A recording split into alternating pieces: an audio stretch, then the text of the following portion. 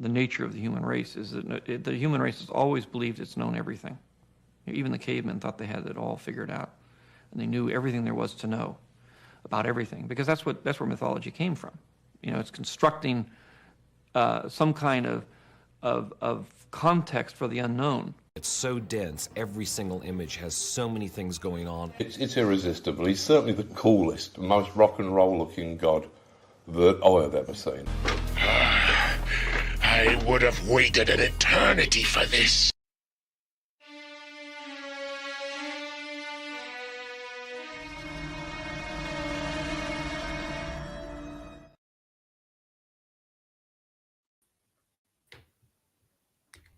Hi.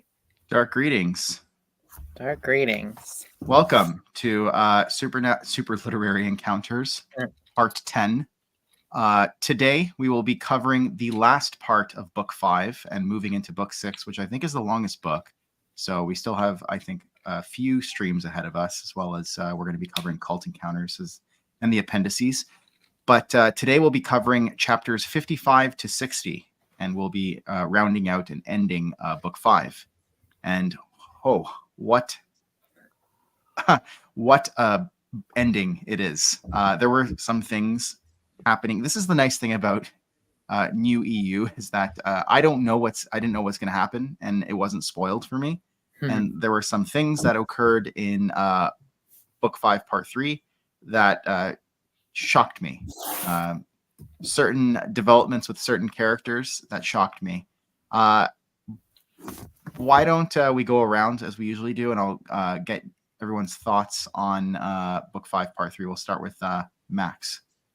Okay, so Book 5, Part 3 is action-packed. It is full of so many cool little things that happen and crazy developments within the pantheon of gods and deities.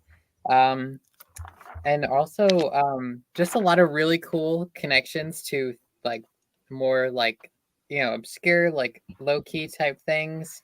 And lots of really cool stuff, mainly with the Celestials and really the power dynamic changes. And we'll talk about that. But there's so much here, and I have so many notes, and we're obviously going to talk about stuff relating to alien exodus and stuff, which is going to be a lot of fun. Yes. So that stuff was just brilliant in this, and I love alien exodus. So it's so cool, and it's seeing it in here. So yeah, yes. It's from 55 to 60, it's all great. Yeah. How about you, Ken? What did you think? Ooh. I mean, all of it was good. The ending, like you said, oh my god, can't wait to talk about that. But for me, chapter 57 was the highlight of this. Really? Because all the stuff that went on in that chapter, I really liked. I like my real world connections. So. Yeah, we'll unpack it, hopefully in good time. How about you, Al? What stood out for you in Book 5, Part 3? Well, I want to echo what Ken and Max said. For me, Book 5, the second half of Book 5 is a little bit like Season 5 of Boardwalk Empire, if you know the real history behind that show, where you start to see everything come together, and you see all the characters that you grew to love not stick around anymore. We'll say. Right. Yeah. It happened in The Sopranos too, and all other great shows. For me, Book 5, Part 3 was a delight. I think it might actually be my favorite part of Book 5, although I did love the Desirek story and Book 5, Part 2. But I had trouble deciding what I liked more in this. Did I like the breaking of the battalions and all the stuff that happened on Pax/Coruscant more, or did I like all the alien exodus stuff more? And we'll talk a bit more about that as we get into it. I just want to say hello to some people in the comments. Hello, Harry, our esteemed editor. Thank you for joining us. Darth Sidious, always a pleasure, my friend. Oh, Logan, welcome. Yes, Logan is active on Joe's Discord. And yeah, the alien exodus stuff is great. Actually, one of the first things that I read in preparation of Supernatural Encounters was the first couple chapters, as well as the outline, which is all available for free to read on Robert J. Sawyer's website. It is weird and fascinating. Some really great ideas there. I remember a mutual friend of ours, and please, I'm not calling them out, but said, "Oh, I don't like this idea of Earth in Supernatural Encounters." And I was telling Max, I was like, "Bro, there's 9 Earths in Supernatural Encounters. Read the book." Read the book." We heard you So- liked Earths, so we got you 8 more. Yeah, exactly. And those aren't even the real Earth, which actually does exist in the Prime universe, right? So, in any event, I digress. We can get right into it. So we start off, I believe, chapter 55. Yes. And we start off learning about the Janoon people of Jandoon and how they were a deeply religious society. But that doesn't stay. Nope. Bad things happen. Yeah. As they always do. But I like how it kind of starts off at page 549, the state of things, right? It's like in the power vacuum that came with the parting of the architects, because as we saw last time, the architects are no more. I guess like Splendid App and Horless are still around, but Pelotny and Cold Dan Design kicked the bucket. So in the power vacuum that came with the parting of the architects, several sovereignties arose who'd been tasked to carry out the iniquitous work of their hidden masters. So that sounds very ominous. And then we get right into it. We learn a bit about the Janoon people of Jandoon and how they have this government basically called the Barbican. And there's the Tenders form another governing body known as the Sunken. And there's this book called The Invocation of Spectral Light that they use to I think they use to basically summon something. It's called the Summoning of the Urumulki. Based on its description, they took this word to be an archaic form of the Elder Gods. So they thought it was something, I guess, maybe from the Celestials, but it turned out to be something, it was not the word of the Celestials. It actually intended to make the teachings of the Celestials seem small-minded, repressive, and controlling.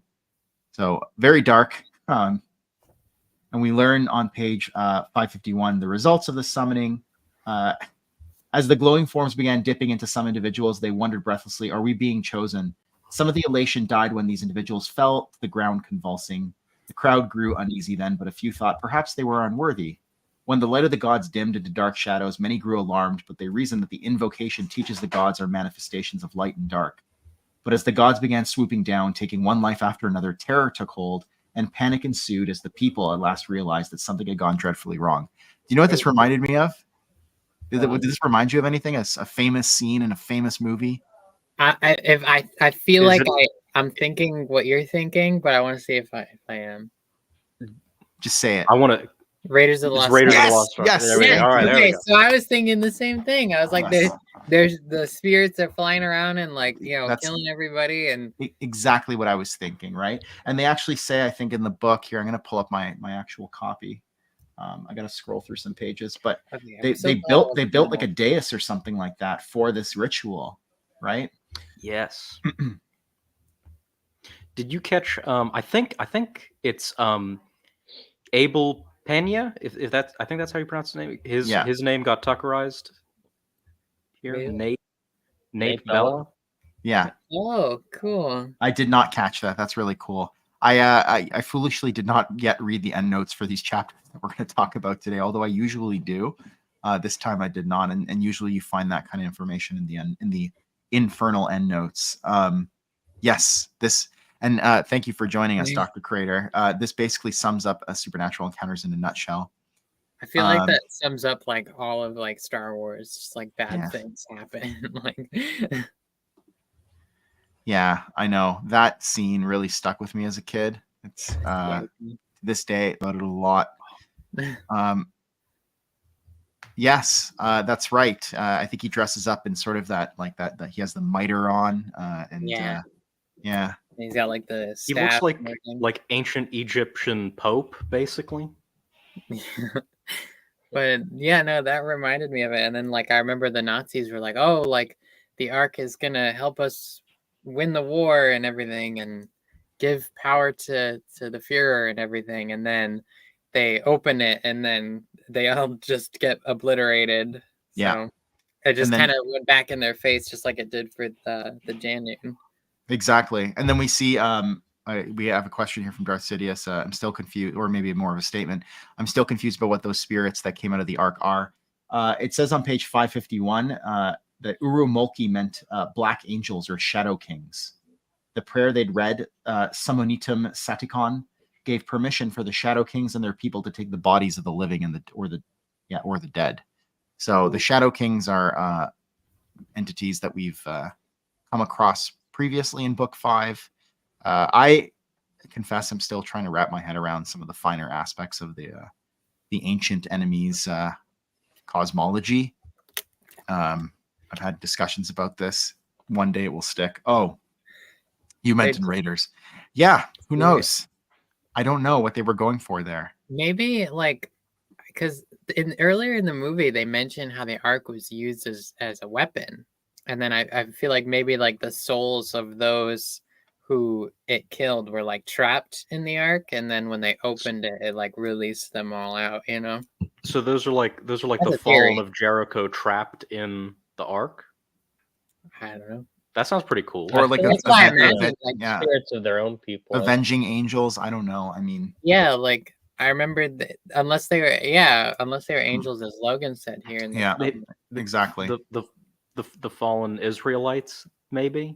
Yeah, Instead like of I remember the enemies. Indy's like, oh yeah, like it was a weapon, and they show like that whole like art piece of them like carrying it, and then like there's like light shooting out of it and everything. So like maybe it's like the spirits of those trapped people that they use to destroy. You know, Right. I almost feel like if we were to ask Spielberg the question, he'd be like, "Well, what do you think they are?" Yeah. Yeah, which is the worst answer. I would ask him about the interdimensional beings, though. Yes, exactly. Is also the interdimensional being is one of the mortal gods of the Sith. Yeah.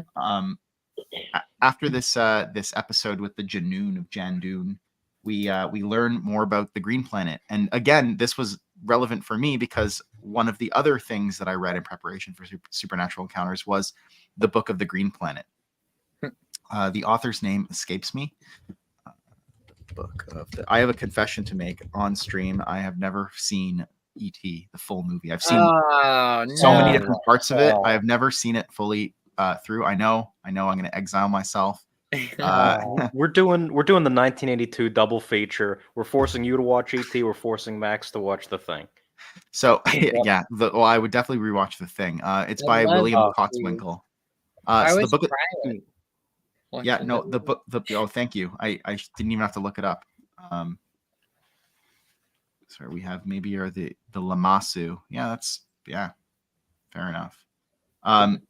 Mac and Me is better. Okay, yeah, fair enough. Who knew that? Like my brother loves the ET ride in Universal. So I think I've talked about this before, where my introduction to the ET like homeworld and the planet was through the ride at Universal. That's so funny. And I've been on it multiple times, and I remember it very vividly. So who knew that all of those times I was on the ride, it was preparing me for supernatural encounters. Yeah, I mean, stealth I think Star Wars ride. ET is one of those things that even if you don't really know it, it's like it's kind of permeated the cultural zeitgeist that you know of it. Yeah. And I've seen so many things that reference ET or that have ET clips in them and stuff like that. So I feel like I've probably at some point watched the entire movie. Just not, I don't have a specific recollection of watching it in one clear sitting. And yet I went ahead and read the sequel book to it called The Book of the Green Planet by William Cotswinkle. That's how it goes sometimes. That's sort of like, I have this theory that you can piece together the entirety of A New Hope through, like, A New Hope's dialogue through website names. Every single line in A New Hope, you can probably find a website for. That's my theory. I've never tested this. It's probably wrong, but walkingcarpet.com. Oh. .ca even. But we do learn a bit about the Book of the Green Planet starting at the bottom of page 551, and it goes into the next few pages. We find out that it's in the 7th nebula of Galactus, and at one time was known as Vomestra. To confuse the enemy, they renamed it Ode-Pa 5 in the Empyrean Wars, and then Tum Lux OT in the War of the Temporal Planes, and Alada Zerka in the Twilight Wars, which we have not yet gotten to.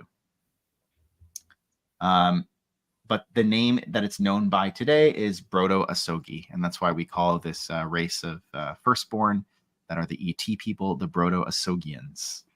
Mm-hmm.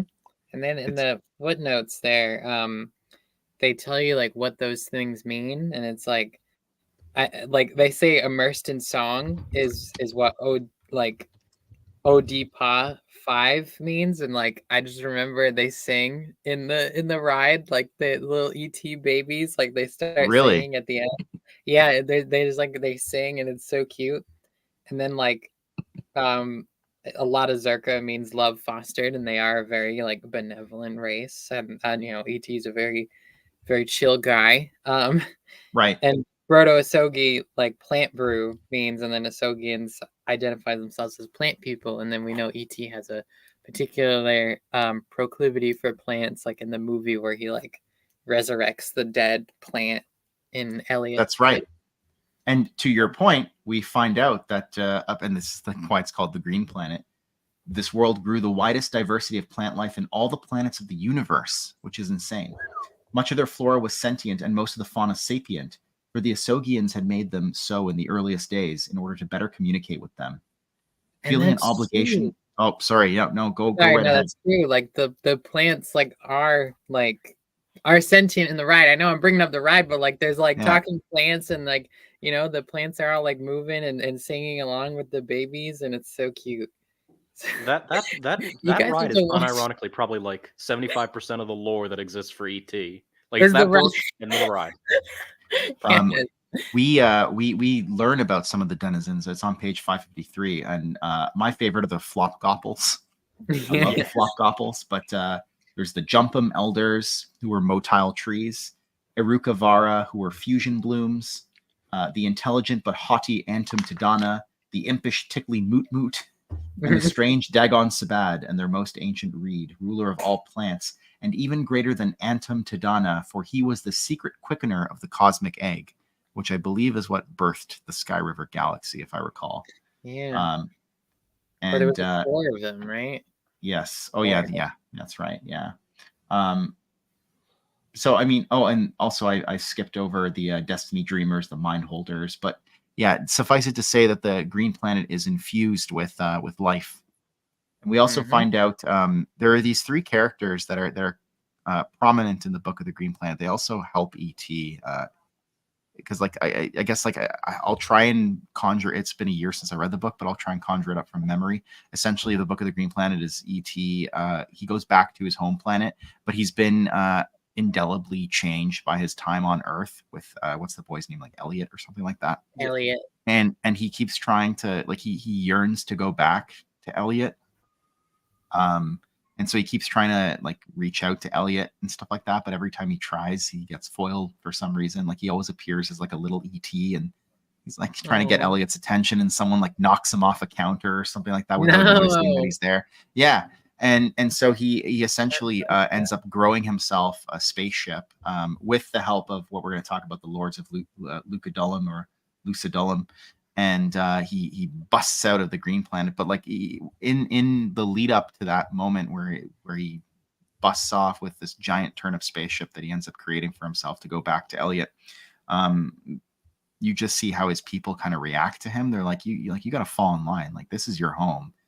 Stop, bringing up these weird and subversive ideas, right? Like, we've already figured it all out. This society's been around for thousands and thousands of years, and now ET is kind of injecting new ideas into it because he's been changed by his time on Earth.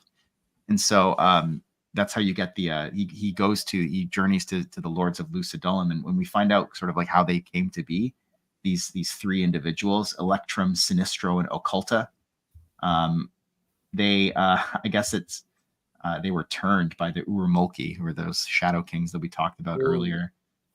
Evil Proto-Asogians. That's crazy.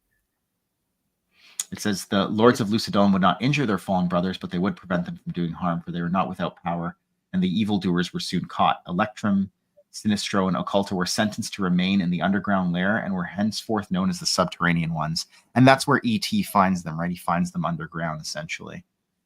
They even share a character, Botanicus. wait, sorry, I skipped over some comments. Here we go. Yes, it is. It was a fun read. It was a little strange, but it made me laugh and smile at certain points, and that's it's think rare I'm the book brother that does read it. that. Yeah. I'm on eBay. I think I'm gonna buy it here once we finish. Do you remember Botanicus from the Ride, Max? No. No. Last time I was on the ride was like a year ago or two, like a year and a half ago. My brother would probably know. My brother is there all the time. It's his favorite ride, like in the whole park. And he loves ET. So I did read this that Spielberg was involved in the in the book's development, and I think that's really interesting that he would go to such lengths because, I mean, when you think of a sequel to E.T., like this book is so almost, I would say, alien in its conception because there's so many weird concepts in it that were hard for me to visualize, and I had to go online just to look up what some races look like, right? Like they have pictures, I believe, of those motile trees that I talked about earlier. Yes, but what a glorious endeavor it will be. And yeah, I think I'm motivated to watch ET. Does it take place during the holidays? Is it like a holiday movie? No. Okay. No, it is. It's a Halloween movie. Oh, it's a Halloween movie. Yeah. Okay. I remember now. Yeah. Yeah. That's right. I forgot because it's like, I think it's set in California, so it like just looks. It looks like hot. Like it California. looks like it's summer. Yeah. Yeah. I love Harry's behind the scenes notes to all this stuff. This is amazing. If you ever want to jump on here, man, I know it would be like breaking the fourth wall in a sense because you worked on the project, but you're more than welcome to. So on page 553, it talks a bit more about the Urumulki, the incarnation of the Urumulki on the spiritually contaminated world of Jandoon. So now it's spiritually contaminated because of the summoning ritual. Was a far more dangerous matter. Evil spirits of the nameless void, whom the Asogians called the fearful potencies of night. The embodied Urumulki wielded power akin to the phantom lords of the charnel worlds, to which Jandoon was now linked, I suppose, because it's been corrupted. So the Asogi, I believe, intend to do something about that. And when the shadows attack the Asogians on page 554, it says the bodies of the Asogians would soon belong to them. And though they saw those forms as ugly and squat, how dare you? E.T. is beautiful. Yeah. They're so cute. Their spirits were another matter, with the potential, once fully dominated, to make their possessors invulnerable. And if indeed the Asogians could not die, because of course they're resolute, right? They haven't broken the faith with the Celestials. Their minds would remain prisoned in torment for as long as it suited them. The Asogians kind of remind me of this concept in Buddhism of the Bodhisattva. They're the ones who kind of delay nirvana, like they delay like entering into nirvana because they stay behind to help others enter that state of nirvana. It's like the Asogians, like they could enter the unseen realm, but they choose not to. They choose to stay behind in the galaxy to help others, which I think is a very, very noble and admirable thing to do. Yeah. Yeah. They're not. No, for sure. We appreciate it truly. I think it makes it much more fun to know these behind the scenes things. On page 555, though, we see how the Asogians prevail. It says, in a soundless burst, the light from the mass of them blossomed like the rays of 1,000 stars. It was no weapon that any had previously conceived. It was merely the power of the cosmos multiplied and manifested, the secret of life that all the races had once known and forgotten. It's like the spirit bomb. Not merely were the Shadow Kings rendered blind by it, but their ectoplasmic forms began to melt as they were assailed by a searing pain never before known to them. They uttered a collective screech and then were gone. And then we have a quote here. How could mere death stand before life? The Asogians said. How could abject hate stand before love? I was actually talking about this quote to my daughter earlier. I was like, there's nothing more powerful than love. I'm trying to like instill that into her in an early age, right? But honestly, it's like it was more power, I guess, their love for life and the galaxy and creation and creating things, because they're all gardeners, overpowered the shadows. Yeah, sorry, go right ahead. What is the most popular, the most famous quote from Knights of the Old Republic 2. Apathy is death, Yeah. and death is bad. And what's like, one of the most what's is one of the good. what's Love one of the is most popular life. yeah, what's one of the most popular quotes from the Revenge of the Sith novelization? The last line. love can ignite the stars. There you go. So you heard it here first or last, I don't know. And then all the like the Ahsogens, like they light up like internally, like Yeah. we see that in the movie, like ET's like heart lights up and then his Yeah. finger, obviously. So just imagine that like amplified by like thousands. So the Shadow Kings try to take over the Ahsogians. They fail. And as a result, they are destroyed. We find out that they're diminished into shadow spirits. Kings no longer and forced to flee before the burning light. Yep. Although we find out this is a little interesting postscript. One pernicious group that later did survive the feeding was a long forgotten Sith cult known as the Endlords and the Azrael. For each subsequent leader took the title Azrael from the name of their first. I was like, oh, that's kind of a cool little piece of lore. I didn't actually look into it and see what it's from. It's probably from something, but I enjoyed it. I recognize Azrael from being my least favorite Batman character ever. So, oh yeah, okay, yeah, fair enough. Is that like Arkham Knight Azrael? no, I actually like that version, but like the classic Nightfall, he takes over for Batman. I don't like Yeah, it. I think this is But, spelled yeah. differently. This is like Probably. or AZRAYL. Y'all say Zed in Canada? I say Z because Dragon Ball Z, but sometimes I say Zed. It's just, Lord Zed from the Power Rangers. I use it both ways. Ken, what did you think of all the Green Planet stuff? Did you enjoy it, or did it kind of fly over your head? All of it flew over my head, to be honest. Yeah, there's not enough xenomorphs in it for your liking. Yeah, Not enough Yaksha hunting down the killing all the Ahsogians. the Proto-Ahsogians. Can you imagine? Man, I want to see that now. No. The Yaksha they would be decimated because they the power of love would destroy That's them. true. Yeah. That's actually a great pitch. Yeah. The Thing versus E.T. The Thing gets its revenge for making that movie flop in 1982. When I think of The Thing versus E.T., and it makes me think of like an evil Ahsogian, which is a interesting concept. But I always thought it was a missed opportunity, and they might still do this in the Disney universe, but to not have someone of Yoda's race, an evil, a dark side infused. They kind of like, you see what Minch in the Star Wars Tales comics, kind of give in to some of his darker urges. But I would love to see just a dark version of Yoda, not Yoda himself, but a dark version of that species, and just see what kind of chaos they could create. If we can get Muppet Baby Yoda, can we get emo Yoda, please? Emo Yoda, yeah, just like with like the hair, kind of like the parting. Yeah, it'd be like Tobey Maguire, like Spider-Man 3. Bully Maguire, exactly.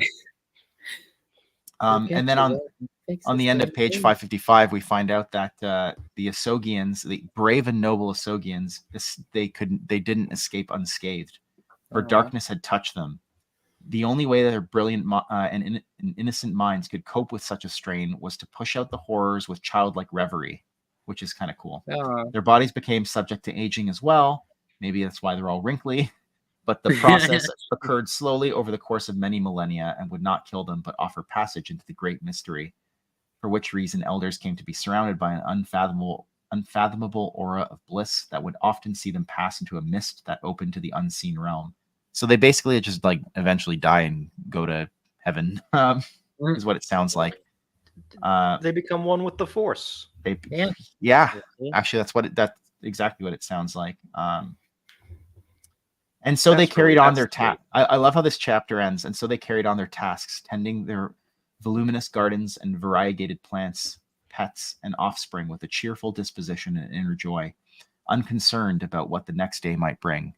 That's just brilliant writing right there. That's amazing. I love it. It's written so well. Actually, one thing that I've noticed that Joe does really well is end chapters, like the final thought in the chapter is just so impactful and profound sometimes that it just like leaves me reeling, where I have to just step back and be like, oh man, this is something that I could see someone, not me, but someone else getting tattooed on their skin. So smooth Asogians, like. yeah. Who had on their 2023 bingo card Brodo Asogi becoming their favorite Star Wars planet? I didn't. Really, your favorite Star Wars planet? No, not my favorite, but like, you know. Okay, I'm gonna call you on that. I don't know. Yes. How could that What be is your my favorite Star Wars planet when Munto Kodru exists? Oh yes. In some sources, yeah. I mean, yeah, I could believe it. 10,000 years old. He I can looks believe good it. for 10,000. When 10,000 years old you get, look as good you will not. I love how chapter 56, Scourge of the Suns, starts. It says, it has been said that Typhagem so despised discourse that for every word he spoke, a living creature was put to death in his name. Wow.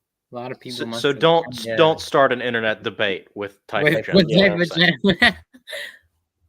Oof. Yeah. I have no idea what just happened, but still think it's the best thing ever. I know. Right? It's pretty great. So we have another Zrek is love, Zrek is life here.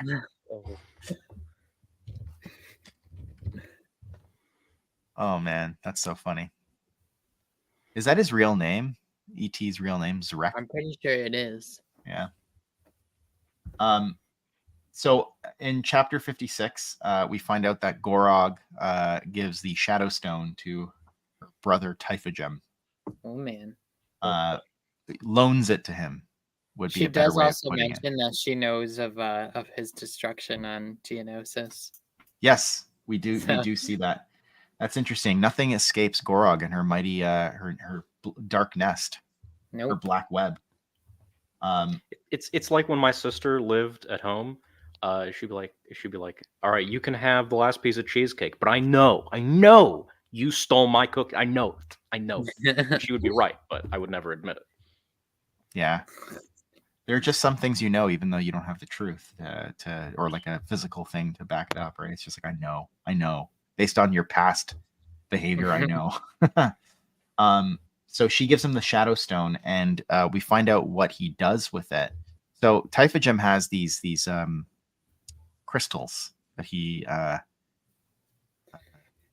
been using, right? He has one of the Crystal Riders, Kitsoni, I believe, like embedded inside of him.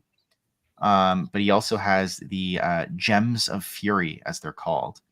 And that's Carnell and Cornus, I think, the two other Crystal Riders. Oh, yeah, the other ones. Yeah, he has them as basically these gems of power.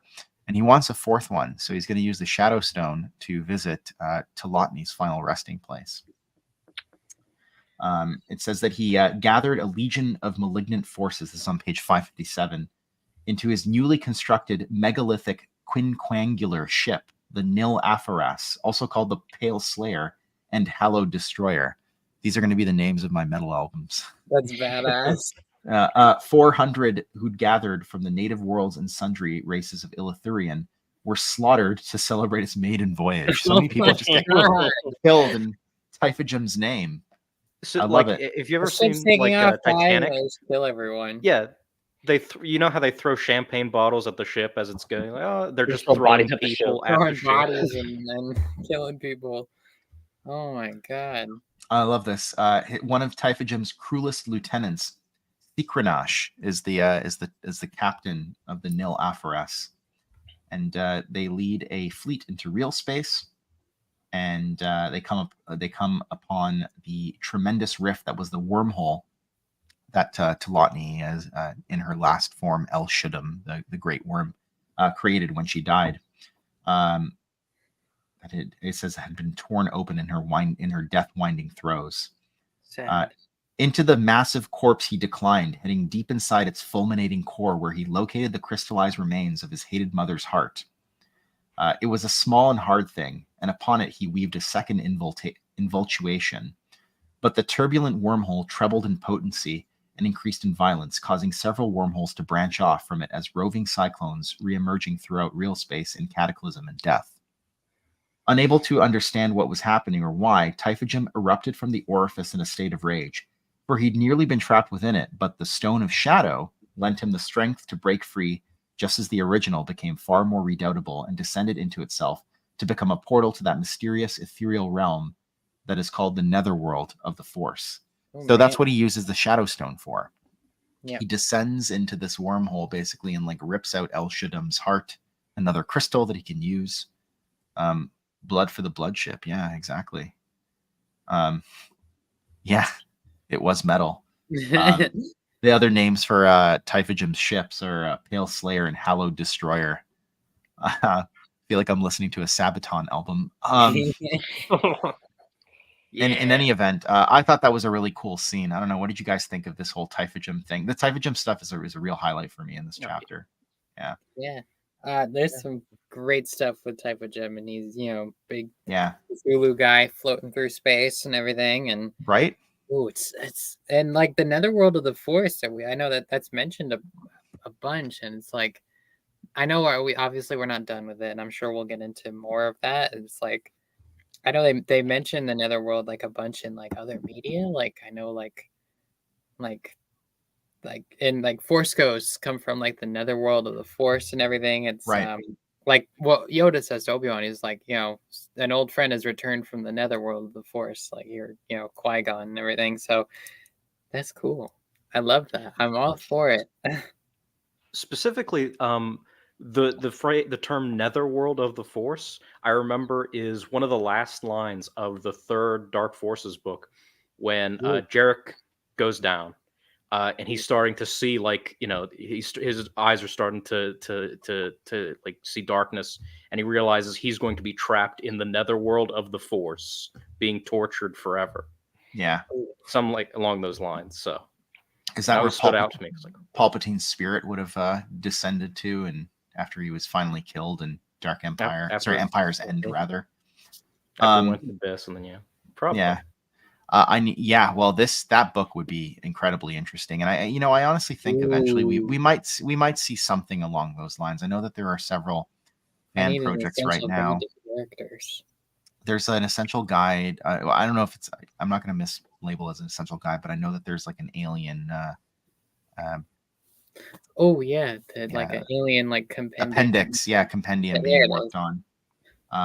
So, I mean, as much as I'm not a fan of AI art and I rail against it every chance I get, I know that there's possibilities there in order to, keep costs low and kind of see what we can do in terms of having some of these harder to visualize races represented, or, something that wouldn't cost an exorbitant amount to hire an author for.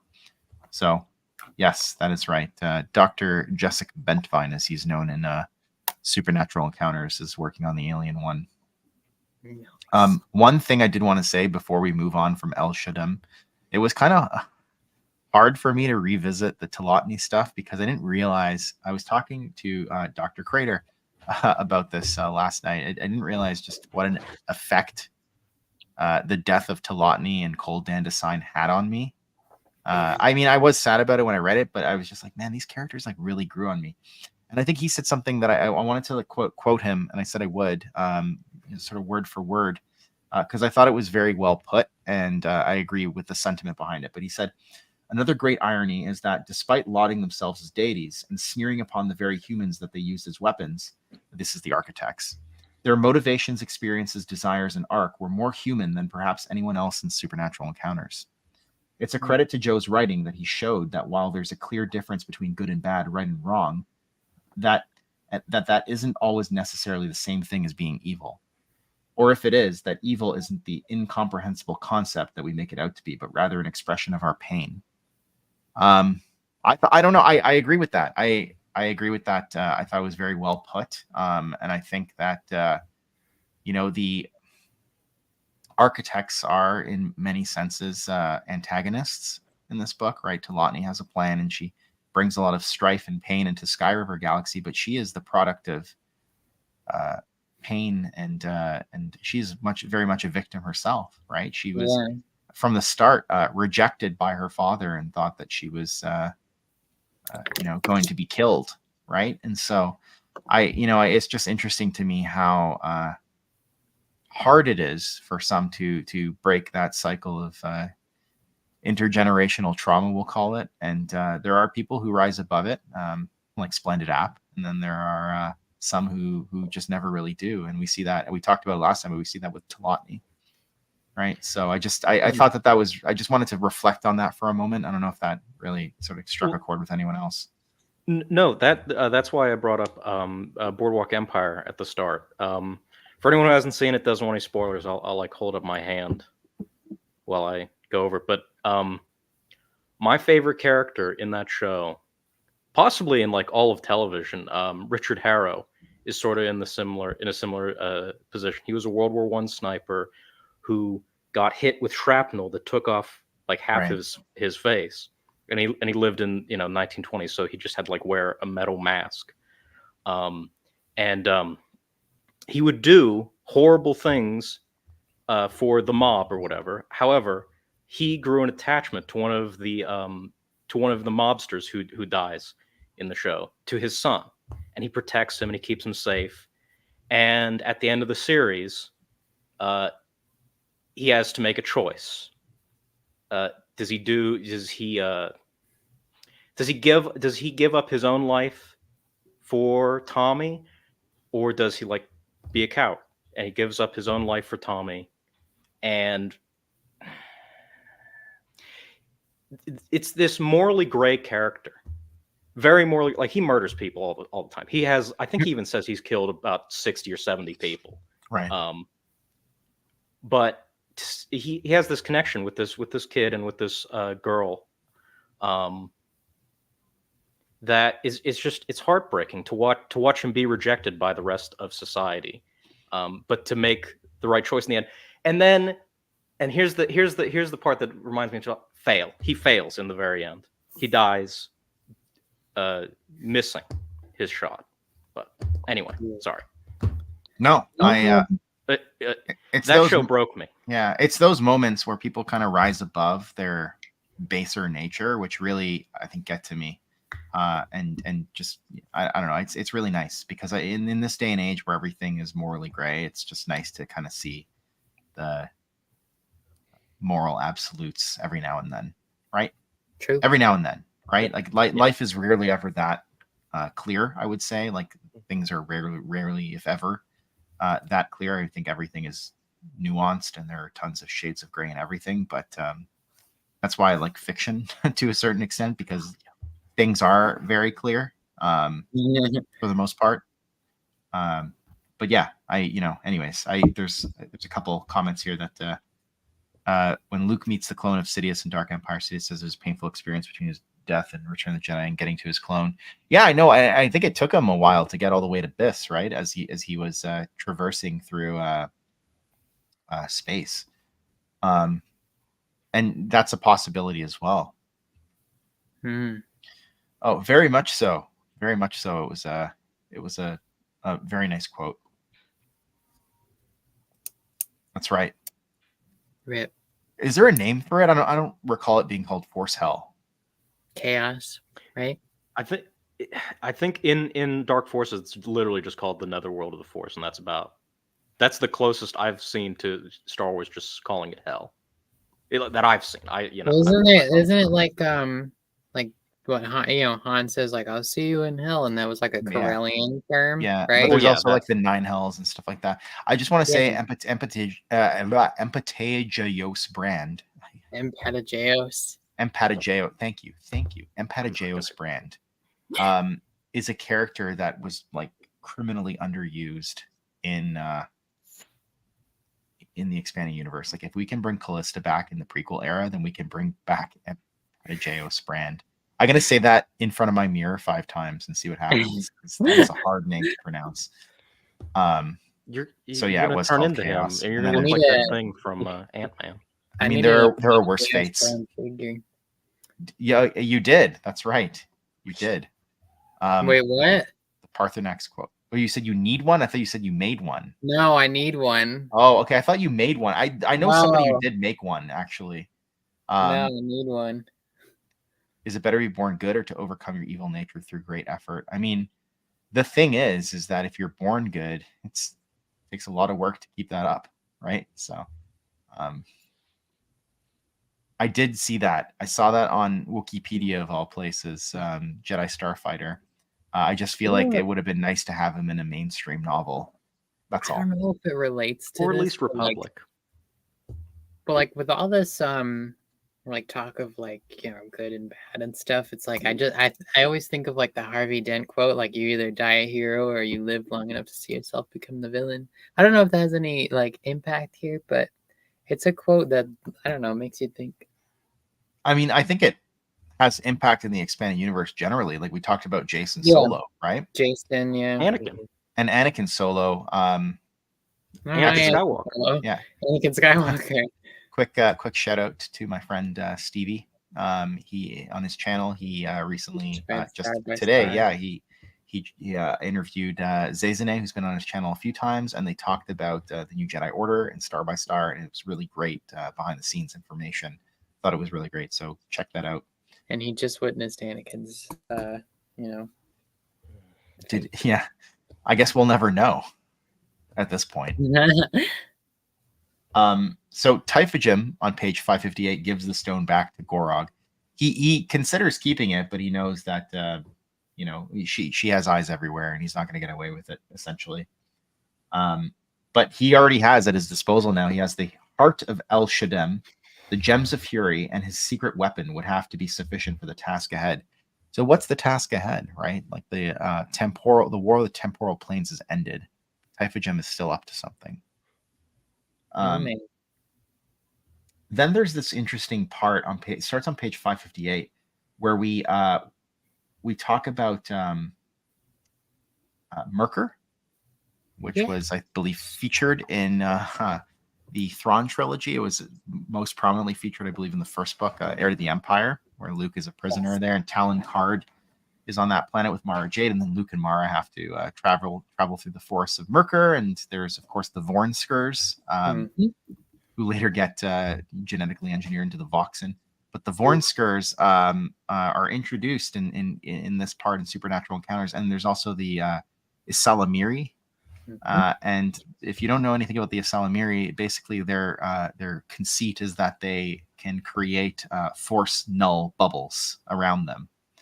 And we're told, sort of pre-Supernatural Encounters, we're told in the expanded universe that they develop these force null protective barriers around them as a survival evolutionary trait, so that the Vornsker, who can sense force sensitive, who have force sensitivity, they can sense life forms through the force, can't hunt them down in the forest. But we see here in Supernatural Encounters, and I'm not sure how I feel about this part. I think it has to sit with me a bit more. But I wasn't that this might have developed. It wasn't something that sort of evolved over time. It was something that they the Isalamiri were, I think, tweaked. Given essentially to have by the Neti, right? The Neti wizards. Yep. Yeah, the Neti wizards. I'm with you on that one. I'm not sure how to feel about that one. I'm torn. On one hand, yes, I've gotten into I love this comment. It really is. It feels like that. Yeah. We'll have another Avengers reference later. Yeah. Sorry, Al. Go ahead. Oh no, I've had with so many Reddit arguments about the Isalamiri. Oh, they don't make any sense. Just like my cat scratching at the door. Just deranged. So I kind of like. I sort of like the idea that, you can't evolve out the Force or whatever. But on the other hand, I think it's really cool. I think it's really cool, like, use of the Force outside of, like, sapience, where, evolution, over time would protect the Isalamiri from the Vornskurs. I think that's a really cool idea. I really like that. So I am also torn.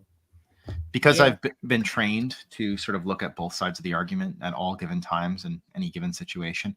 I guess what I will say in defense of the Supernatural Encounters take on the Isalamiri is that what Al says makes a lot of sense. Like, it doesn't really make sense for a creature to just on an evolutionary basis be able to reject the Force, right? I know, like for the Yuzhan Vong, it was stripped from them by Zanama Sikat, right, as a punishment. Was that? Yeah, that's the lore. Or And from Yuzhan Tar itself. Yuzhan Tar, sorry, yeah. So if that's the case, if the Force is something that can't be naturally selected out of someone's genetic composition, so to speak, then perhaps it makes more sense that there was a intelligent design behind it, in the sense that it was genetically they were genetically manipulated such that they were able to do this, right? That there was a hand in it. So I can see both sides. I just really like the evolution over time, because it makes sense to me, right? Like it's like we see it in our own world. I've got really a like take on this. So Go. like in like the New Jedi Order, or like past New Jedi Order, and like further series, we see like Virgiri and Jason and Ben mostly do this, where they basically make themselves small, as they say, and basically just become invisible through the That's right. Force. Yeah. So I feel like a natural progression of that ability would be to create a aura wherein everything around you could be, close to the Force, An anti-magic field, as we call it. So in yeah, fantasy. I mean, I don't know. That's just like a thought, I guess. Because I just like when I think of the Isalamiri, I think like of that ability a little bit. That's how I've always interpreted it. Yeah, was because sort of they like, yeah. they like disguise their Force presence essentially, or just like eliminate it entirely so that they can't be hunted. Yeah. Which is exactly what like Jason does. Like, he shuts down his Force presence so that, nobody can sense him at where he is at. So you never know. Yeah. My big thing is I almost went into evolutionary biology in high school. I was like, oh, that sounds really interesting. So this specifically is like is the one time it gets mentioned as being a thing in Star Wars. So I can't. It's a little bit like, oh, I don't want to give that one up. But at the same time, that doesn't really fit with what we've been given elsewhere in Supernatural Encounters. And if it's a choice between giving up Isalamiri's evolution or giving up Supernatural Encounters, I'm gonna pick giving up Sure. Isalamiri. I think we're all on board with you there, man. I just some comments that built up in the chat. Then Han Solo could have just shot all the Sith, and we would have been done. I do like Isalamiri, though. I've always been partial to them. I think they're cool.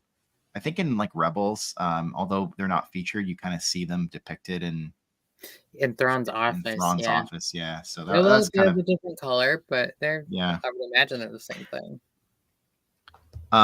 They're like the nameless, the Shri Karai from High Republic. Instead of making the Jedi feel fear and turn them to stone, they just negate it. That's right, yeah. The nameless, I will make a brief comment about the nameless, and I'm going to move on. But I will say that I liked it. I think that they've been kind of power scaled down in phase 2 and phase 3, because in phase 1, there was a comic recently that came out, and it's like, I forget, it might have been like Keeve Trennis or something, but she was able to like resist the nameless and survive. I was like, no, man, Loden Greatstorm is more powerful than Keeve Trennis. Like, there's no way. She should have been wiped out. So anyways, it's just like this notion of like in the Disney universe, like people getting stabbed by lightsabers and surviving. No, that can't happen. Like, there are some things that Qui-Gon, my God. Yeah, so I think that I think that the nameless have kind of lost a bit of their mystique, and perhaps that's by design. But anyways, I thought it was one of the more interesting concepts to come out of the High Republic, and now I don't feel the same way about it. Yeah. Quickly, I just want to bring up on 558. We see Woodsec here. We do. He says he's traversing the spaces between worlds, hunting the Star Weirds and other nameless others who prowled the starless void. So he's cleaning up. He's cleaning up. Yeah, he's doing some janitorial duties. This is Logan gave us David Attenborough's Supernatural Encounters name. David Boratin. That is cool about Woodsec. Interference into the Force that others can't exert influence over it. I mean, like, that makes sense to me. They only had her survive because she was already mentioned as the Lost 20 in Dooku. If they didn't, she would have died. Yeah. That really, Yeah, really, she is. And Steve Dooku's Trennis is a Lost 20. That's Yeah. it. I didn't realize that. I remember when like Dooku and Sifo are younglings and they're in like the archives and then like they talk about the Lost 20. Like I think like Dooku asks about it, like ironic, you know, because he's gonna be one of them one day. Yeah. And then like Yoda's like, oh yes, like Master Trennis, like fond memories I have of her or something along those lines. I remember. Let me ask you a question, because the Lost 20 is something that exists in both timelines, right? Do you think Ulic Keldroma is part of the Lost 20? Ooh. When do they start counting it? Yeah, Because that's no the way. question is when do they start counting? You know, We don't know, right? We don't think we've ever gotten anything I in the would Lost say 20. so. No, wait, no, wait, no. Because he came back to the light. He did. 'Cause there was like I remember I don't know, I'm pretty sure, but they say that Darth Ruin is the first like of the Lost 20. And he's Okay. the I one think who you're right. started, I like, think the I new think I remember system. hearing that. Yeah. So and that's far after Ulic's time. Right. Okay. That's like fair enough. 2000. Fair enough. Yeah, it's like he was like the first person to start like the so Logan, okay, yeah, he was like the first one to start like the new Sith Wars. Right. So. So in Supernatural Encounters, the reason why Myrkur is focused on is because the Sith attack Myrkur. They're basically called to it. It says the Serpent Lords of Dromund Kaas. They sent to Mukura, as it was called back then, an army with one goal in mind: eradication. Well trained in the ways of killing, a murder of Tylun Night Sorcerers swept down with a force of Parang-wielding Sith and a large Bithavrian complement, with each unit commanding a pack of Vornskurs. So it was them that brought the Vornskurs to Myrkur, as we find out. But they're repelled, right? The Neti modify the Ysalamiri to block the Vornskurs. Yeah. It says on page 559, Ken, can you read us the paragraph that starts with "Then Neti fighters"? Then Neti fighters, wearing each a Ysalamir, and disguised as one of the many trees that grew on this world, struck out against the hunters. Sinewy, branch-like arms shot forth, beheading and impaling marching invaders and plucking night swords out of the sky. Heavy hidden tendrils and roots ensnared entire companies, burying them alive. Sith and Bithavians turned from confident killers to terrified prey as they fell. And so the forest comes alive. The Neti are basically like they're just like pretending to be trees. Yeah. That reminds me of like a really overlooked aspect of like the Yavin Praxium is in Young Jedi Knights. There are tree people in the forest that attack the Shadow Academy when they attack Yavin. Mm-hmm. And that's really often overlooked. Nobody's like, oh yeah, there's tree people on Yavin who are, you know, defending the Jedi. So like I don't know if they're Neti or if they're just something else, but this reminded me of that because like as soon as I read that, it reminded me exactly of the tree people on. Those tree people were definitely part of the Gathering of the Green. I guarantee. You know what? Definitely. You know what the pitch for that story is? Those are Neti, and they were placed there after Exarch Kun got trapped in the void as like guards of the temple. That's what the pitch for that story should be. Yeah, that works so well. Oh Yeah. my god, that's I love so cool. That is my headcanon. I love that. That is so cool. Yeah, and I know this Darth Sidious that they kind of play fast and loose with that because George Lucas changed his mind in terms of when the Sith were created. But in again, a way, there's been multiple like founders of Sith, you know, iterations of the Sith. And Yeah, that's why we say like the Republic was formed 1,000 years prior to the prequels, because there's the Rusan reformations and stuff like that. So I think we can massage it so that it works. It's not a big deal. There's all different. It's the reason we things. need SE. Yeah. Well, as we learned with Supernatural Encounters, the Sith have been around since before the dawn of time, essentially. Vornskurs, that's actually true. Yeah. I noticed that myself. And yeah, it's Isengard getting attacked by Ents. This is your Predator content for this session, Ken. This is the closest we're going to get to Predator. Yeah.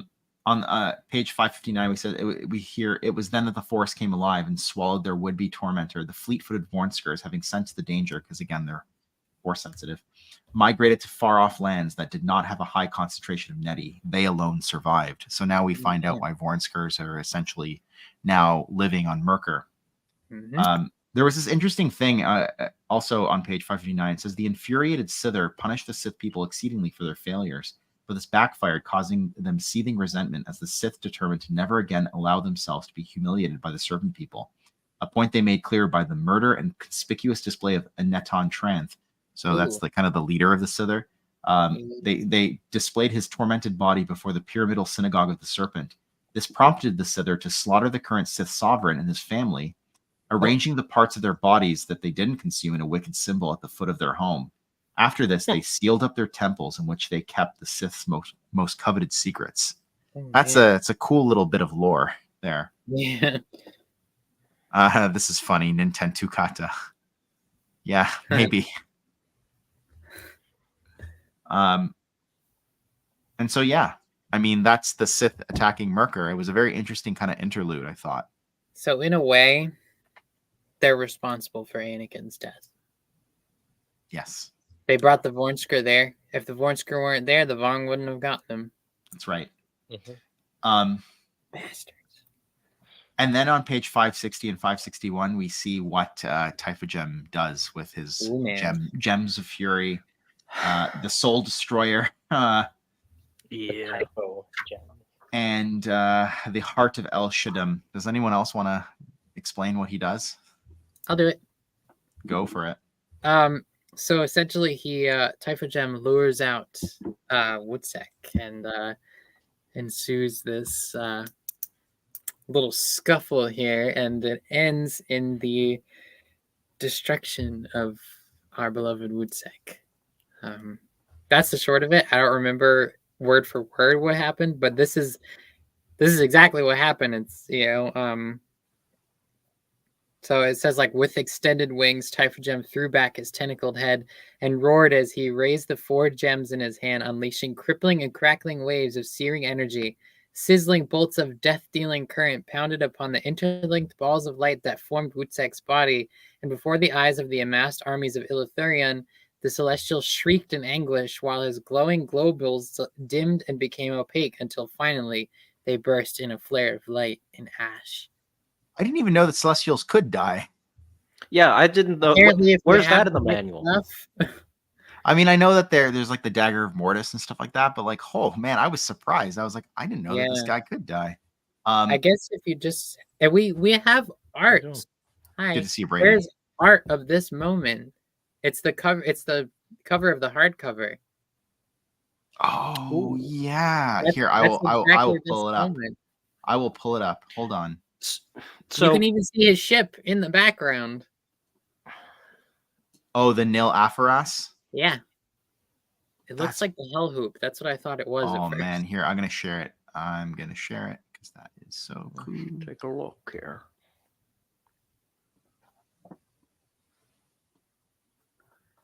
See? Oh.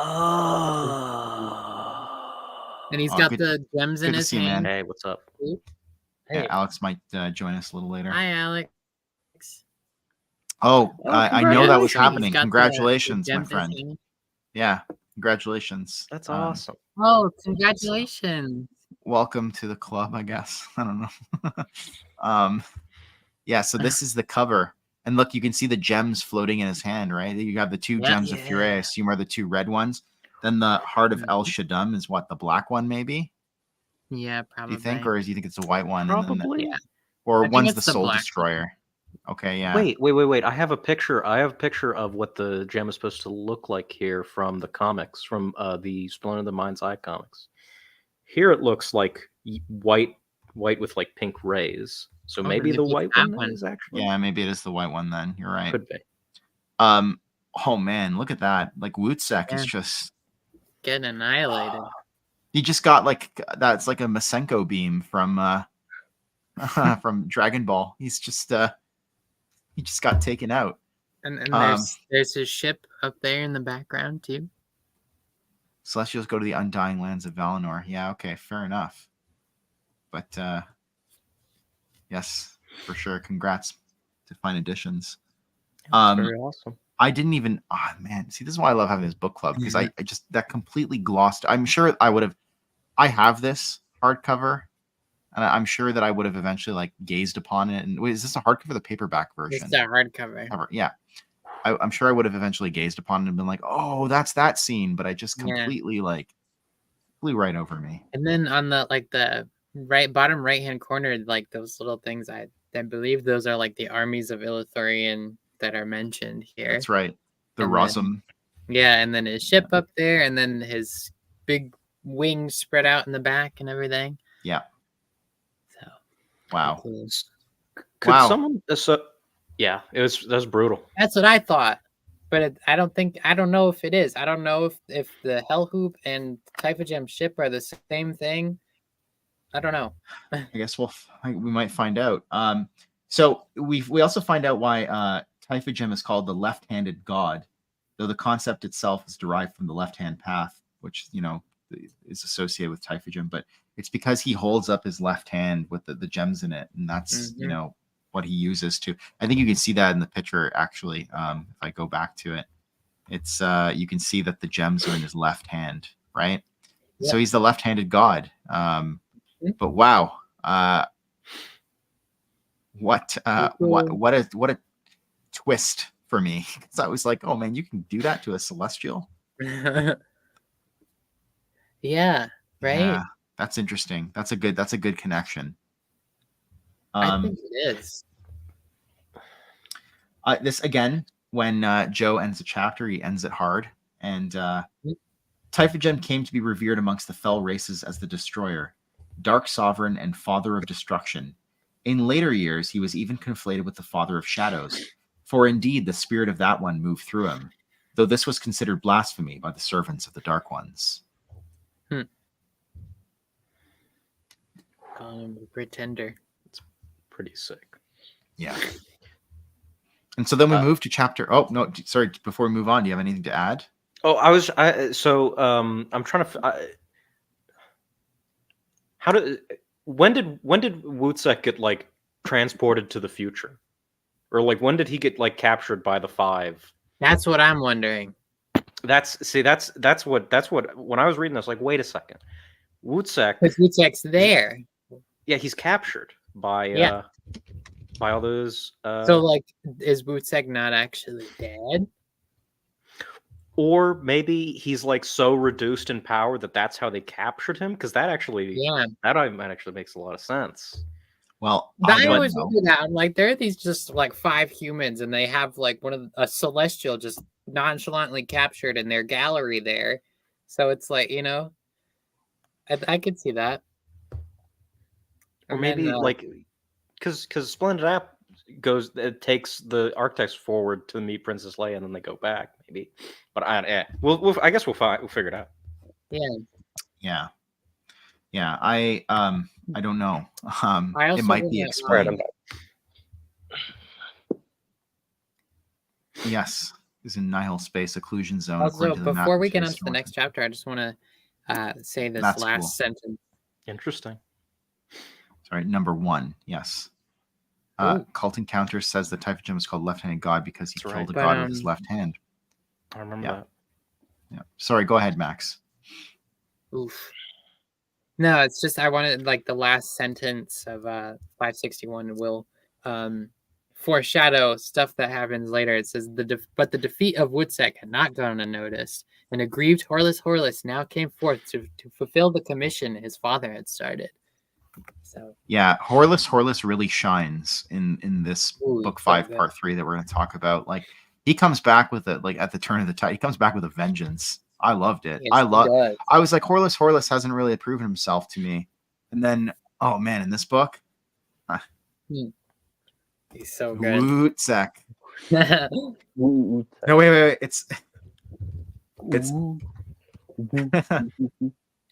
Wutzek. Oh, like Zach. like Zach. Yeah, exactly. I'm just it would be Wutzek, like Logan said. Yeah. Yeah, he really kind of came into his own. Horless. He's Yeah. earned he's sung for his supper. That's for sure. So then we get to chapter 57, which the more I think about it, because Alien Exodus is kind of like a bit of a retread for me. I think chapter 57 is like the big standout for me. You and me, Ken. I'm on Really? board. I actually got a quote before we start this chapter that is like relevant. Go for it. So Man. here's I have it pulled up. What is the most cowardly and shameful thing in human conduct? It's when people with power and people who flatter them hide in safe places and extol war, force patriotism, and self-sacrifice upon others, and then send them to the battlefield to die. I love it. Yeah. Woot's wreck is love. Yeah. Woot's wreck is life. Just wanted to throw that out there. That's very relevant to what we're going to talk about. So in the beginning of chapter 57, we return to Pax. As we know, Pax will later become known as Coruscant. It had for long years been known as the cosmopolitan and administrative heart of the Galactic Union and the core. And we find out that it had survived an attempted hostile takeover by the federated world of Dorkon and the rocky transition from Galactic Federation to the Galactic Union. And we learn about, was he a chancellor? Chancellor Li Chen. Yeah. A very controversial figure. Not a nice guy. Not a nice guy. Not at all. A bit of a xenophobe. By a bit, I mean a lot of a xenophobe, and wants to, I think, isolate Pax from the rest of the galaxy. Wants to do like an autarky situation where they only rely on themselves or whatever. Yeah. It says that we're told on page 562 that Pax went into political and social isolation and making them more vulnerable to actual outside hostilities. So maybe not the best thing for his people. And then we hear about the newcomers. So the newcomers come. I almost got a sense like with this newcomer stuff. Have you ever seen the show? There was an original show, and then they did a revival of it called V. These aliens come and they look like humans, but they're like lizard people, basically. I think. I feel like I've heard of it. Yeah, V. I remember. Sounds familiar. I think I watched it in high school, like right after I watched Nightmare on Elm Street, because that's where Robert Englund got his start.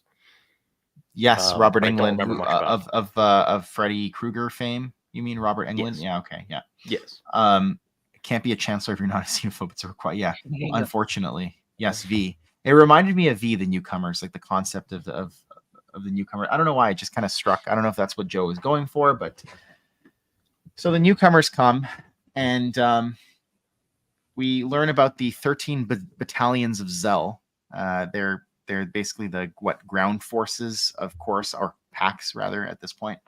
And there's named after Zell, who was the name of, I guess, like the first kind of ruler of Pax when they ousted the Tong, and also we learned the battalions of Zell at that time. So there's 13 battalions have been formed during the unification of the 13 nations under President Zell when the first humans came to Notron, as it was first known, when it was a planet that the Tong lived on.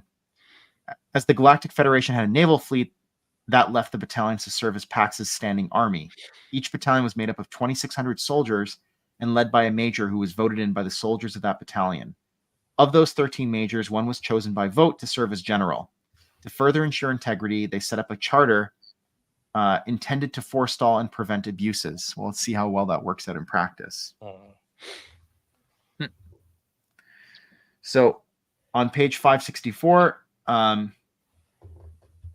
we find out that basically Li Chen, or in 563, 564, Li Chen kind of takes on this more xenophobic worldview. And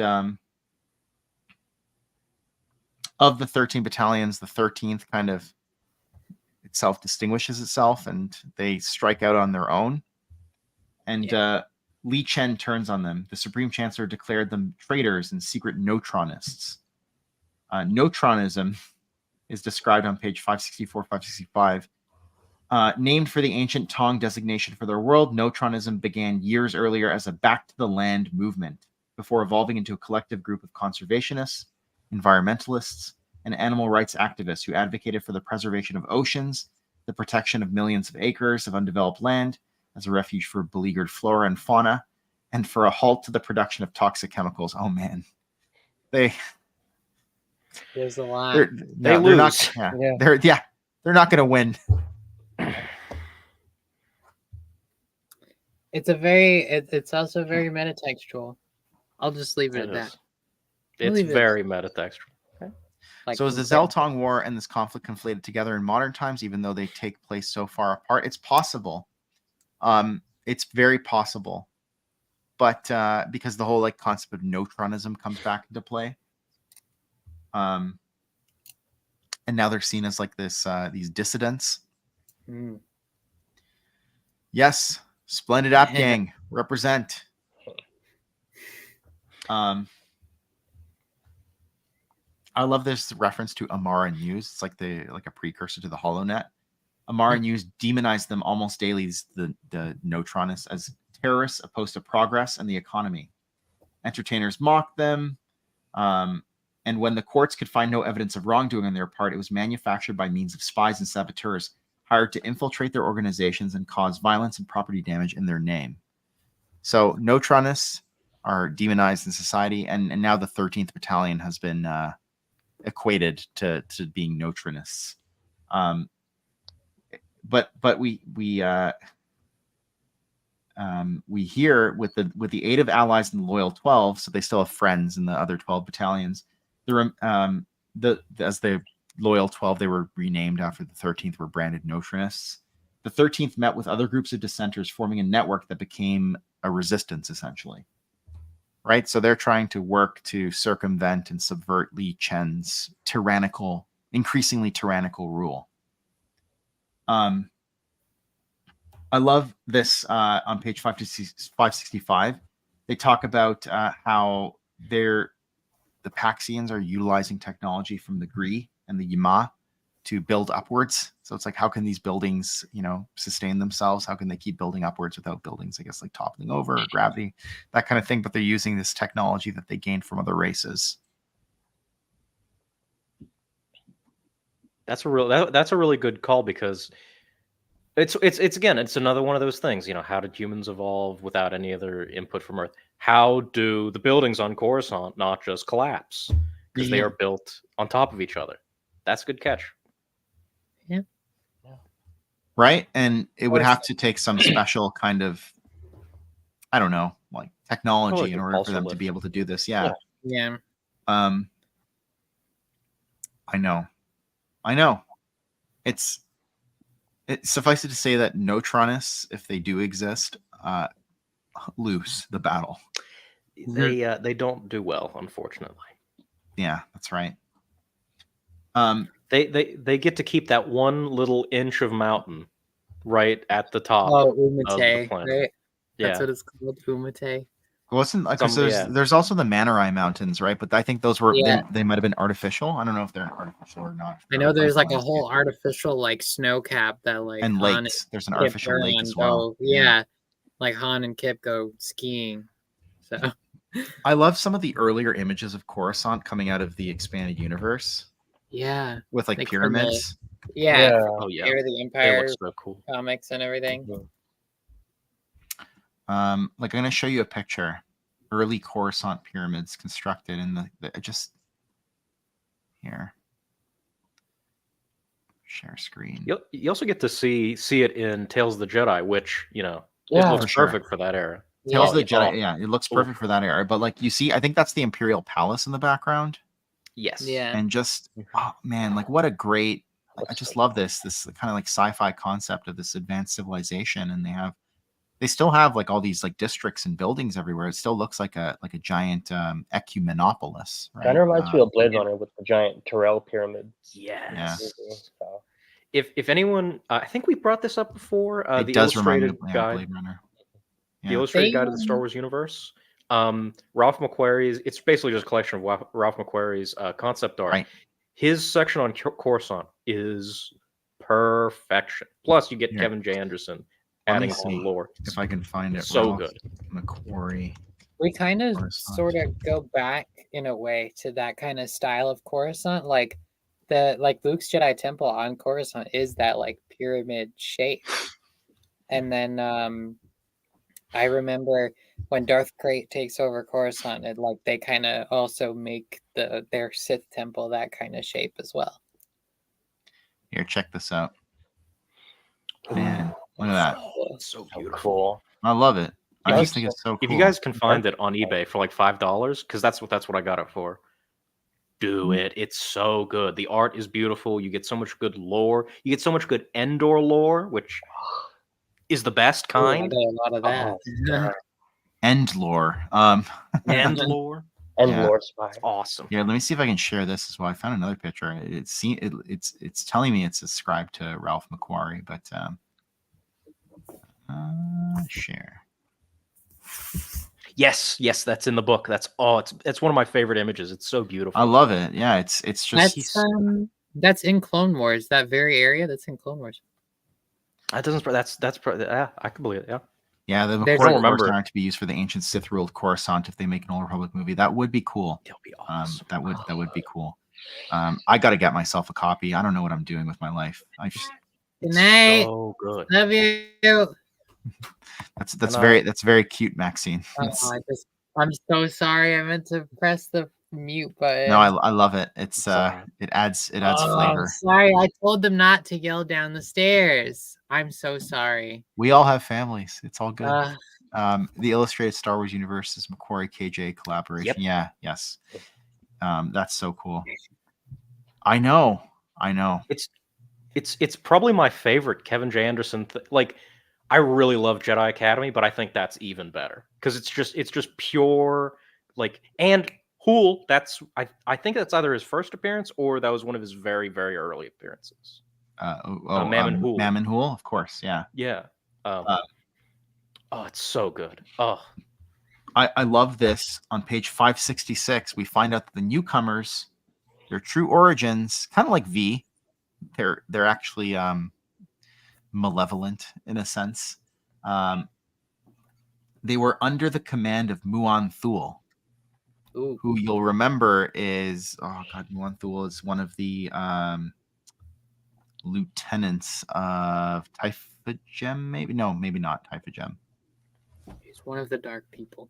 Like Yeah, the dark but one of the powers. bad guys, essentially. Yeah, he's one of the bad guys. Works for the ancient ones. And they had gone to great lengths to hide this fact, having used thralls to interact with the public.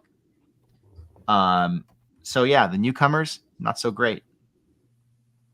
And they're basically being sold out, the Paxians, to these newcomers.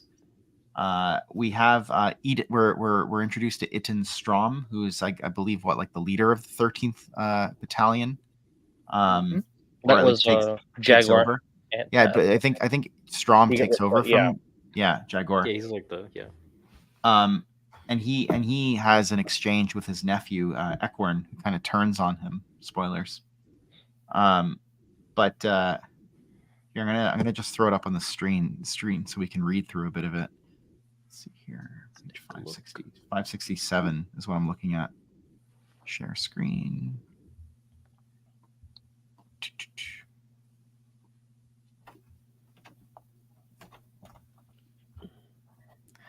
Is that might be a little too small? Let me pump that up.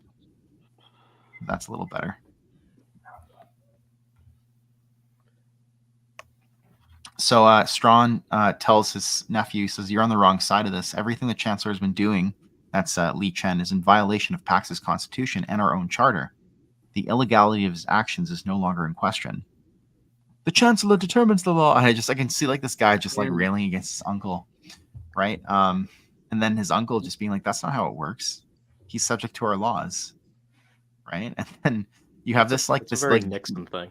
Jason Solo justification. We write laws all the time.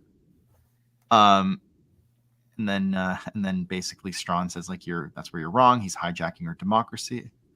It says it reminds me of this dialogue between Obi-Wan and Anakin in Episode 3. If anybody's familiar with 70s politics, Yeah, I love democracy. that's like a straight up Richard Nixon quote. If the president doesn't, it's not illegal. It reminds me a lot of like a lot of the conversations that happen in the Legacy comics where they like talk about like their loyalties between Roan Fel and Darth Krayt in the Empire, and they're like, we're not loyal to like the person like in the chair, like we're loyal to the chair, like that throne, Yeah. So I love stuff like that. just like it's like poetry. It rhymes. It rhymes, Maxine, yeah. This is interesting. So Li Chen's just a figurehead at this point. His entire administration is a puppet regime designed to keep the citizens of Pax in line for alien occupation. Oof. Now, this is a concept that's kind of explored in the X-Files as well. The government is essentially readying the human population for alien occupation. Oh God.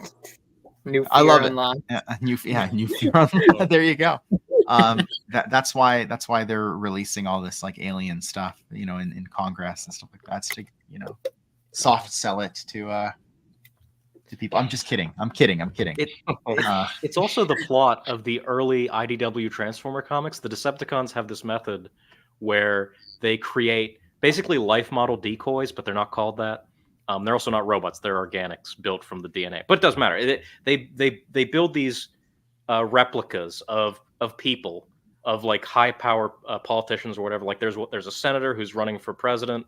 There's a military general from a breakaway Soviet state, and they replace those people with decoys to create conflict, which then lets them take over eventually. I love. It sounds very Sith. Yeah, it does sound very Sith. I was waiting all stream for a Transformers reference. There it is. Listen, they're always with me. You did not. They're always with me. You did not disappoint. So Ekwern basically says, "Oh, no Tronus lies. This is the nephew again. Next, you'll be telling me." And sorry, he refers to Antarath here, but the Antarath is I think Ken, that was the original leader of the 13th, right? Yeah. Mm-hmm. Jogon Antarath, I think. Jagar Antarath. Jagar, thank you. Says, "Your old buddy, lawbreakers, both of you." And then he's basically like, "I never loved you, nephew."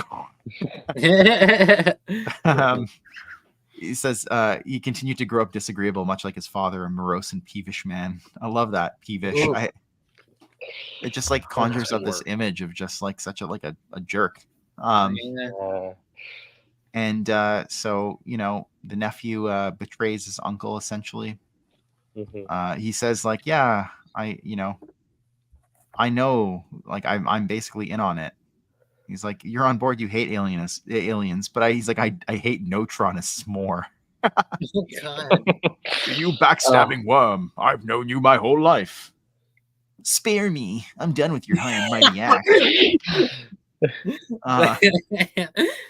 You're just like your mother. Yeah, exactly. That's perfect, Ken. Do you hear that? Those are the ones that are going to kill your precious friends. That's the perfect Ekwern voice. Oh my God! As much from a guy named Ekwern. Yeah, exactly. What a loser. Ekwern. And then Echen Strom has his last stand here. Oh, that's cool. Didn't he get fed to like these creatures, like these bone crushers or something? Yes, he does. Well-aimed slash against his elongated cranium. He's killing these bone crushers. What are they? Yeah, Dandrian bone crushers were gruesome skull-headed beings straight out of nightmares. Oh my They God. wielded jagged spear-like instruments and ugly serrated shanks. Yeah, the stuff that's like nightmare fuel. Just to get a second one out of the way, there is a Transformer named Bone Crusher. Well, there's multiple versions, but I'm just saying. Another one. Of course. Here, that last one for the night. No, please continue. Run, you fool, before they kill us both. Start making Paw Patrol references. Oh, well, Paw Oh, Patrol. no. Oh, boy. Paw Patrol and the animals. What happened to Maxine? She's must have been the CIA or something. Disappeared. I'm just kidding. We have a moratorium on that. I feel like it's a sin to mention Paw Patrol. Yeah, well, So after General Strom, he basically succumbs to the Bone Crushers. He puts up a valiant last stand, but it's too much for him. Yeah, exactly. Banned. A valiant last stand, and then you see his mangled body. The Bone Crushers began to feed on it, but their riders would have none of that. And with an indecipherable look at Ekwern, they rode off. He pushes the remains of his uncle's corpse off the precipice, where it rolled for a few meters before getting caught in the boskage. With the image of his crimson eyeless head staring up at him, Ekwern walked back down to the hill, hoping the carnage would be swift, but knowing it wouldn't be. The loyal 12 had arrived, so they'd been commanded not to engage, but that didn't stop their anxiety. So basically, they're at like an impasse, right? There's like the 13th on one side and the loyal 12, and they really don't want to fight each other because they're basically like brothers in arms, or brothers and sisters in arms. Cast Maxine to the netherworld. I could not. I could never. I would go to the netherworld to retrieve her. Whenever conflict spreads throughout the stream, Max Beloth is freed from her prison. That's right. It actually explains why in all of Maxine's Instagram streams, like chaos seems to erupt. Yes. Yeah. My streams are very disorderly. Hello, my friend. We are talking about what's this? Does this battle have a name? It's like the Battle of the first Battle of Coruscant. I don't know. What's the first battle of Coruscant? We're talking about this battle that's about to erupt. So essentially what happens is the Keras nasty spike thing lands, resembling a thalassic monster from the murky depths. And thousands of Rosum spring forth, including Farlex, Armadids, and the fearsome army of the Xanabar. So no, not the Xanabar again. The forces of the Ancient Ones have sprung forth. So the newcomers are not what they appeared to be, and Ekwern furiously shouts, "Kill!" Wait, why don't you do this line here, Ken? Kill them all. It'll be us they come after. But even he was unprepared for what came next. As the armies raced forward, a thing too impossible to behold slithered forth from the Keras. The dweller in the depths, Muon Thul, had left his murky throne in the abhorrent chambers of Viscera on Zoth to lead the forces in the decimation of Pax. I love this. It says, the Lord of Zoth, whose hideous face none could look upon, came crashing in amongst them, wielding his tentacles like a giant cat of nine tails, to slice dozens in half with a single swipe. Man. I was thinking, like, this is like, what is this Bloodborne boss? It's just I was like, wait, Abriatus, like, is that you? daughter of the cosmos. Murgo, is that man? This is a really cool. This is probably one of my favorite parts of the book so far. It's really cool. There was a Republican debate today, was there? Yeah, there was. Yeah. Oh, I'm sorry, I missed some comments here. Oh, yes. This was next up on your feed. Well, let me tell you.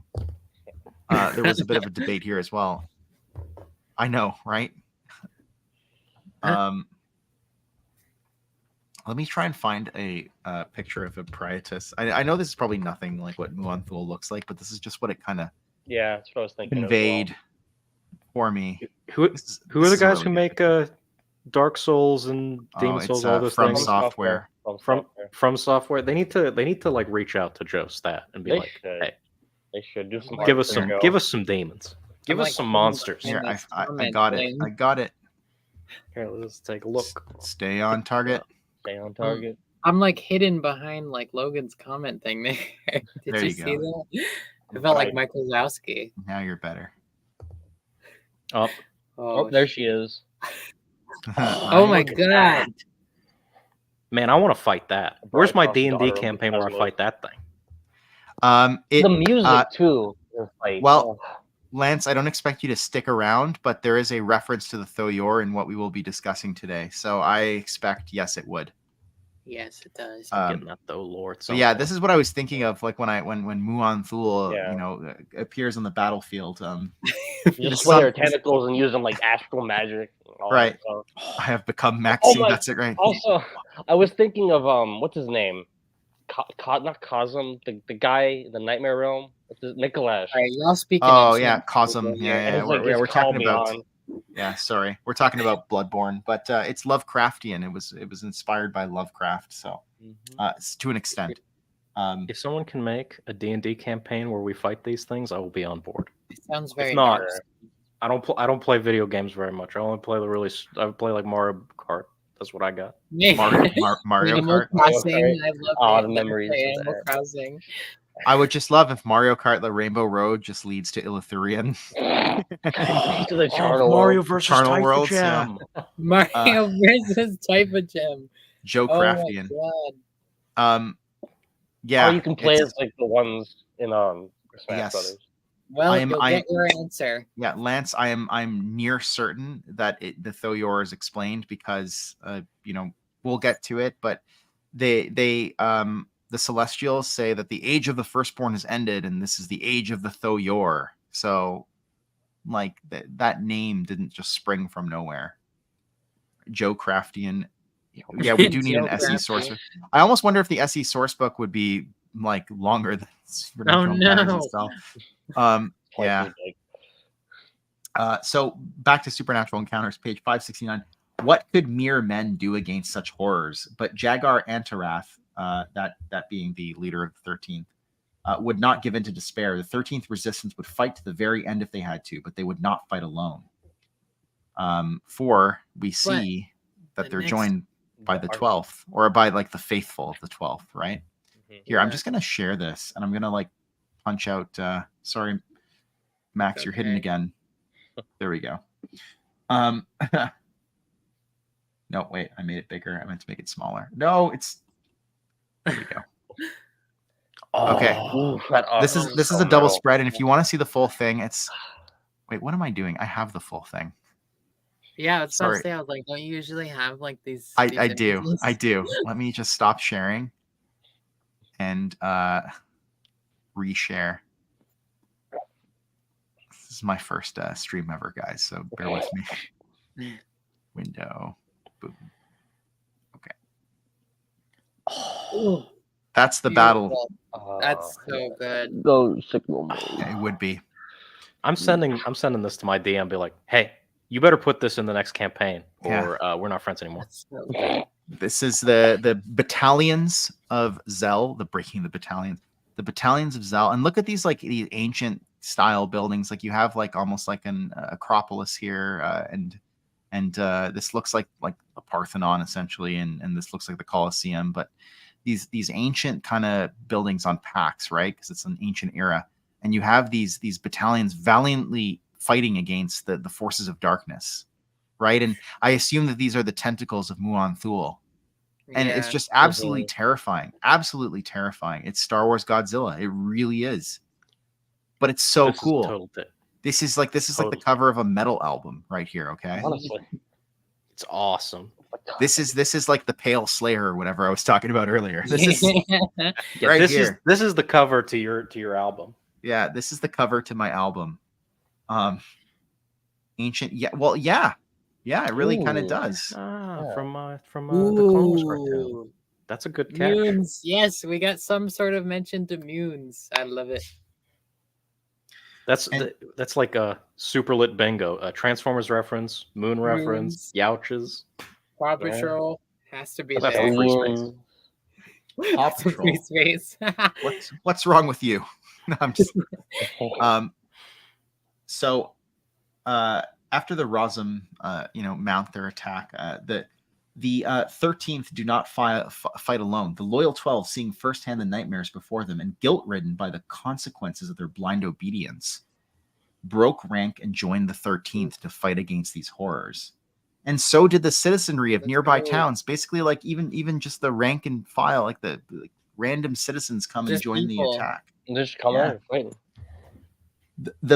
Can you read the paragraph, Ken? It says the battle fought. It's Battle on fought page with 572. Yeah. The battle fought was beyond description, but the exsanguinated resistance led by Antaroth and the twins, Talus and Tralus, desperate to cleanse their world, the devils that beset it, fought fervently, and with the swelling of the civilians, things began to turn in their favor. My undergraduate degree was in classical civilizations, classical history, classical languages, Latin and ancient Greek.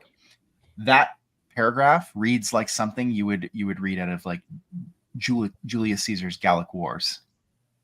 The twins, Talus and Tralus, desperate to cleanse their world of the devils that beset it, fought fervently. There's a I don't know if this was intentional, but there's a quote in Caesar's Gallic Wars where he talks about Lucius Varenus and Titus Pullo, two soldiers in his legions that were inseparable, that fought together against the Gallic hordes. And of course, those went on to be the main characters in the HBO show Rome. My favorite show ever. And of course, the guy who played Titus Pullo was none other than Ray Stevenson, who ended up playing a character in Ahsoka. I forget his name because I never watched the show, but I know he was a fan favorite from my Twitter scrolling. Balin Scroll or something like that. Was that his name? Skull. Okay. Yeah. So it's just Talus and Tralus, who we know later, and we're going to find out, become planets get named after them. But there are these two individuals who are fighting in this war, and this is like where heroes are made, and it just reads like something that you would read out of an ancient text, and it's brilliant. It's amazing. I love it. What was that thing I said back in episode 3? Archaic prose for an archaic tone, something like that. Yes, but this kind of like that, like it's almost like it's. I think so. The cool thing about this book is that the creation myths were written as though they were archaic creation myths, written in the sort of relative to the times that were being discussed, and now we have ancient history, and things are being written in the style of the way they were written in that era, which is later than the creation myths, right? And so it's just interesting to see the style shift, relative to the times that they're reporting on. It reminds me of the Rome show, how they focused on historical authenticity rather than historical accuracy. This is more like literary authenticity. I think that's a good way of putting it. Literary authenticity, right? So, Ekwern, the duplicitous nephew, meets his grisly end as well during this fighting. It says that the dweller, I believe that's Muan Thul, and his servants slaughtered humans indiscriminately, distinguishing not between friend and foe, and so they perished at the hands of those they thought would bring them power and glory. Just goes to show. Yeah. You make a pact with the devil, he's going to stab you in the back. That's exactly right. But even with all these people fighting, we have the 13th, the Loyal 12, random citizens taking up their pitchforks, and I don't know if that's the case, and fighting alongside the ancient ones, the Rosum, proved to be stronger. And things look dire. And then what happens? Someone tell. Can I read it? Yes, go for it. Okay. So I just saw your message. Absolutely. Yeah. You can. All right. It might be a little. I'm gonna read till voice boomed. That's where I'm gonna stop. You go for it. Okay. That Pax was doomed was a foregone conclusion, yet its people did not turn back, run away, or beg for mercy. Piles like sodden hills grew of the bodies of they who fought and died, but those still living fought on. All would have perished that day were it not for the arrival of that power who had been sent forth to finish his father's work and end the reign of darkness over a lamenting megacosm. Horlus dropped into the field of battle, smiting the tentacled head clean off of Munathul's body, which, as it fell, crushed a phalanx of Xanabar. For the first time since before the battle began, there was a silence as everyone turned to look at the odd amorphous form that now hovered weirdly above them, a being of iridescent color and heliotropic shape, shifting viciously. The oppressor of Pax and Lord of Zoth is no more, the being's voice boomed.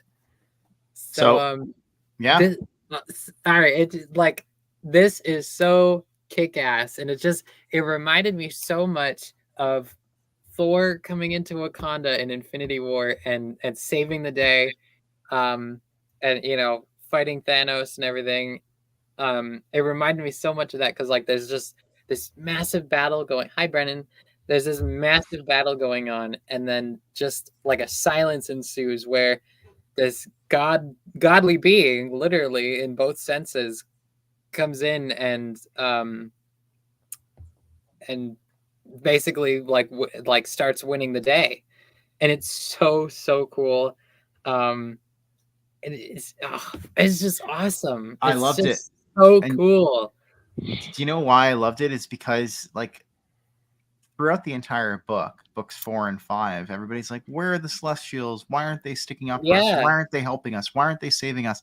And then finally we have basically a son of the Celestials, right? A redeemed architect, as it were, coming in and taking direct action. And this isn't the only time that Horus is going to do this, as we see coming up. But he saves the day. He saves Pax. And we're told. Sorry, go ahead.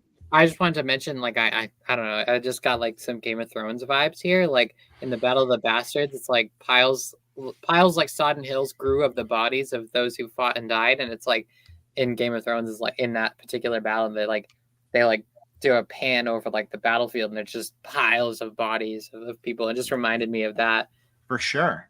So. And then we find out that Muan Thul is Horus basically condenses his body into a moon. It says the perfectly formed metallic ball, which yet circles Coruscant to this day. A satellite. When that is. Yeah. And it's so complete was the enemy's defeat on this day that Gorog and her daughters hid. Urdril and his ilk went into hiding as well. And it says only Typhagim, fired up in a flurry of hate and lust for dominion, rose up to destroy the defiant Celestial. Probably like, kind of like feeling good about himself, feeling a little high on his own product, because he's like, I destroyed Wutsek. I could destroy Wutsek's son, Horus as well, right? He's like Rocky in the first fight.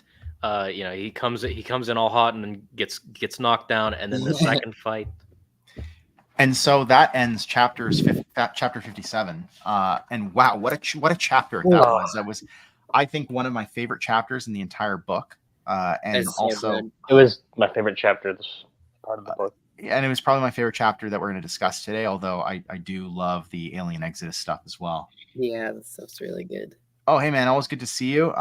No worries. I know how that can be. Yeah, for sure. Good to see you. Good to see you. Hope you're doing well.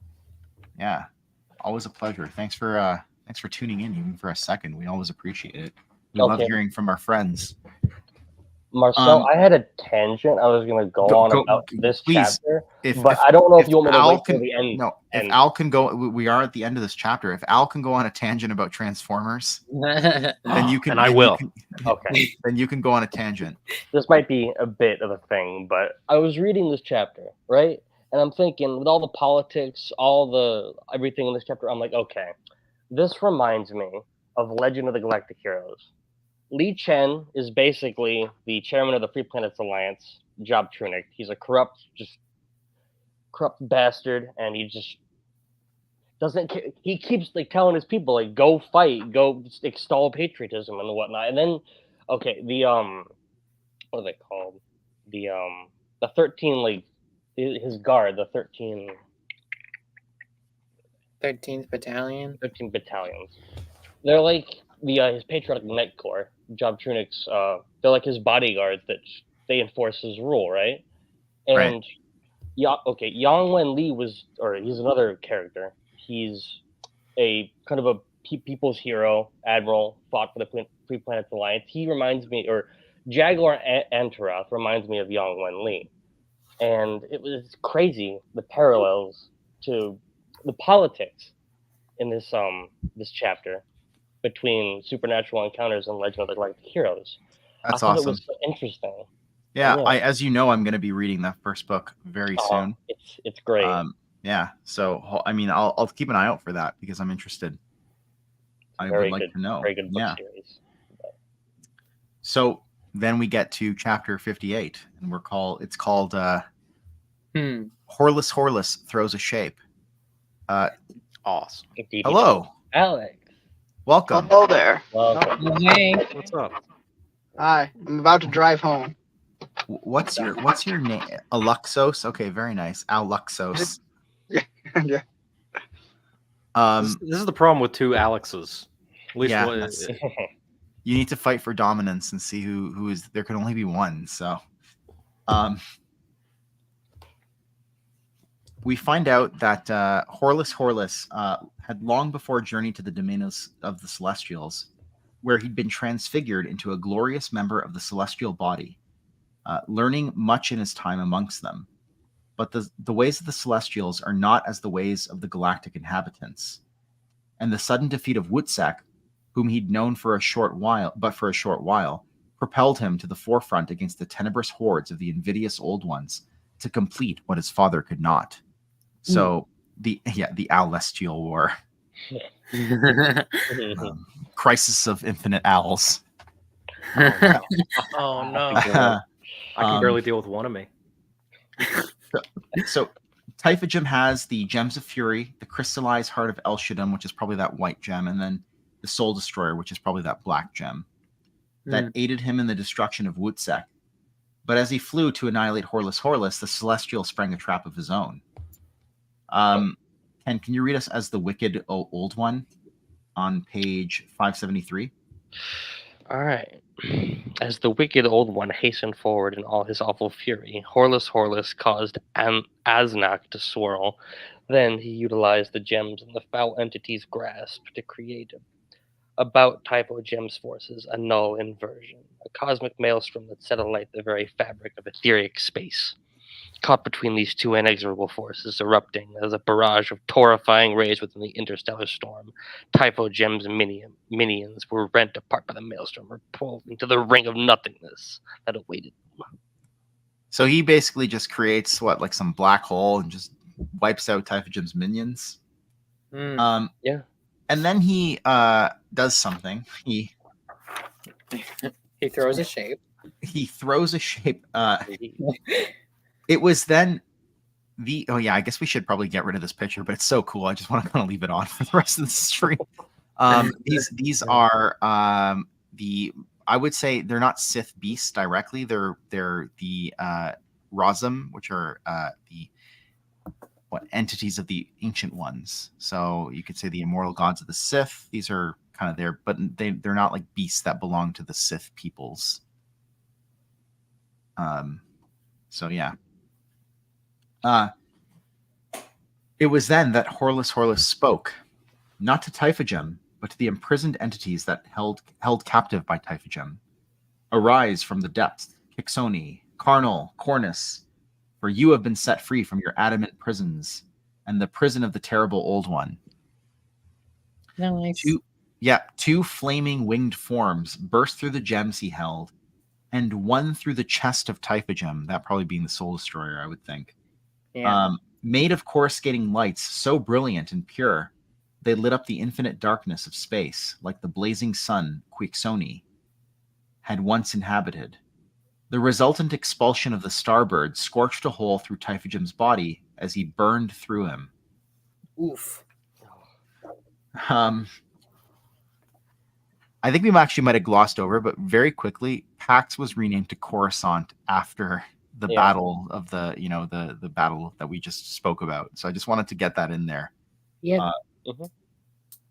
But back to this. So Typhagem has like a hole inside of him now that's been burned through. He's a hollow now. Can you read us, Ken, the two paragraphs? Typhagem looked down. That one and then the one right after it. Typhagem looked down incredulously, and yet the great old one raged on, letting out one final agonizing wail that shattered the nearest moons. and his eyes turned opaque, and the maelstrom of Asnak took him. His body broke into several charred pieces that were now sucked into the null inversion and hurled into the odd regions of the galaxy, where his various parts stiffened in petrification. And so, as the evil of Typhagem passed into chaos, Horlus avenged his father and saved Sky River. As if a sign of the victory over him, there yet remain the black hole of Nakat and the Magataran Maelstrom, along with an expression that has come down to our day, being trapped between the two. So it's not like being trapped between a rock and a hard place. It's like in ancient times being trapped between Scylla and Charybdis. Like the black hole of Nakat, which is maybe Scylla, and the Magataran Maelstrom, which is Charybdis. I don't know, or maybe it's the other way around. But essentially, I think that's sort of like what it's getting at, right? Scylla and Charybdis are from the Odyssey by Homer.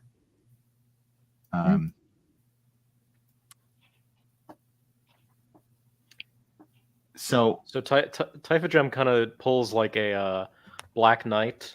Looks down. "'Tis but a flesh wound."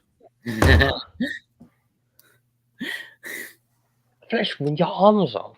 Coruscant is based on an epithet of Telotne, Queen of the Core. That's very cool. So Typhagem dies. He's dead. Gone. He's destroyed. Another one bites the dust. But he lives on in the form of from his ossified remains, the Killiks formed the worlds of Ailshah, Golrath, Tisht, and Kessel, and its moon. And then his spawn took pieces and formed Pesagam, Sessa, Cat Kristak, and Fractalus.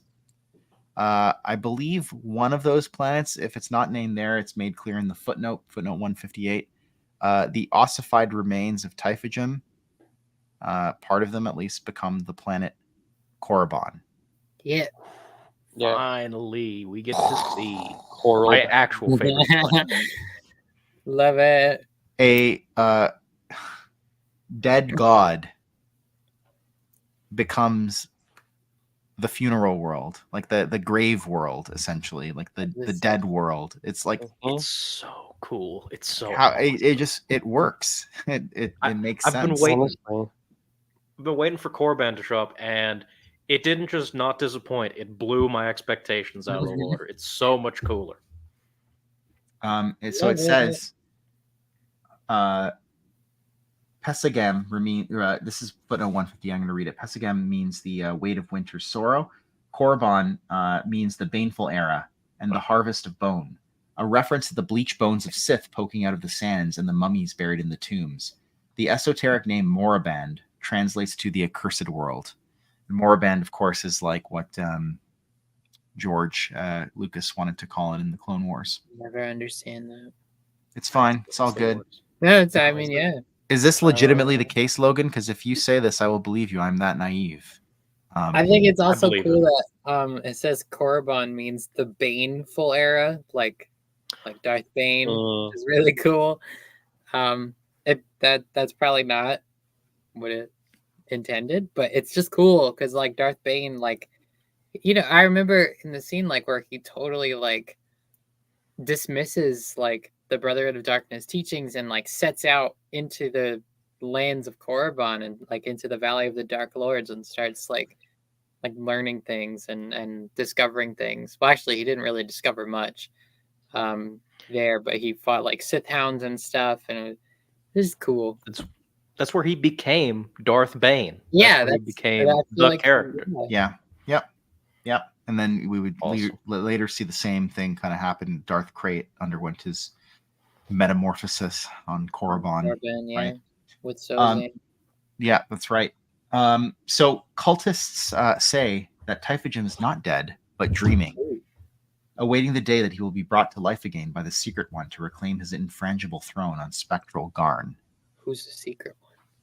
This myth is perpetuated with different variations by the Thrella and other who worship him.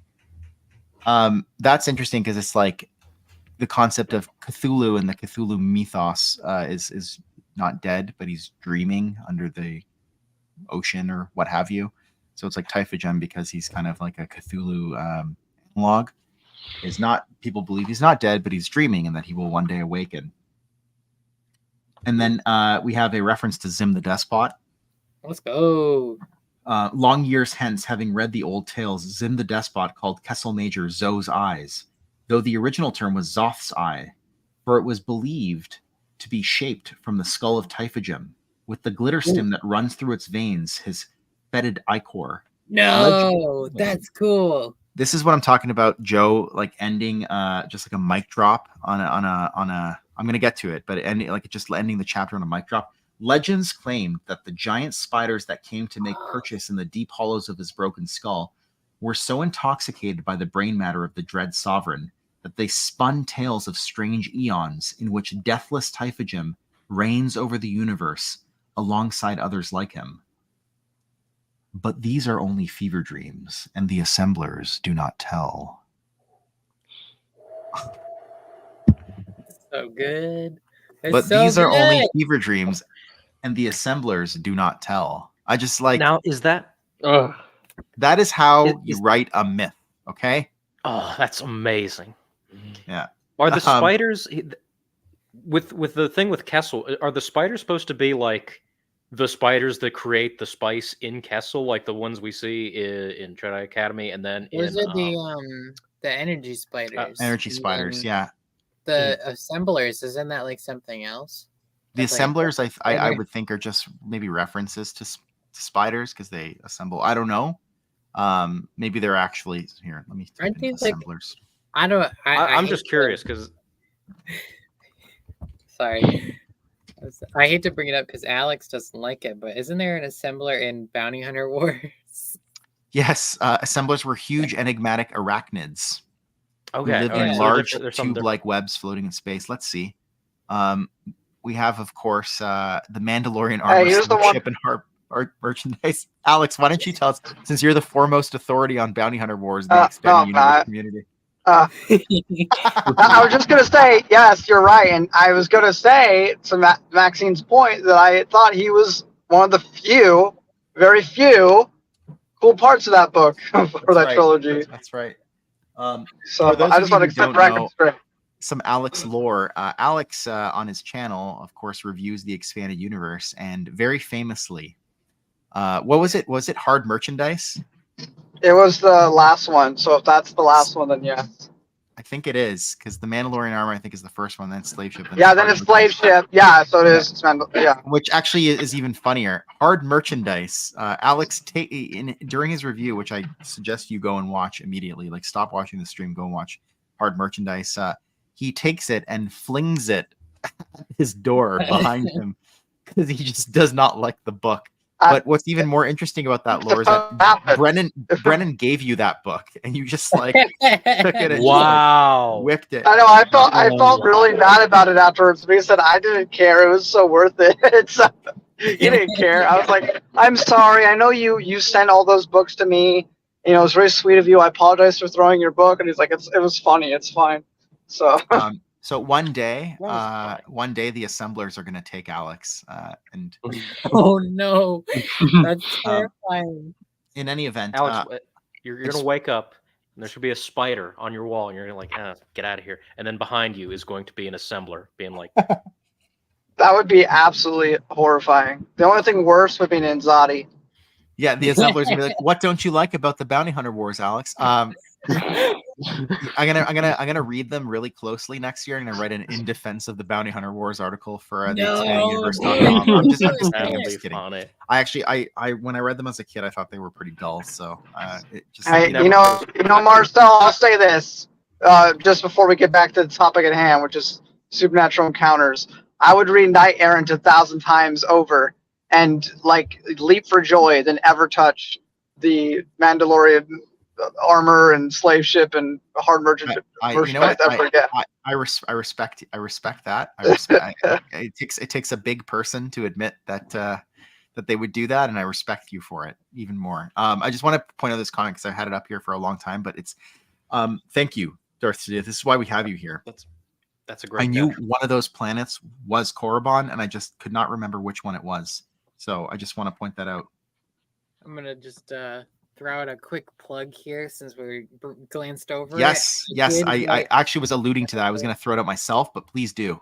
Go for it. Yeah, so a new article I wrote just came out on Matt Wilkins's Expanded Universe website, and it is In Defense of Knight Errant. So if you're interested, go and read that. And I hadn't read it before I submitted it, and then I read it again this morning. I was like, wow, that's a lot better than I thought it was. My favorite part of the article, awesome. which I did read, was when you talked about Kara Holt's character arc, because I did think that was the case, and I think it's kind of glossed over because, yeah, she's not the most dynamic Jedi out there, but in any event, I thought it was just a very well written article. You made a lot of good points. The only criticism I have is that you did not feature the Kravaki Sith Lord, but that's okay. That's okay. That's okay, because you did talk about the Selegians, and so you're forgiven. Bounty Hunter books, I personally found them dull, but I would go and give Alex's reviews a watch. I think he generally has a balanced approach, and he actually does his homework when he reviews Expanded Universe books and comics. And so I would certainly take a look at his channel and watch Sometimes. So I skipped both Knight Errant and Bounty Hunter Wars, so I have no opinion on either. Look, But Alex's Maxine star by did star convince interview me. is like 46 minutes or something like that. So yes, you do your homework, Alex. Yes, that was a funny. So I actually, Scoundrels is Although Brennan should write an In Defense of Scoundrels article, because it's like one of his favorite. It's like his favorite Zahn book or something like that. I think, which is to me really just interesting. boggles my mind. Maybe. I've only thrown one book, and it's not because I didn't like it. I threw it out of sadness, and it was Which book? It was Legacy of the Force Sacrifice. Yeah. I Is that when threw it. Mara Jade Mara Jade Skywalker met her end? Yeah. I was just crying and screaming, and I threw it.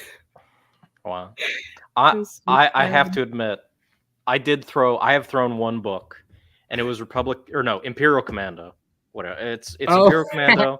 I got to the part where they were arguing about who paid for the groceries, and I just needed it away from me as fast as possible. So I just into the next dimension. Just be gone, away from me, never again. And that was the last time I ever thought about it. I would take those RC books 1,000 times over Bounty Hunter Wars any day. I was gonna make this joke. I was gonna say when I threw my copy of Supernatural Encounters, it took out half a city block. But this is even better. That's honestly very fair. That's so fair. Crucible, I have actually never read, and it's one of the few. You're not missing much. Yeah, well, so when I was editing Quality Autism's post Return of the Jedi chronology, when I got to the Crucible part, I refused to believe any of the parts that I read, so I had to go on Wikipedia to confirm the plot details, and I was like, oh god, it is. It's real. Wrote, it's what happened. So I was very upset about that, but that's fine. So we start with a new subchapter, The Way of the Wandrella. And we're told that, Carnal and Cornus were set free, but their gems still had residual power in them. Yeah. It says only the opaque heart of El Shaddam remained unclaimed. And now we get into one of I wouldn't say it's one of my favorite books in the Expanding Universe, but I always think fondly on it, and I reread it this year. And Max, I don't know if you've read this book yet, but no, but I bought it recently, so I will be reading it. I really enjoyed my reread of it. Splinter of the Mind's Eye, where we're first. I read the comic last year. Yeah, we're first kind of introduced to Typhagem in the form of a third-rate god called Pomo Gemma. Yep. And I will throw up Pomo Gemma as he's just I loved this stuff, like the connections to Splinter of the Mind's Eye. Like I haven't read it, but I know what happens in the book. So and I've seen the pictures from the comic thousands of times. So I loved all the connections in this part. It's a little small, Pomo Gemma, but You can see, and Very whoa, what's that gem in the middle of him? That's El Shaddam's Mm. heart. Yeah. It's all coming together. So we find out that it remained unclaimed, and it now came to find purchase in the depths of Mimban. Yes. A potent object, it attracted the great worms of El Shaddam, as we were, the worms that burst out of Telotni, or El Shaddam's body that she gave birth to, her offspring, including the first of many gluths who burrowed deep beneath where the stone lay, as well as wandrellas. And we come face to face with a wandrella in Splinter of the Mind's Eye. Hissis and other dangerous creeping organisms. El Shaddam's heart seeped into the world, transforming it into a realm of noxious swamps and infested jungles. Even the atmosphere grew turbulent. Yeah. So yeah. Mimban is a swamp world. So now we know how it was. It got that way. The El Shaddam's heart just like terraformed it in that way. And we get just a dump of Mimban lore on pages 575 and 576. We're told that the Thrella people came to Mimban, an evil humanoid race allied with the Sith. Are they the ones? Yeah, they began building the temples there that we see on Mimban. And it says the discovery of the crystal deep underground called to mind the famous tales of Secrenash. If you remember, that was like Typhajum's Oh, his pilot, yeah, his captain of his ship. Yeah, and though they correctly ascertained it to be one of the jewels wielded by Typhajum, they mistakenly believed it was the Kixoni crystal, which Secrenash noted had entered the great priest when he destroyed the Kixoni sun, and remained in him in crystallized form until his death. I think that's probably the Soul Destroyer, right? If I'm getting my Typhajum lore. I think so. Yeah, the mud jumpers of Mimban. Yeah. Yeah, because Carnal and Cornus were the red ones that were there. Yes. Splinter of the Mind's Eye, The Gems of Fury. Splinter of the Mind's Eye is a novelization of a low-budget sequel idea that George had in mind. So I wonder if George meant for Poe Gemma to be Vader's master at that point. Interesting concept. Perhaps. George Lucas, I believe, wrote the foreword for Splinter of the Mind's Eye. And I encourage all expanded universe enthusiasts to read it because it's really great. Not a big book either. It's very no, small. it's not. It's you can read that in like 2 sittings. It's like 6 hour, 7 hour read if you're just like an average speed reader like me. Wow! If you want something closer to the continuity of like the 90s, the comics do clean it up a little bit, and they've got good art.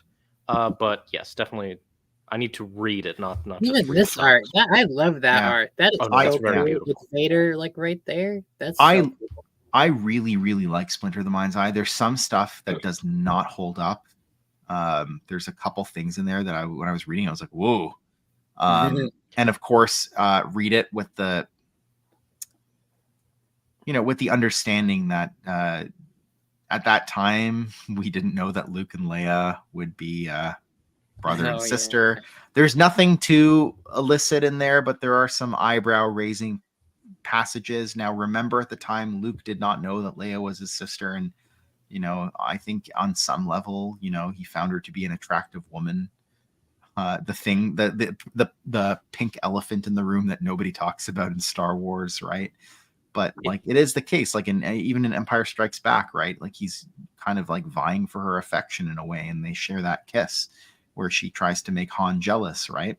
And we know in Empire Strikes Back that like Han's the one for her, and we get that, right? But they're at that time we didn't know that they were siblings, so there's a bit of an awkwardness there. I've glossed over it. I'm not going to talk about it anymore. Al, you can talk about it if you want. Just for a second, it's not if you've read the Marvel comics, it's nowhere near as bad as in the Marvel comics. Again, they didn't know, of course. Right. In the Marvel comics, they lean into Luke and Leia like so hard. Like they're like, oh, this is the one true couple. And then in 1983, like, oh no, we have to change course real fast, which is funny, but I know. Well, yeah. I guess he couldn't have given it away. Yeah, he didn't.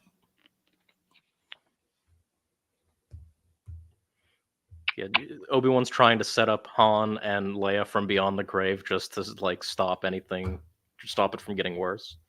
Yeah. Yeah. The bane But- of being a Star Wars fan or a Game of Thrones fan. Anyway, No, Game of Thrones is worse.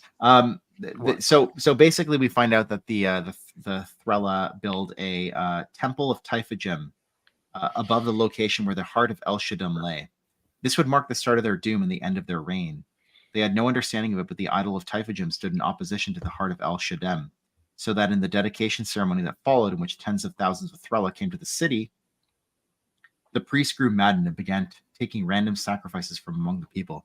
You know, if yeah, exactly. Sorry, I could do a better Yoda laugh, but that was just kind of that's pretty decent. It's pretty good. Yeah, there you go. Oh, This stream has just become our Yoda laugh track. So they go a bit crazy during the ceremony. Even the king and queen bitterly argued over the right way to arouse the sleeping god. Typhagem did not awaken, but the maddened people rose up in a fury to slaughter the priests and the rulers. In this way did the Thrella become split by bloodshed, which led to their decline into primitivism. By the end of the Civil War, skipping ahead. real quick. Yeah, go for it. Okay, so this kind of sounds like some Central American, like Aztecs and Mayans, with them like killing each other, and their tribes and whatnot. I just thought of that when I was reading this. So you could interpret it that all way. those like South American tribes and whatnot. Yeah. The impression I get from the comic is if Yavin is like, the Amazon, then Mimban looks to be like Louisiana. Just from like the Yeah, that's a good ecology, analogy. but like I Just think alligators you're right about and the swamp. oh yeah. We're gonna have to ask Matt Wilkins whether or not Mimban reminded him of Louisiana next time we talk to him. Wait, Ken, aren't you from there? Yeah. Oh, what Then is there it? was I didn't yeah. know that. Sorry, Ken. Yeah. I thought you were. Can confirm there are alligators on Mimban. Oh, okay. Yeah. It's in Louisiana. Are there also giant worms on Mimban as well? Yeah, there's giant like mudworms. They pop out of the swamp from time to time. So we find out that there's basically like tribes that separate here. There's the Mimbanites after Queen Mimba, and then there's the Kawe after King Kanu. And the Kawe, of course, well, I guess both are featured in Sword of the Mind's Eye, but the Luke and Leia kind of befriend the Kawe after Luke like proves his prowess in battle. I'm not going to spoil anything. Sorry, Maxine. Matt Wilkins is from Mimban, confirmed. Actually, you know what's funny about this? Just like a segue, there is Christopher Nelson told a few of us about this custom episode 1 adventure book that you could get made, and shout out to Arthur Lowry who helped me get it because they didn't ship to Canada. But I think God, I'm trying to remember. I put Matt Wilkins in the. I think I put Matt and Chris in the book. I dedicated it to my daughter, but I put like Christophsis Nelson, and it was, oh God, what was it? It wasn't like Mimban Wilkins. It was like something like that. One of those like M planets. I don't know. Remind me, what planets start with M? Malastare? No, it wasn't Malastare. Malachor? No. Malachor, yeah. It wasn't Mandalore either. Here, I'm scrolling through M planets. M-class planets from Star Trek, maybe, but it'll come to me. I'm just gonna like shout it out in the middle of the stream. I'm gonna be like, oh yes. Megiddo Wilkins. Oh, that's awesome. So Matt, if you're watching this, you're in a book that I got custom made for my daughter. Alex, fair. scared the hell out of me. He said, sorry, internet crashed driving up, and I only saw crashed and driving, so I got so scared from him that he crashed his car. But he's so dedicated to the stream that he texts in the chat like, "Oh, sorry guys, I crashed my car." He lives up a mountain. All the better to commune with your dark gods, Alex. So we also find some interesting. I'm just gonna actually throw it on stream. I think it's on page 576. Let me just pull it up. Right. It's right here. Hold on. I will throw it up on screen.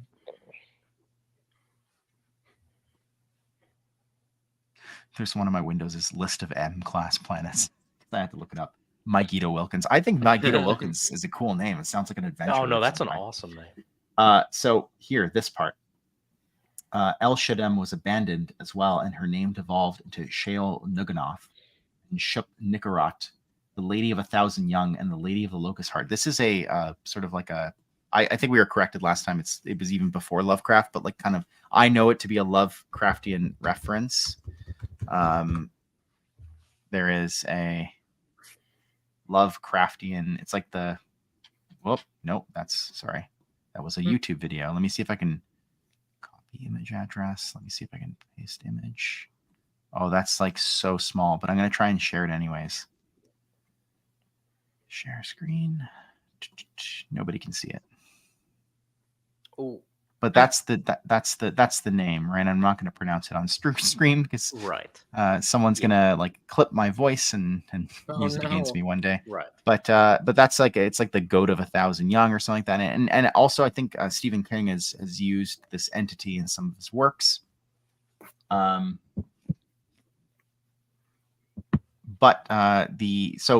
it's interesting that Telotny, as we originally knew her, becomes this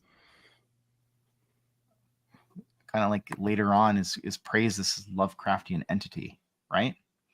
I don't know. I thought that was kind of cool. I think it's very interesting. I think. Yeah. It's interesting to see text. Yeah. how, No, sorry. like religions develop. So like you can see how do they do it? Pojima comes from Typhagem. Yeah. He's a minor deity because he got a bunch of us killed. That's very interesting. I like that a lot. There's a fantasy author that does this really well. His name is Stephen Erickson, a fellow Canadian, and he writes this fantasy series called Malazan, Book of the Fallen. He I think is like an anthropologist by trade, but obviously eventually became like a fantasy author. And a big kind of recurring theme in his books is how words get corrupted over time. And so you have a kind of longish phrase or something that ends up becoming something else, right? Mm-hmm. And I always find like etymology as like a study of languages, like to be or words to be interesting, and how like words kind of evolve or devolve over time. And so it's interesting to me to see how, these like Shael Nuganoth and Shup Nicorot, which are dancing around Shub. Yeah. I'm not going to say it. Lady of 1,000 Young. It's like obviously the best example is Tolkien, because like languages was his whole thing. It was like his profession. But you get everybody in the Legendarium gets 300 different names, and they're all have like specific etymologies, and so good. I wish I knew anything. That would be fun. Shub, do something like that. Just to give you some background, is a deity created by H.P. Lovecraft. She is often associated. I didn't even know it was a she. But she is often associated with the phrase "the black goat of the woods with 1,000 young." Ooh. And this this makes sense in the sense that Telotny, when she died, this is why it works. Telotny has 1,000 young, right? All these like worms burst out of her. Here, let me just share that picture. It's kind of like a terrifying entity, but that's the black goat of the woods, right? You do not want that like a goat at the foot of your bed. No, it's nothing like a goat. But you remember that Telotny turned into a goat before she turned into that horrifying entity, right? That's right. So I mean, there you go. This is why Alex lives on a mountain, because he wants to commune with the black goat of 1,000 young. I'm just kidding. Okay, I'm going to share the screen again so we can see the text, because there was something else that I want to point out. After that, so Mimban gets renamed to Sir Carpus 5, which is where Luke and Leia are going at the beginning of Splinter the Mind's Eye. Or sorry, they're not going to Sir Carpus 5. They're going to, I believe, to Sir Carpus 4 for a meeting with that's important to the Rebel Alliance, and they end up kind of having to make a crash land on Sir Carpus 5. And the Heart of El Shaddam became the myth of the Kyber crystal, which is how it's spelled and featured in Splinter of the Mind's Eye. And then, Kyber. In the earliest days and well into the Cosmic Wars, sun crystals were called Kyber, and in later years, all crystals attuned to the Force, be they rainbow gems, Ilum crystals, Karuska gems, Rubite crystals, and Adagan crystals, right? Like the lightsaber crystals, or many others that existed were referred to as Kyber crystals, that being the sort of common spelling of it in the Disney universe, as well as in EU sources. But after the Cosmic Wars, even this became uncommon knowledge. And then here, this part of the text, we have basically a retelling of Splinter of the Mind's Eye.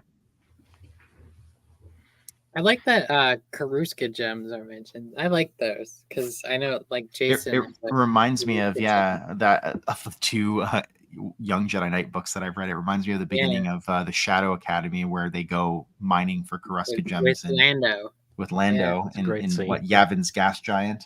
Yeah, and then Jason puts the Karuska gem in his lightsaber. That's right. Although this is kind of a retelling, and do you want to just read that paragraph? Sure. The legend. The legend of the Kyber crystal on Mimban grew over the years. Yet even those who believed it knew it would be impossible to search Mimban's thousands of ancient structures, which managed to remain standing as if by an evil will of their own. Fewer still would brave the infested jungles and swamps teeming with nightmarish creatures. The force-sensitive human Mimbanite, Hala, explained little of this to Luke Skywalker and Leia Organa when first she recruited them to obtain the Kyber crystal. But of course she couldn't have known that the treasure she sought was the heart of El Shaddam, and Gluth yet nested deep underneath that brooding and shadowed heron, growing so immense that its body was said to wind around the planet's core. When Darth Vader fell into its lair a year before the assault on Hoth, one of its many offspring struck out at the one-armed Sith Lord in an expulsion of bloodlust that ended with the weary Vader chopping it into several sanguinary pieces before taking the crystal. Awesome. So and wait, sorry, go ahead, Al. I was going to have Ken read the last paragraph as well, just to finish off maybe the section. Just a little detail from the comic specifically. I don't know about the novel, but in the comic specifically, Luke, he mentions Vader only has one arm. Luke actually takes off more of Vader's arm. He takes up, I think, up to here on Vader. So Vader has even less arm. I was going to complain that people. I was going to say that people complain about Luke fighting Vader in Splinter of the Mind's Eye. That used to be like a common criticism of the EU, because he fights Vader before Empire Strikes Back, and therefore it cheapens the showdown in Empire Strikes Back. I eschew and reject that because, first of all, Lucas was kind of approving this fight with Vader, right? Because he was working with Alan Dean Foster. But second of all, now in both continuities, Luke has fought Vader a bunch of times before their showdown in Splinter of the Mind's Eye. I believe, like in the Disney universe, like in one of the earliest Marvel issues. Yeah, they fight each other every day. Yeah, like Vader Down, I think he might have fought him as well. Anyways, like the thing is that, like, yes, they ran into each other throughout the 3 years, and between A New Hope and Empire, and it makes sense that they would. This one actually works because this is 2 years after A New Hope. Yeah. At that point, because of Vader's quest, he already knows, which like takes place, I think, like 6 months after, even 3 months after, I believe, after A New Hope. He knows Luke Skywalker was the guy who blew up the Death Star. He knows Luke Skywalker is likely his son at this point. So why wouldn't he confront him? I interpret when I read the comic, I interpreted this as his test of Luke, his true, like, let's see what this guy can do. Let's see if this is even worth pursuing. And Luke managed to best him. He managed to make Vader have even less humanity, which I think it's funny because in Jedi, obviously, or he takes off his hand, Luke, you remember when you cut off his entire arm? Of course. Anyway, sorry. Max, That was just can something. I spoil something about Splinter the Mind's Eye? Or you? Yeah. Okay. Yeah. Leia fights Vader with Luke's Yeah, I've seen the lightsaber. art. She fights Vader with Luke's lightsaber. She gets decimated. She gets decimated, which should happen because even if she's had some like formal sword training as like a royal. Yeah, you're not like, besting Darth Vader. Darth Vader, right? Like he is like force trained and he's one of the greatest swords wielders in the galaxy, essentially, right? And he's got a big boost. Like my boy fought in the Clone Wars before he became a metallic man. But like, you know what I mean? Like he like Anakin Skywalker is like one of the greatest duelists, right? Yeah. But like she gets decimated. But I was just like, Leia, that's so cool that like Leia fights Vader. Like just imagine the amount of guts it takes to take up a sword and just fight that guy. And that's why like I think I argue that Splinter the Mind's Eye is like one of my favorite Leia moments in the expanded universe, right? Like it's just like her fighting Vader. I'm just oh man. Yeah. I don't have the guts to fight Vader, so you know. There's like I've seen the artwork before. Like there's like I think it's in one of the essential guides where she's fighting Vader with a lightsaber. Yeah. And then she goes on to fight even more people and with a lightsaber, and it's really awesome. Yeah. Can you read us that very last paragraph, the little one of the power of the heart? Yeah, sure. The power of the heart, which over the millennia had come to have a symbiotic relationship with these creatures, diminished in grief at its loss. Through shards from it continued to be harvested in lightsabers and Lumaya's deadly light whip. That's an interesting fact. Love it. Lumaya's light whip. I guess the shards of it or a shard of it was supplied by El Shaddam's heart. That makes a lot of sense. She would have built it around the same time that Vader got off of Minba. Mm-hmm. Yeah. So cool. Yep. And then we get into the next session, and I know Lumaya's like, you know, she comes from the Marvel comics, but like I know Lumaya from Legacy of the Force, so I love it. Yeah, I've always liked Lumaya since I was a kid. Like when I first read the Marvel comics, I really enjoyed her character. I gotta read. Lumaya was my favorite part of the Marvel comics when I read them. Easy. Hello, good to see you, Jade. Go check out Jade's channel. He just did a stream, I think last weekend. Was it on? It was on Survivor's Quest.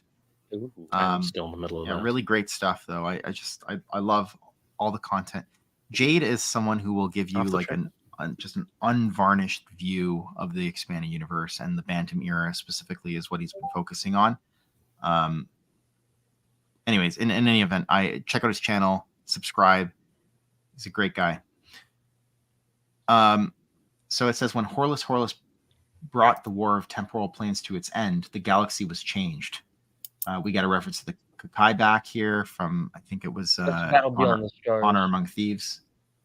Sorry, what's that? That whole paragraph, the second one, it's a reference to the movie Battle Beyond the Stars. The Malmori are like the main antagonists of that movie. Really? The stellar converter is the weapon they use it to like destroy a planet or just like wipe it of life. It's basically like the Death Star of that. Wow. movie. Yeah. The one that stuck out to me in all this list, I guess we got another reference to the Filar Nitzan, but the secretive Pachek were ravaged by the Rakata, who used their genetic material to bring forth the Twi'leks, or Twi'leks, depending on how you pronounce it. A remnant fled to Cheku to become the Chekut. But I was like, oh wow, the Twi'leks were not a precursor race; they were genetically engineered, because they're such a prominent race in Star Wars. Yeah, I think that's talked about in. I think SWOTOR brings that up, or like has that like buried in one of its missions. Is these 3 or 4 races were built by the Rakata, or like genetically engineered by the Rakata? And I know Twi'leks were one of them. I don't remember the others. There's also... it was. Sorry, I just want to say it was Fool's Bargain and Judge's Call. The last stream was about Outbound Flight and Mist Encounter. That's right. Very awesome. I actually Outbound Flight. I really enjoyed that book. I will say, because what have any of you read it before? Yeah. Okay, I am but going to you've read read the it once Thrawn I trilogy. finish. Yeah. I'm going to read it once I finish Survivor's Quest. I'm sorry, I'm here going to spoil eventually. one thing, but like, you know, in the Okay. Thrawn trilogy, like Joruus Sabaoth is like an insane mad clone. Like he's insane in Outbound Flight, and it's Yeah. not a clone. It's just like I was like, how is this guy a Jedi Master? He's so unhinged. And I just thought it's the best thing ever. That like he his cameos in Plagueis. yes, he does cameo in Plague. I was like, this is the best thing ever. That like, not only was like his clone Force mad, but like the actual was. Joruus Sabaoth was just like a crazy man. He was a crazy man. I loved it so much. It made that novel so delightful to read.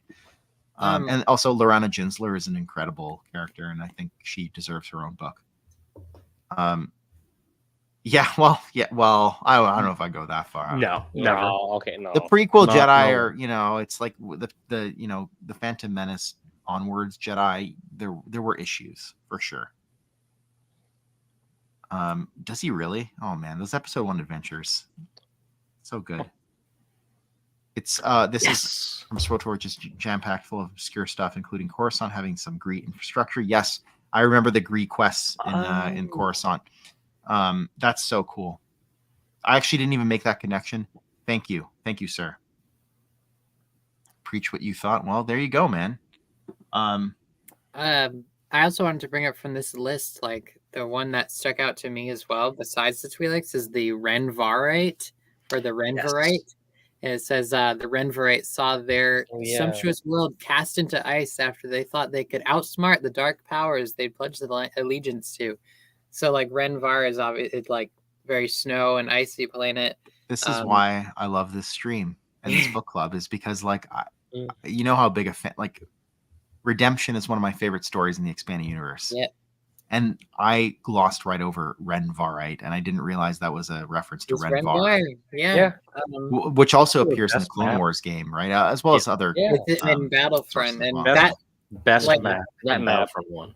Yeah, before I read Redemption, Renvar was always from Battlefront for me. Right. Like that's where I knew Renvar from, and I was like, yeah, Renvar Harbor, like such a good map. It's like one of the best in the game. God, I love Redemption. I just do. I don't care. It's such a good comment. Unapologetic. It's my number one. It's so Star Wars good. comic of all time. Such a Number great- one. I think I said that. I said this either in the Discord or somewhere else.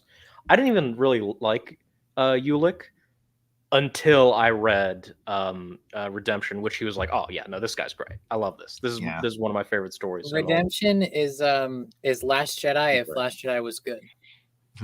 Yes. Correct.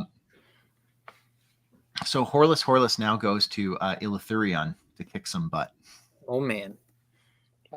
Oh, this is there's a scene coming up. It's one of my favorites in this whole book. I also thought this was kind of cool. The Gamorreans, who are a less hostile branch of Orcus. It's like, oh yeah, they are kind of like orcs, I guess. You know, that makes sense.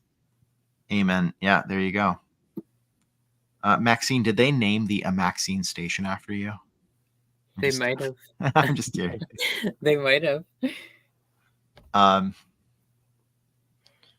So basically, Horlus is the homeowner at the end at 4 a.m. and the party's still going on. All right, everybody, out.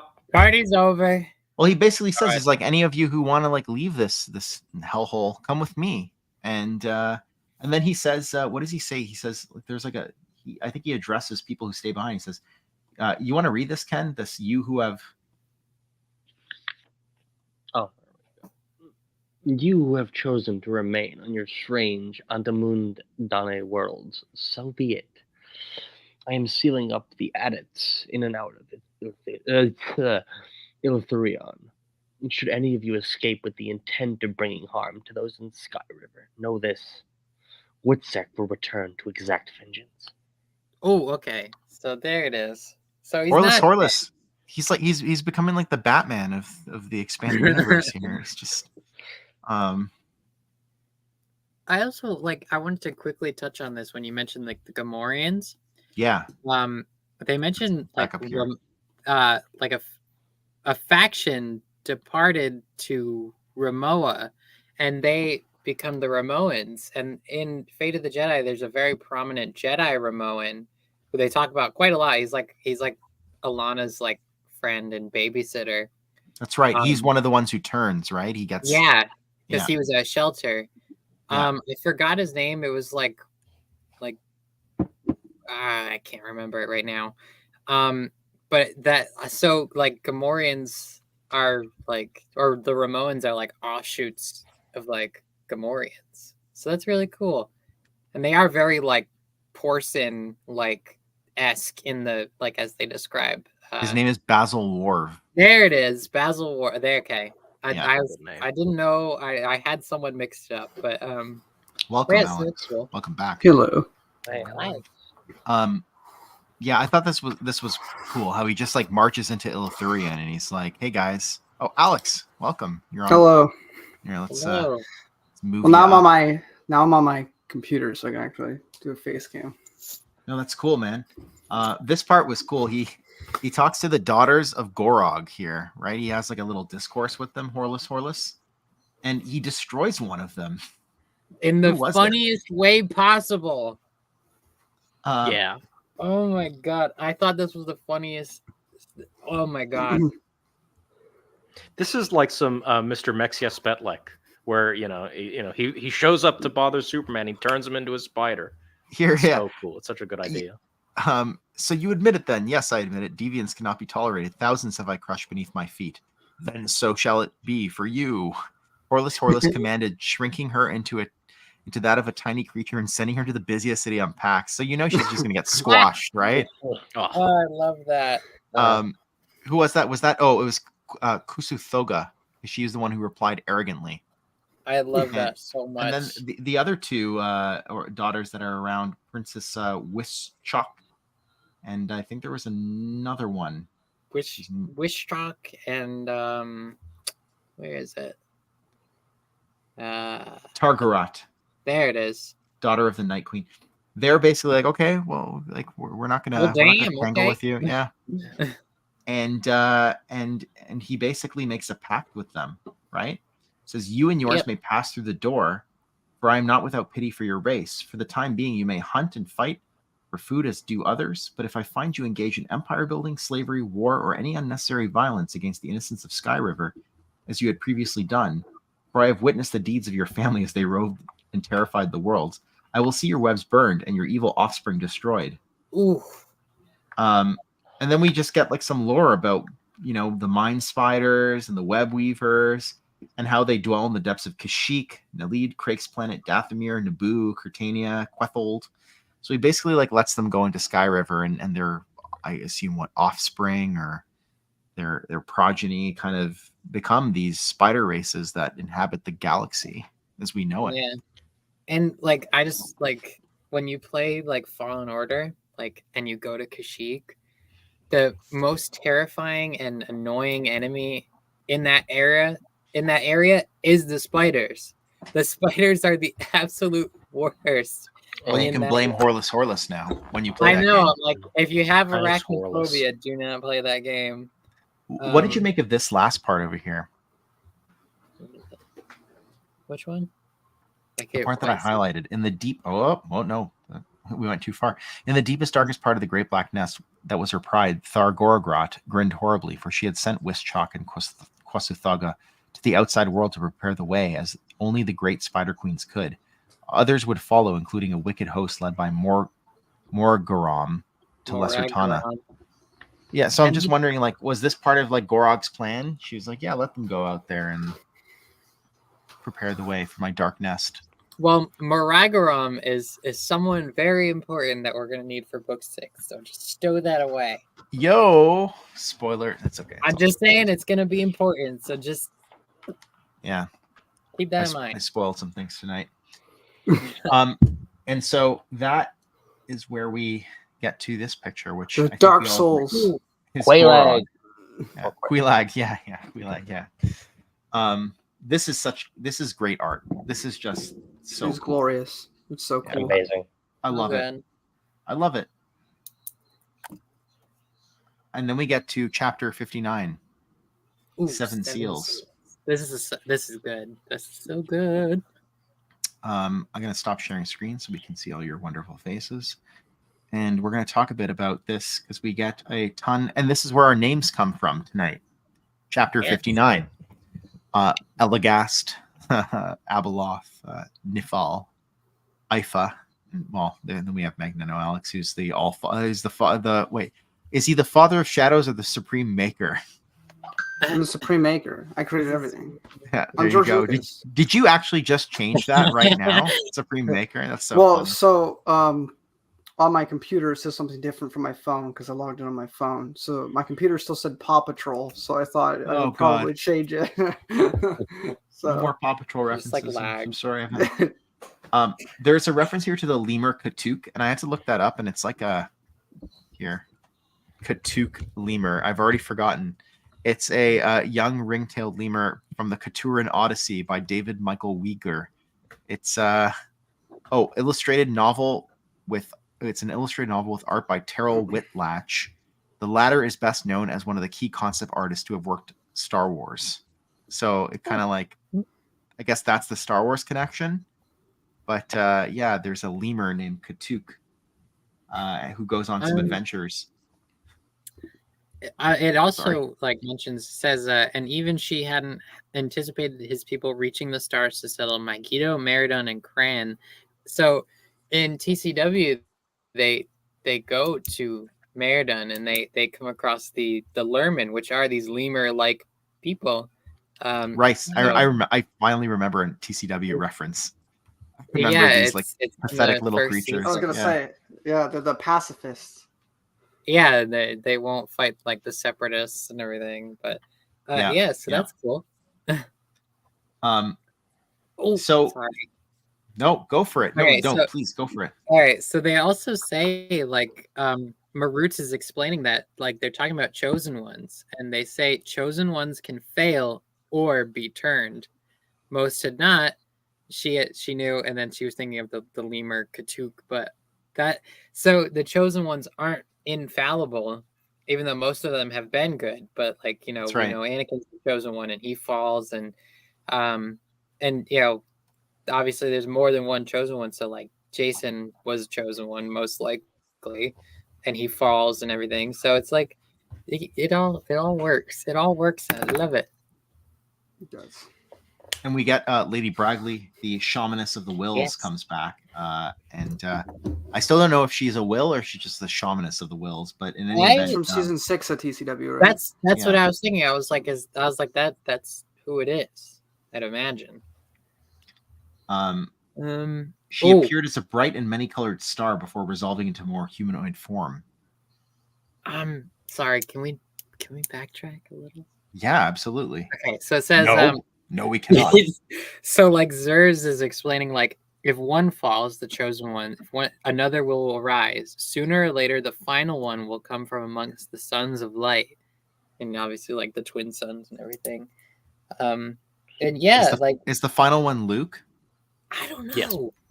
Yes. But there's other chosen ones after that because Jason was, he ended. Is it Cade? Cade Skywalker? I don't know. I mean, that'd be kind of rad. The one who doesn't want to be it the most.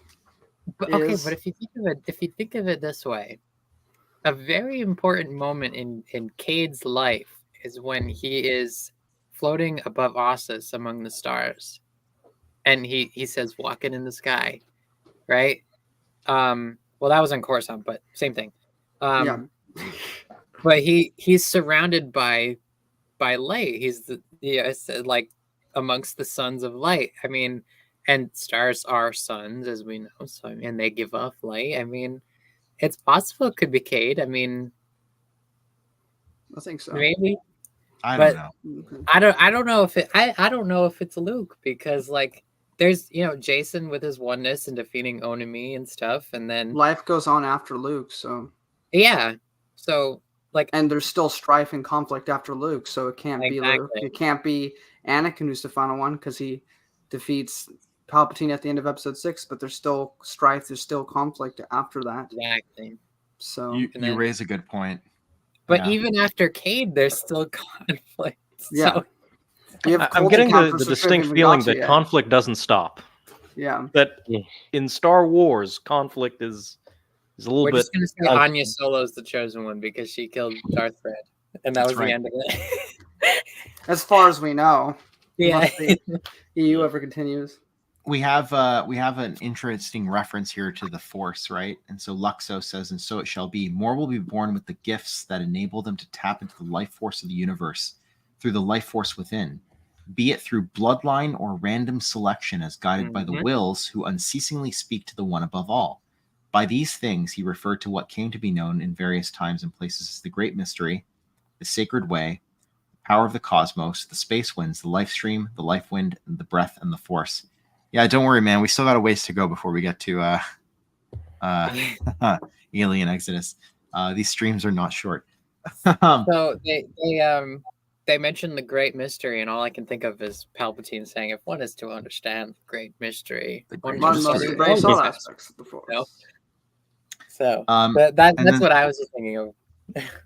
So back to what Lance was talking about earlier. I think he's streaming right now, so go watch his stream. Don't watch this. Don't tell everyone to come here. So I think the shamaness she announces, "So will begin the age of the Thoyor, and ingloriously ends the age of the firstborn." Started Eligast, his face somber, but perhaps it need not. So Eligast, I'm just going to say it right now, becomes the one known as the Father, the Ones, right? Who are most prominently featured in the Clone Wars, but of course you see them in murals and Rebels, and you see them in like a Mount Rushmore, I think, in something like Ahsoka I saw on Twitter. They're alluded to as well in Fate of the Jedi. There it is. Thank you, Alex. Yeah. Oh yeah, of course. They're not a part of it, but they are discussed. But they are mentioned in. Yes, they are. I still have 2 more books to read in Fate of the Jedi, so it hasn't really been a focal point up until now. Marcel, but I'm sure it will be. Before we dive into this, like we did an entire podcast with Brennan on the Star Wars Expanded Universe website, talking about how this episode or the episode of TCW was like fluff. Where it's like the icing on the cake. It promised all this deep depth and meaning, but it's ultimately nothing when you actually look into it. And with so it's SC, like the show. Until Supernatural Encounters makes it Supernatural Encounters actually makes it something worthy of my time. So basically, although they know that the age of like these celestial beings are over, the Ones essentially take it upon themselves to incarnate into the world. Yeah.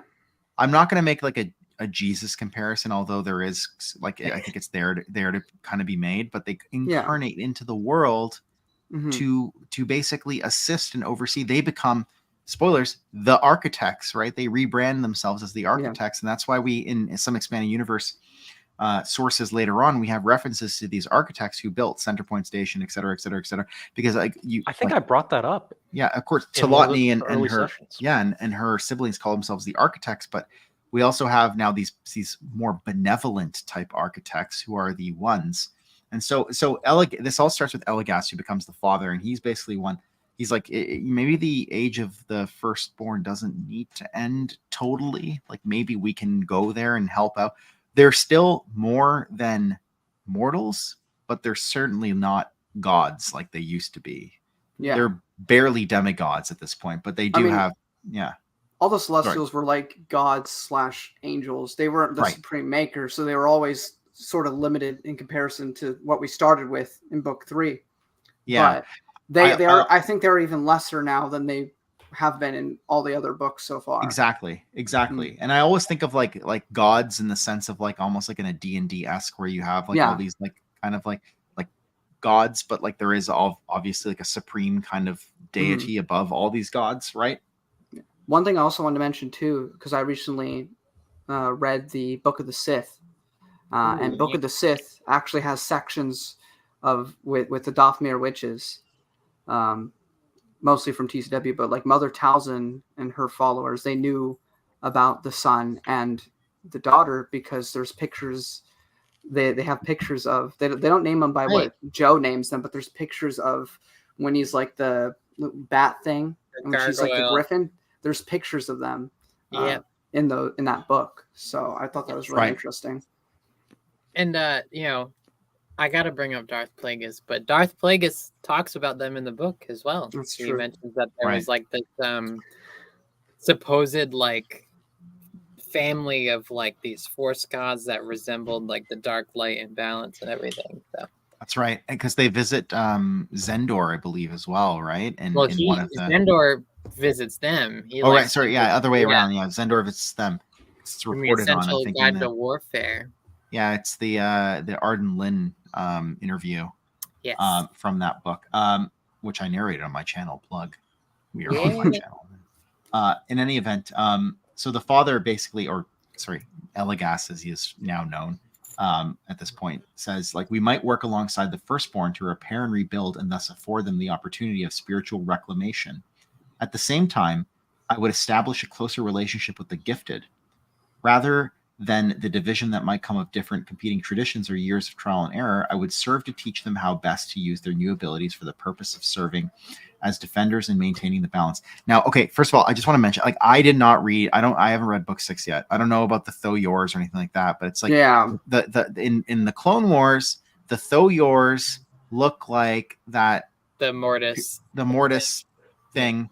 And it's like, if they're the ones who basically are trying to create this Jedi order, then that makes so much sense that the Tho-Yors are going to go around collecting people and bringing them all together. And it just works so well. Yeah. I can't say anything because you haven't read it yet, but I'm the answer. I'm like Indiana Jones. I'm on the search for the Tho lore. I was promised it. I was promised it on the cover of Dawn of the Jedi. And Dawn of the Jedi, you know what it gave me? Nothing. Yeah. Nothing. It gave you Infinity Gates, though. It did. It gave me a book to go on my shelf that I will never look at again until we do that. But it's like Joe is just like he connects all of this and just like it weaves together so perfectly. It's so hello, Matt. Hello, Matt. Good to see you. Uh-oh. Yeah. He's probably right. I'm just kidding. I'm just kidding. I'm kidding. I'll do it myself. No, don't do it. But yeah, I mean, it just works so well. This idea that that of course they want to create this Force tradition, right? Of that will maintain the balance, and the Tho-Yor looks like the building that they have in the Clone Wars. It's just Joe picking up all these threads, and which were probably intended to be weaved together in any event, and weaving them together in a way that just makes so much sense. Can I just take a little thing? Matt, I hope you got the email I sent you. It was another article I wrote, so I hope you got that. Very nice. So Ifa and Nifal, two other Celestials, say that, yeah, like we'll join you so that you don't have to bear this burden alone, right? And they decide to incarnate as a family. The Osiarch do not have long for these spheres. This is one thing that I was talking to Max about, but it didn't really I'm like, why do they have to leave the Osiarch? Like, why can't they stay in Sky River? But anyways, Lady Bragley announces that they have to leave. The fall of Wutzek marked the beginning of the end of your time here. How will you three in the state you will be in maintain watch over the cosmic equilibrium? And then they say the ones they will have material forms, but with limited powers, right? Yep. Ifa can embody fortitude. Ifa later becomes known as the son. Nifal wisdom. She becomes known as the daughter. Whereas Eligast will embody justice. So we have some comments here. Dawn of Jedi Comics, we're going to reveal who created the Tho-Yor, but the EU ended before they had the chance. Well, I think we definitively. I'm gonna cast my bet that it was the ones had a hand in that, but we'll see. There you go. You have your answer, Max. I mean, that episode would have already been out by the time. I told you I would do one after Legacy of the Force, so I'm going to do a podcast. I'm going to do a podcast series where it's Alex and Marcel's expanded universe ravings, and we're just going to rave about Legacy of the Force. Oh, I'd love to be there. Yeah. So Lady Bragley says, but since you're all in agreement, we shall provide you with a wellspring of balance. Okay. I love which its waters will flow from Isoropia. There's that planet again, one of the 4 sacred worlds from which the wellspring of life flows into the galaxy. It will afford your mortal bodies great refreshment. Ooh, I hope nobody sullies that wellspring. In accord with this, a font of power shall be brought from Frivolity. And then we have a reference here to Greensleeves and Synonymous Botch, which I had to look up, and I think it's like another LucasArts adjacent thing. Synonymous Botch. Villains Wiki. Let's see. No, that's not. This can't be here. Ooh, I love this stuff. We're getting into Fate of the Jedi territory, and I'm here for it. Anyways, Synonymous Botch and Greensleeves are a reference to something. But then also, in addition to a wellspring of balance and a font of power, a pool of knowledge will be brought to you from beyond the veil, says the fairy queen, Sherlindrea of Anduin. And then here we have a warning. Ensure that the pool and font... Ensure that the pool and font are untainted by others, the shamaness warned. Looking pointedly at Sherlindrea, especially humans. Then directing her comments to Elagast and his companions, she continued, and know that their powers are not trifling, and that they are meant for you three alone. Ooh, gee, foreshadowing there, I wonder. But also,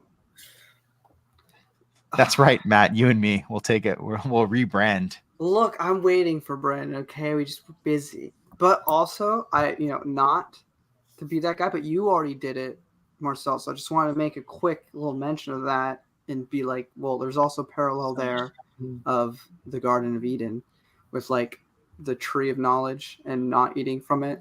And it's not the exact same thing, but it is a very, don't do this one thing and everything will be okay.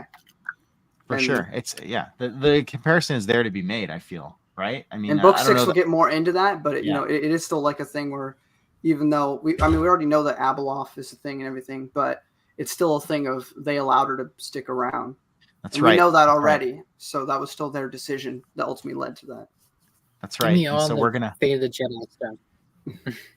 We're going to skip past all this stuff. Oh, right here. It says, very well then, you will maintain the balance for long years. But a time will come in which you will fail to choose wisely. Causing that which you love to sink in an ocean so deep no ray of light in Saminaru will be able to penetrate its depths. So they depart. And then, Alex, can you read this for me? Okay. On the hidden world of Vitae, in a dimension between real space and the place beyond shadows known as the ethereal plane of Atria, the wills brought forth the wellspring of balance. From the wellspring of balance, Elagast incarnated. He became known as Father. From the font of power incarnated Ifa, who became Son. From the pool of knowledge incarnated Nifal, who became Daughter. And then, read this last part here. After the end of the war of temporal planes, they announced themselves before the elder races as the true architects who had come to help them rebuild the galaxy, reiterating the promises of the Celestials earlier expounded by the Pelgrin and the need to restore and maintain spiritual balance. And so the Pelgrin, of course, is a reference to the Dejeric chapter that we talked about last time, that sort of like early Force tradition that later became like the precursor to the Jedi Order. But like, there you go. Like the ones are essentially like they have arrived. Yeah, they have arrived, and now we get the lore behind the ones, and it's I love it. I don't even like the ones, but I like the ones in Supernatural Encounters. Right. But we it also automatically makes the TCW the ones are like the better. worst part of TCW for me. They're just But we also get some stuff about Beyond Shadows and stuff. Mm-hmm. Yes. Right. Woo! I'm here for it. Give me the Fate of the Jedi stuff. Right? This makes Fate of the Jedi better for me. And an addendum, Legacy it didn't Force, need because of Jason and Beyond Shadows. I love that series. Yeah, I'm more hot and cold on that series than you are. But I adore Fate of the Jedi. I will die for that series. What I will say is all this stuff with Beyond Shadows and these dark beings and everything is I really think there is something there. Because, I've been thinking about this even more. Like Jason learns from the Angti monks, who are one of the first races ever, according to Supernatural Encounters. That's right. So what if during his time away, he actually managed to flow walk that far back, and he saw some stuff, just like Lovecraft type of tales, and he kind of goes crazy because these dark beings have a whole purpose for humans. Have been seeing it throughout every book so far that they have a particular interest in humanity. Right. And Jason's a human. So what if they kind of like forced themselves on him, and to protect himself, he like erased his memory, or it was just so much that it went away itself because he just couldn't retain it. And that's part of the reason why he acts different. Is because of all this stuff. Yeah, I was going to say, like, a primary contention that people have with Legacy of the Force is like, how could Jason Solo, who becomes this kind of like being of light at the end of the unifying force or whatever, how could he possibly have turned to the dark side? But like, I think Supernatural Encounters makes very clear that there are things out there that will corrupt even the purest of beings, right? Yeah. Like, they got these firstborn races to basically turn against themselves. And that's another point for me, because like Vergier, and I'm not meant to get too off topic, but like to me, her whole thing is there is no light and dark. Jason, you are a good person. I firmly believe that that's what she believes about Jason. He's a good person. And so she truly believes that he can't be corrupted, which is why she puts all of her faith and her energy into him. She doesn't kidnap Jaina. She doesn't try to save Anakin and kidnap him. She kidnaps Jason because she truly believes that he can endure all this and be better for it. Because in my view, she's trying to create like a new order she's not a Sith, but she thinks that she's figured out like the balance, and she wants Jason to usher in that new era. Right. But the thing is that as this book has shown, and as most of the expanded universe has shown, there is a spiritual reality. There is dark forces that can corrupt you and try to corrupt you. So it's not, you can be the best person in the planet, but no one is safe from that. And him believing that he's like free of that because inside he knows he's good, I think is an inherent problem he has moving forward after unifying force. Not even the great Luke Skywalker could avoid the dark side either. Well, that is true. All right, sorry. Now, see, it just gets me passionate about that. It's so good because you're correct. It's an interesting segue, and it's one that's worth discussing as we sort of get further now into. You know me, Alex. I will always be on your side with the. I will always be on your side with the Jason argument. As we get more into familiar territory now, because we're moving out of the like ancient prehistory, which the first, well, I guess books 3 to 5 kind of encapsulated, right? Mm-hmm. And so now the Celestials are ready to depart Sky River, but before they do something very interesting. It says it was not the first prison the Celestials had wreathed for such ones, but it would be the last. They essentially trap these ancient ones in. Well, this is pretty sweet. This picture, I love it. That's awesome. But Ken, can you read this for us? The Nameless Horrors on page. I don't even know what page. 584, 585, I think. Mm-hmm. Yeah. All right. Nameless horrors, eldrin shapes of fire, death's exhalation, vacant of grace, bound in old irons of earth and sea, be now confined in time and space, until that far day when all life soars free, and shadows burn upon the pyre. Right? I mean, So cool. I love that, yeah. But it says, so... In fury did those black spirits of the unending dark roar and shriek all in vain, for none could escape the coils of space-time freezing around them, and so they were stilled. There the impotent ones will remain immobile in time for ages of the stars, said Luxos, leaving their lesser thralls to fight for dominion. I love that, leaving their lesser thralls to fight for dominion. That just reads so well to me. Mm-hmm. How can anyone say that this is like, I haven't heard anyone say it's poorly written, but like, how could anyone say, like, it's so good. It's so well done. Because again, this is literally better than most of the expanded universe. And if you don't agree with that, you need some copium. I feel like most people who don't agree with that have actually never even cracked the page. No, they haven't. There's no way that they've read all the pages that we've gone through. They said, or even they like don't care enough about it. Like 10% of the pages that we've gone through. So, and then we find out from the vast unhallowed space that now sealed by the expansion of the still curtain sprung the strangeness that is the unknown regions. So essentially what we're reading here is that the unknown regions were created to trap or provide like some kind of barrier for the ancient ones, right? Mm-hmm. You see this a lot in the source books, like the unknown. There's like a barrier in space, and I've always wondered why. What does that mean? I thought it was just I thought it just hadn't been mapped out, but it's like they explain, like, or Joe explains, like the hyperspace like routes are non-existent and kind of break down, right? Yeah, make them. And there's references here to I saw Zakul from of course the Knights of the Eternal Empire. The Dragon of Zakul. Yeah, the Dragon of Zakul. All right. Was it Knights of the was it Knights of the Forgotten Throne or something like that? Knights of the Fallen. Yeah, Knights of the Fallen Throne, or Eternal Empire. Eternal Throne, and then the Knights of the Fallen Empire. And then of course Chila. That's the Chisholm. I think it's right? I think in the audiobooks it's pronounced Chila. I just Chila. Chill. But I have this map here. Like this, the unknown regions, like right here. So like, there's this huge swath of space that's just locked up in the dark. Yeah. Awesome. So just a barrier that like separates, and they mentioned that too. Like I remember hyperspatial disarray. Yeah, that's where I'm at right now again. In book 2 with the library. In Force Heretic, they mentioned like there's like some sort of like barrier they have to get through to get into the unknown regions, and there's like it's and you can't really reach outside of the unknown regions like from within, so yeah. I don't care if this stream takes another like hour and a half. I'm just going to read this entire paragraph here because it's so good. Actually, both of these. Should any penetrate towards the capital world, they're talking about like penetrating into the unknown regions.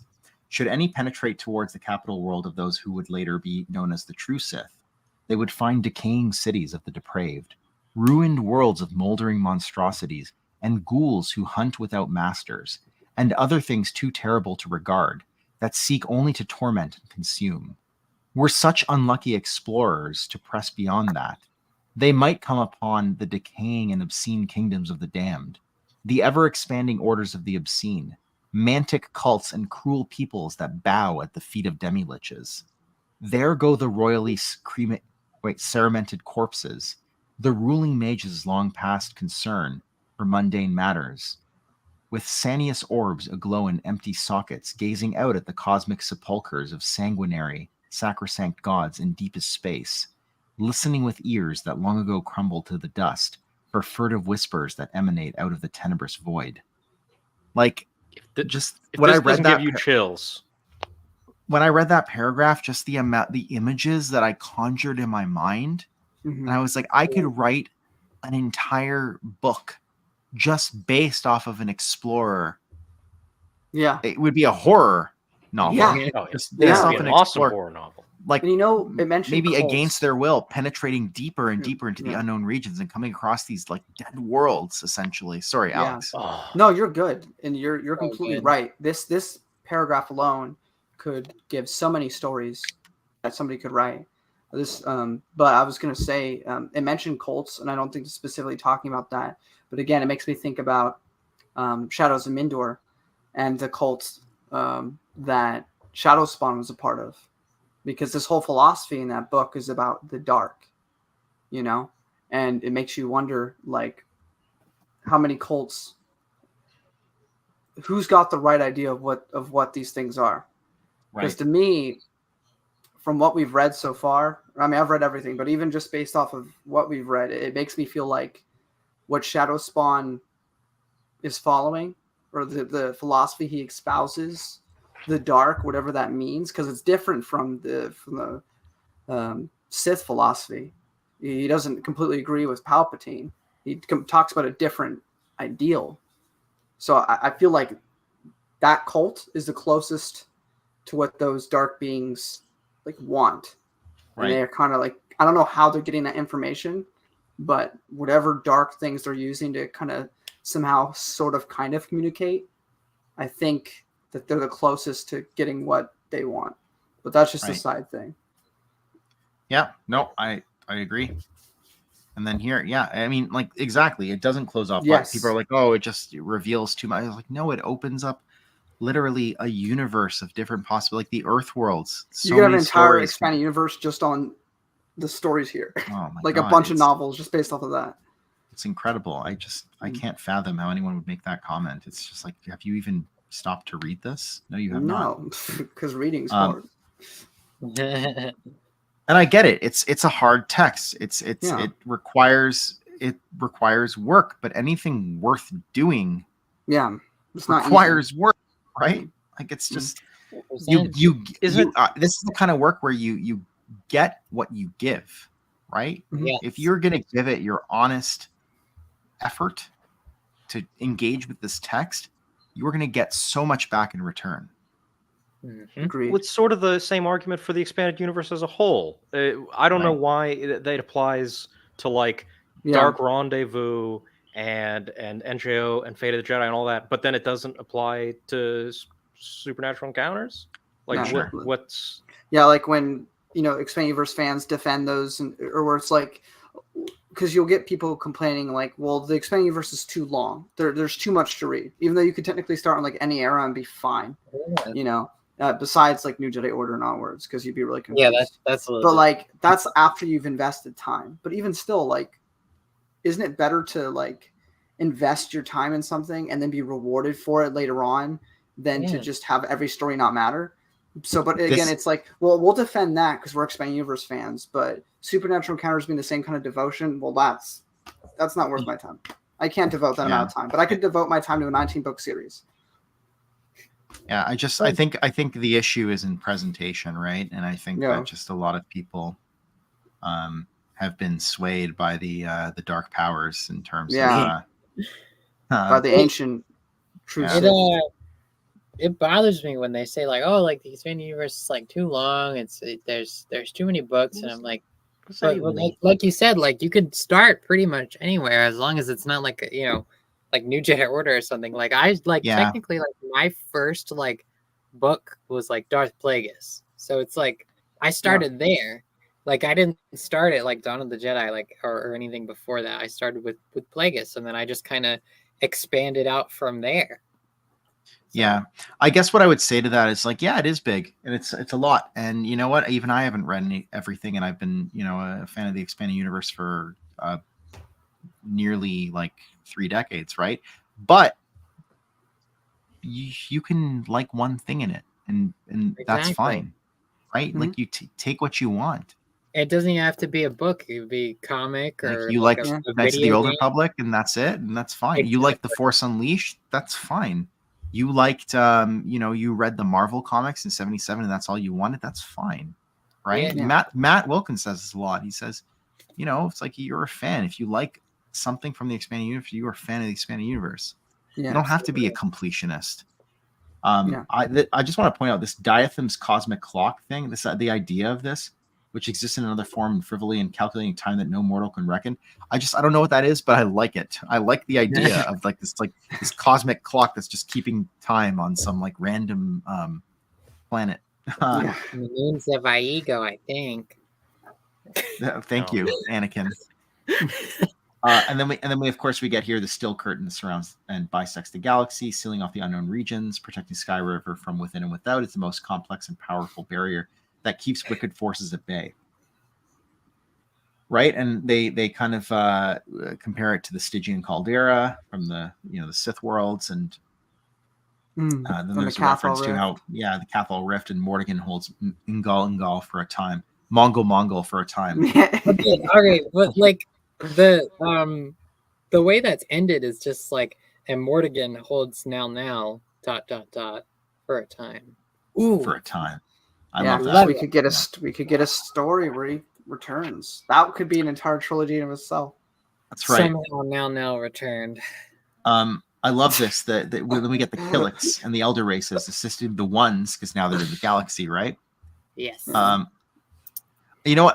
I did find it when I was looking for it the other day, but I guess I forgot to bookmark it, so I can't find it again. Here, I will look it up again. Green sleeves. Watch. Twice Upon a Time. That was the reference. In Hollywood? It's a 1983 mostly animated comedy fantasy directed by John Cordy and Charles Swenson, and executive produced by George Lucas. Hence why it's in Supernatural Encounters. I see. Yeah, so Twice Upon a Time was the reference. That's okay. It's okay. That's okay. I'm going to ask you this specific question when Brendan gets around to interviewing you. You're going to answer it then. I'm going to put you in the hot seat. But anyways, back to the Cordy is also. Oh, he also directed the first Ewok movie. That's great. Oh, That's right. Interesting. So basically, we get a reference here to the Ones and the Elder Race and the Killiks and how they repurpose the arcane engines of defense to serve as seals over the Western Quadrant. So they're kind of now creating the galaxy to what it's going to look like in more modern eras, right? And hence the term architects or true architects, right? Because they're actually like moving stuff around like pieces on a chessboard. There's a reference here to the Twilight Wars, which of course we haven't really gotten to yet, I think. But of course, basically that they reaffirm that the unknown regions becomes that region in space that kind of blocks or protects the rest of Sky River. I think we kind of glossed over it a little. It's like how the Celestials also put the barrier around the galaxy itself, like the whole entirety of Sky River, as well as the one that is before the unknown regions. And then obviously we know that there's some sort of like opening in the barrier somewhere, which is, well, obviously at Vector Prime where Vong come in. Would that be the prime vector? That would be the prime vector. Yeah, okay. Or the vector prime. Or the if you're R.A. Salvatore. So much stuff that I can't say. No, let's not get to it. Not yet, anyway. So then we get this interesting from Coruscant to Corellia, and I actually this part like kind of leads to Alien Exodus, right? Which will dominate the remainder of our stream discussion. Alien Exodus and the Hutts. Let's go. Hutts. The Varlians. So here it is: Pax, which had been renamed Coruscant following the end of Chancellor Li Chen's reign, took in refugees, as did other core worlds. Though some humans resented this and recalled a fabled time in which they were the planet's sole occupants, having forgotten that Coruscant was originally Neutron and had belonged to the Tong. It's so funny that it's so far back in time that they forget that the Tong were actually there before they were. And although Li Chen was dead, there were others vying for power. And then we get the survivors of the 13 battalions of Zell and their allies petition the Ones to find them a new world. So this is kind of where Corellia comes into play. Yay. So here we get on, I believe it's page 588, we find out how the Ones create the Corellian system with the help of the Killiks. Right? The Killiks create Centerpoint Station. I think that's not a controversial. That's already been well established in the expanding universe. Yeah, that one's a fact. Horus provided a small sun, later called Glowpoint. And here we have, as Coruscant was the origin point for several of its astral bodies, it was believed by some that the system, star, and its primary world were named Little Core after it. In fact, the Killiks named it after their sister race, the Kurel, which I thought was a very kind of nice synchronicity, who had redeemed themselves and gone to ground on Cathal. And the galactic unit called it Corella. But in an odd bit of synchronicity, it had its secondary meaning, as it had already been named for Antonia Corelli, who is a character from Alien Exodus, as they would soon discover. And so Corellia it became. Two valiant races who had seen their homeworlds devoured at the end of the Empyrean Wars were the Drawl and the Solonians. And these were given two of the 5 worlds called the Five Brothers, upon which to settle. And of course, we learn that two of the planets were named Talos and Trallis after the two warriors in the 13th Battalion. And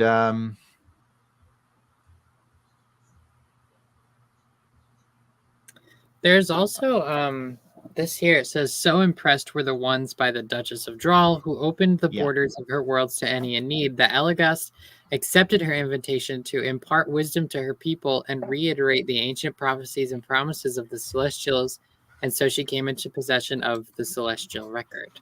That's right. So. And then we hear more of the Sith human descendants on Pax. I feel like Sith human descendants, like Janus Grijatis. Yeah. I don't know, because we had Grijatis was one of the Sith families, right? Anyways, when I read that, I was like, oh yeah. Maintain positions of authority or regain them if lost. For Coruscant will be ours again when the Sith bring back the Tong to retake their ancestral home. Send a task force to bring the skull of Muan Thul to Korriban. That's cool. But also the Sith try to get the Tong to fight, and the Tong are basically having none of it, right? They're not interested. So the Sith were forced to return and think up a different scheme. It says, after consulting with the wary warriors of Shadow, the council rejected their offer, explaining that this is the Tong Council.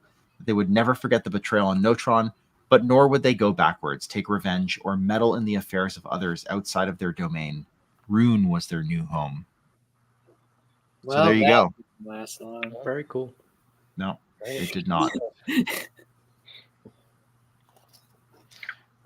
And then we get to this beautiful piece of art, which I will actually try and pull up elsewhere if I can, because it's amazing.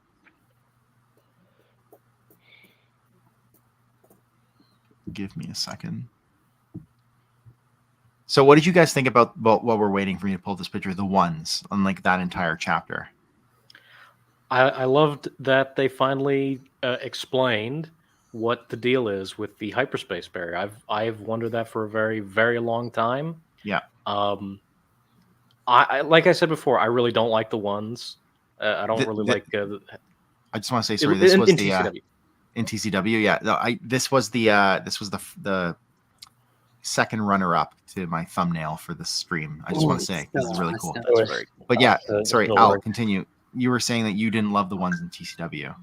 No, I did not. I don't. I've always been not a big TCW person in general. Even when I was a kid, I didn't like it.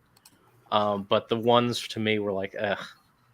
Right. Yeah, Yeah. I agree. But this little section helped soften me up to the ones more. I still, still not crazy, but I am more favorable to them now than I was when I was watching the show as a kid. So for me, I have always not minded the concept. I have always found the ones to be these very fascinating beings, and then the whole concept of Mortis and that realm has always been something that's super interesting to me, and I love knowing more about it. And that's one of the greatest things about this book for me, is to learn more about where they come from and how all of this came to be. And then obviously the connections to Fate of the Jedi, and then that's one of the things that made me love Fate of the Jedi so much, is that it dealt with those things a little bit, not as much as this, but it still was there. And I find those beings and those concepts to be incredibly fascinating, because I love very the all the esoteric force lore and beings and deities and things like that. I think that is so fascinating, and that's probably my favorite thing about this book, is the things with these larger than life beings, that are just these crazy powerful things. So I personally have never minded the ones. I grew up on that show, so it's I should clarify. It's not that the concept that bothers me; it's the execution. I literally just don't like these episodes, and definitely, I do not like their design. I wanna add into that, because I think of with Maxine absolutely that I love the esotericness of it, and it's very the mystery behind a lot of the stuff, and getting to have it revealed in Supernatural Encounters is one of the greatest things. My issue is not with the ones. I think the concept, the idea of it is fine. My issue is that the 3 episodes promises so much into making the universe bigger while also explaining some things about the universe. But if you actually sit down and watch those episodes, it doesn't actually tell you anything, because it just raises more questions. What Filoni does is he gives you vagueness, and this is something that's also been pointing out with Sheev Talks videos on. I was thinking that. Yeah, no, I absolutely. I've thought that before Sheev Talks ever said that. I've had that opinion for a while, that he's really good at, here's an idea, I'm not going to actually explain it to you. Yeah, you can make it up, because that's what a lot of people were doing over the years, and that's only been furthered. I don't watch it, but you know, this interest, this intrigue, where people are kind of coming up with their own supernatural encounters, where they're writing stuff and making up ideas after Ahsoka, because they have that stuff in there too.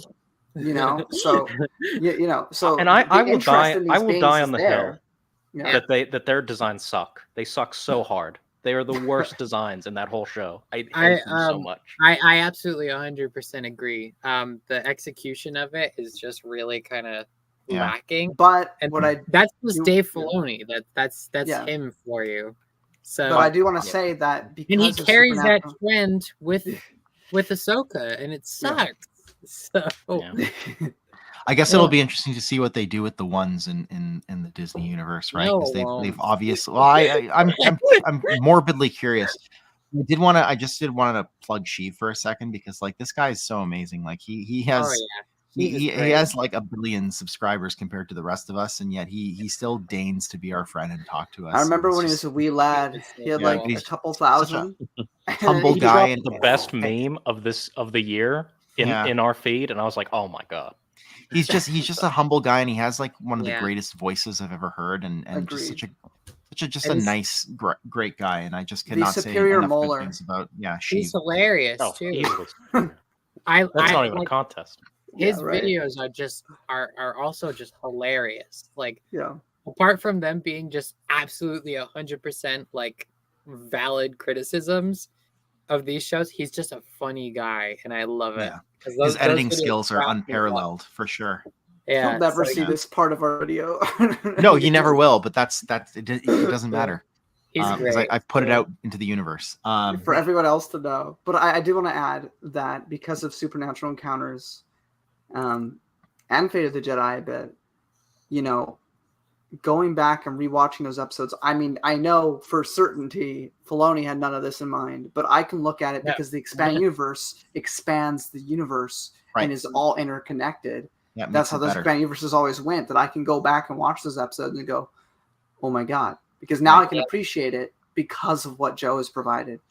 Every time I see the Mos Eisley Cantina scene in A New Hope, and I see that all those little creatures and stuff like that, and I'm just like, oh my God, they all have backstories, and I love all their backstories. Anyway, sorry, Al, it's like watching Phantom Menace after reading Darth Plagueis. You're like, man, exactly. this is a great movie. You know he's there. Yeah. He's there. He's chilling, and then he dies, but he's there. I remember telling Granny, or Granny Toes, as he's known, how I just like, or Chris Nelson's #1 fan, as he's also known, how I just like did not think that was a good idea. I'm like, because I had read Plagueis when it first came out, and I barely remembered it. I was like, I just don't like that Plagueis is around during Phantom Menace. And then he's like, just trust me, reread it. And I reread it, and I was like, yes, so good. So good. Yeah. I think it's probably my favorite book in the expanded universe. It's mine. But we should get back on track, because now we are going to approach the actually, before we do, what is this? What do you think this picture is depicting? Is this like like Exodus from? It's them from escaping, right? Yeah. The Exodus. That's what I figured it was. Yeah. It is. That's what I thought as well. Exodus. No, it's a human. Well, the Exodus from THX 1138 world, Earth. Yes. Yeah. Which is what we're going to talk about next. Right. Let's go. Chapter 60, Hail, Sons of Hender. And the first one is THX 0001. Yes. Let's go. The precursor to Alien Exodus. We're going to be talking about Alien I've got Exodus. my copy here. Yeah, we're going to be talking about a bit about American graffiti. Jurassic Park, I think, is in there as Little well. Close Indiana Encounters of the Third Jones in Kinds. there. Indiana Jones, yeah.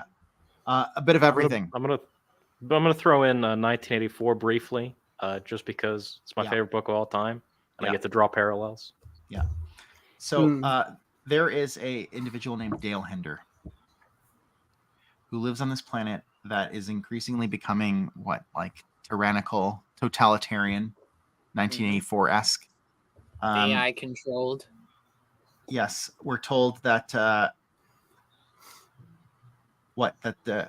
think they're told here it is. To create a culture of conformity that's easier to control, we'll begin by issuing identity badges that everyone will wear on their person, utilizing numbers instead of names.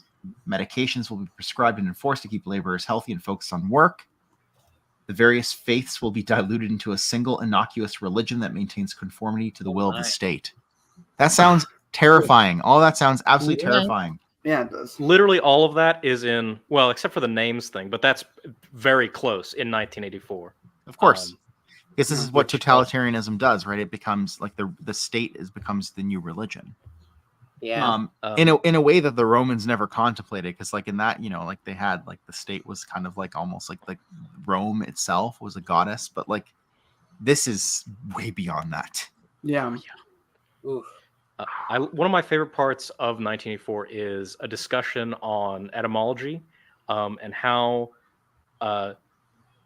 in the novel they wanted to destroy the word freedom. So when you say free, it's like not I'm free as in like I have liberty, but I am like free hanging from a cliff, basically.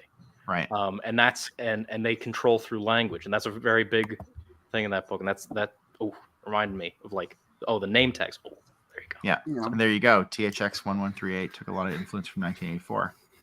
I can tell.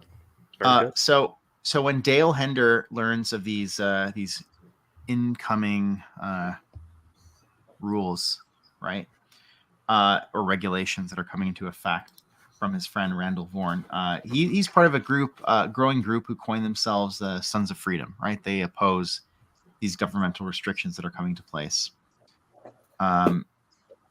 So they start considering escape, right? And they do escape. They escape from what world is this? Eartha, yeah. It's one of the Earth worlds. Yes. They do escape Eartha. The 9 Earths. So it says almost overnight, the Sons of Freedom become more than a club. Can you read this for us, Ken? Right over here, this paragraph. Could you zoom in on it a bit? I can. Yeah. Oh, sorry. I totally forgot I was unzoomed. There we go. It's almost overnight, right? Yeah. Okay. Almost overnight, the Sons of Freedom became more than a club. They transformed into a movement that gathered in secret to discuss plans of escape. After several meetings, Randall introduced them to Antonia Corelli and her boyfriend, Paxton Solo, pilots who ferried food into the complex from colony worlds in space. Corelli and Solo were not fans of the current arrangement. But after Randall informed them of the coming austerity measures, they volunteered to help in any way they could, informing the nervous but determined group that they needed to be thinking bigger, escaping not only the underground facility, but Eartha itself. In this way, they couldn't be recaptured and brought back. Although dismayed, the Sons of Freedom agreed and began spreading the word. They would join the colony on Alpha Centauri, descendants of freedom fighters from the famed Lucy B. Davenport, a group whose political allegiance to Earth could be described as tenuous, at best. Sons of Freedom sounds like a take on the Sons of Liberty, a famous part of the American Revolution. Oh yeah. It also sounds like the Sons of Batman from Dark Knight Returns, but that's kind of reminds me of the Freedom First. I confess I don't know a ton. I know the broad strokes of American history. When I hear the term Sons of Liberty, I think of Metal Gear Solid. But I do know a bit about the American Revolution, so that makes sense to me. They just don't really teach it here unless you specifically take a course in it. That's fair.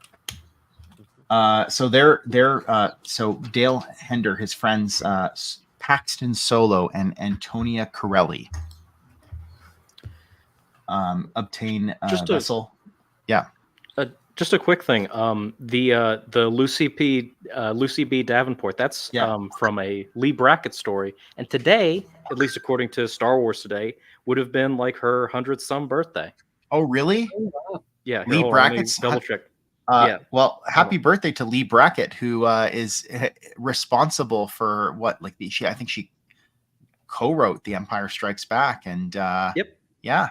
Is what, like the mother of modern science fiction in many ways. And I actually recently purchased Lee Brackett's Skaith trilogy, and I'm really looking forward to reading her works. So hopefully we'll be able to talk about her a bit more in depth in future streams or videos. But Lee Brackett, we cannot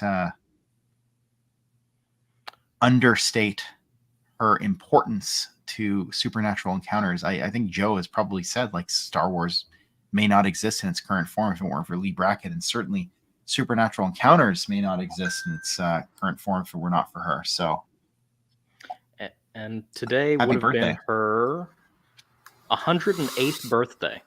Jeez.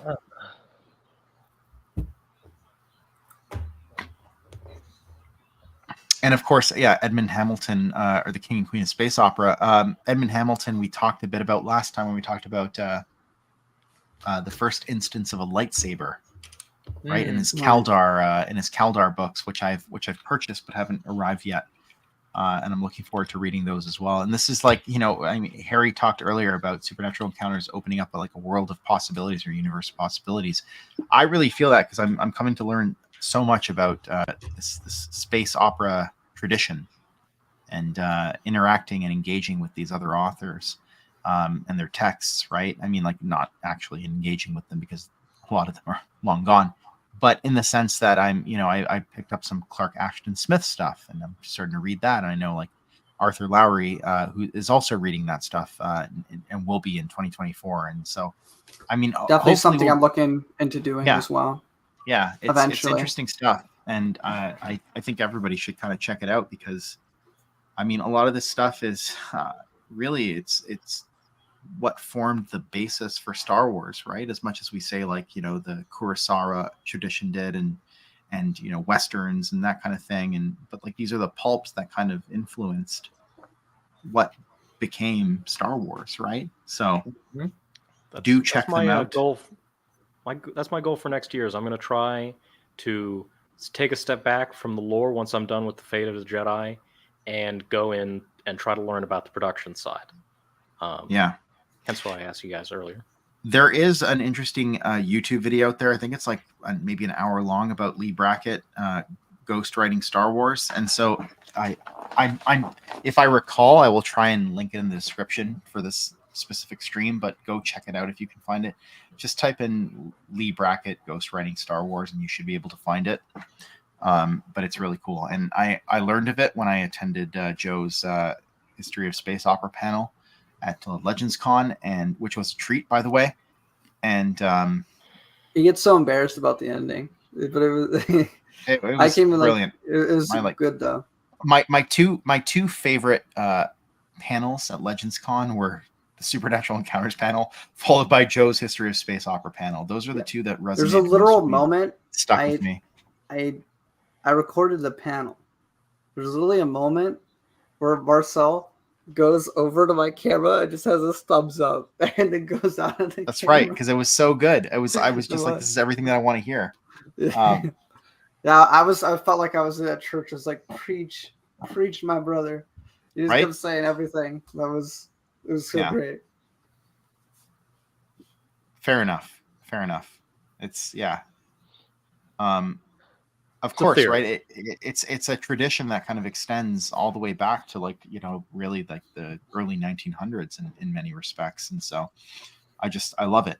I love that there's this, like, clear line tradition that starts, well, probably even farther back, but like you can see it in Edgar Rice Burroughs and John Carter, in his John Carter of Mars series. And then you can follow it all the way to Star Wars. It's really cool. So the Oort Raider is the ship that they use to escape from Eartha. It's Paxton Solo and Antonia Corelli's vessel because they're basically like traders, like they bring in goods into Eartha and stuff like that. So they take the ship and they escape Eartha, but they run into issues. They go through what is it, like a hyperspace jump gate or something like that, and when they end up on the other side, it's a trap. They do not find their way to Alpha Centauri as they had hoped. They land on a planet, which I believe might be Corellia, right? And they meet up with Rhodian slavers. And they've never seen aliens before, because again, Earthworld, right? Mm-hmm. And they get taken as slaves, which is so horrifying. It's like you've escaped a totalitarian government and society only to be enslaved. Yeah. There's no happy ending here for these people, for Dale Hender and Antonia Corelli and Paxton Solo. Like they become slaves essentially, and they die essentially slaves, as far as we know, right? Yeah. The happy ending comes like something like 500 years later when we talk about Cosmo. Dale Hender's descendant, Cosmo Hender. It's not a happy ending for them. It's a happy ending for their great grandchildren.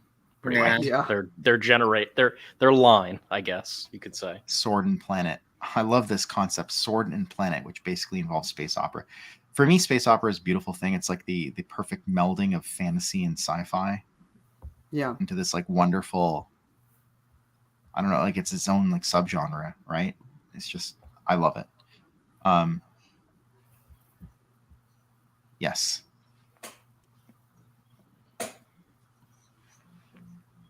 There was another author that I used to read, Anne McCaffrey, who used to do like kind of a melding of fantasy and sci-fi, but I didn't like love her works. I think she did the Dragonflight books. I wasn't a huge fan of them.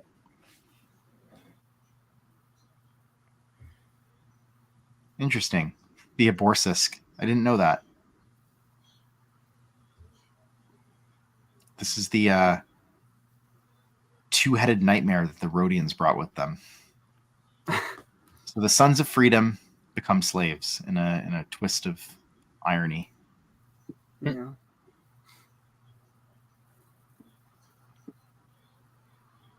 Says, but while they were haggling, Paxton freed Antonia, Dale, Randall, and Laximas, and together they seized and sold the Gamorrean ship. But they were basically forced to return because their other humans and Bith were being murdered by the hundreds, we're told. Oh, also, Joe makes me a bad person because in a different stream, I don't know whose stream it was, but I said that Gamorreans aren't people. Yeah, Joe, right. Wow. And Joe says, "Don't underestimate Gamorreans, believing them unintelligent." That's right. So, that's Alex, right. You're going up to a Gamorrean and be like, "Oh, what are you doing, piggy?" And then he just clobbers you. He eats you.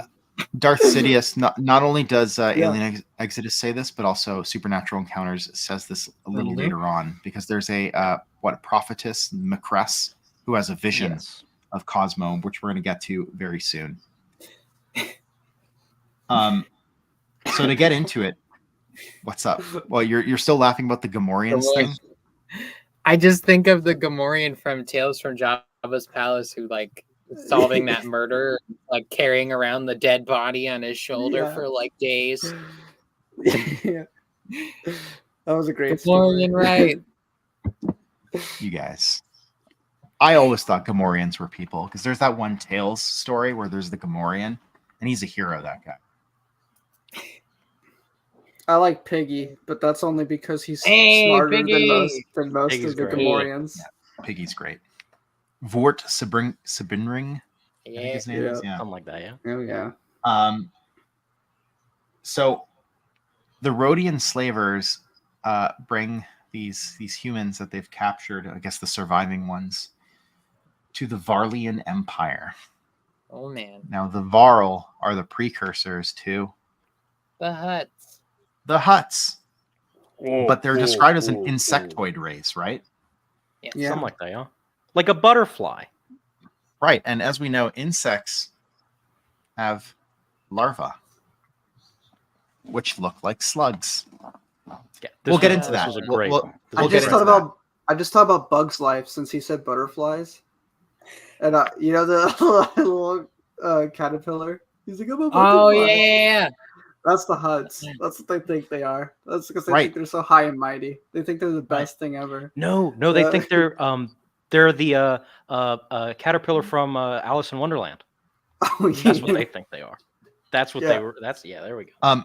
This Changra blood rot that's something else in the expanded universe, right? It's not the first time we've heard of this Changra blood rot. I don't I recognize don't think it, so. but that's Well, I I've recognize it somewhere. from the actual like Alien Exodus. I know they mentioned that. fair. Well, maybe it is. I just googled it and nothing. Yeah. Changra blood rot is maybe it is from Alien It Exodus, but is. It's yeah. it's in it's this a disease. It's a Yeah. disease that I think Rhodians are immune to it, and there might be someone else that's immune to it too. But I think the essentially, Gamorreans are too. it Yeah, affects yeah. it affects the Varlians. It can kill, Yeah. and I think humans are also affected by it. Yes. And Celestins are Yeah, it's like theoretically- it's like all the other species are immune Except for to those it. two that we mentioned. Yeah. Right. Except for them. So the Varlian Empire was the government of the Volagul, a strong and crafty bipedal insectoid race who'd come to serve Thargorgrat in the Empyrean Wars. This is on page 596. Their capital had been established on the green world of Varl, I love that, in the Ardos system under the comfortable rule of Emperor Varlia. So the Volagul basically take over this planet with this race called the Forhilnor on it, right? But they kind of bide their time. They see their salvation in this thing called the Eye of Clarity, which we later learn is none other than the what's her name? The Crystal Rider. What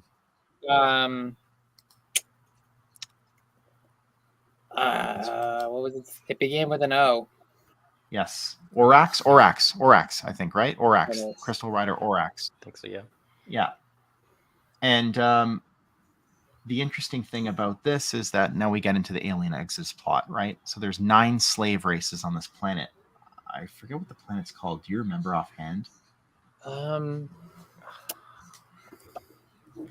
The far that's the species. That's not the planet.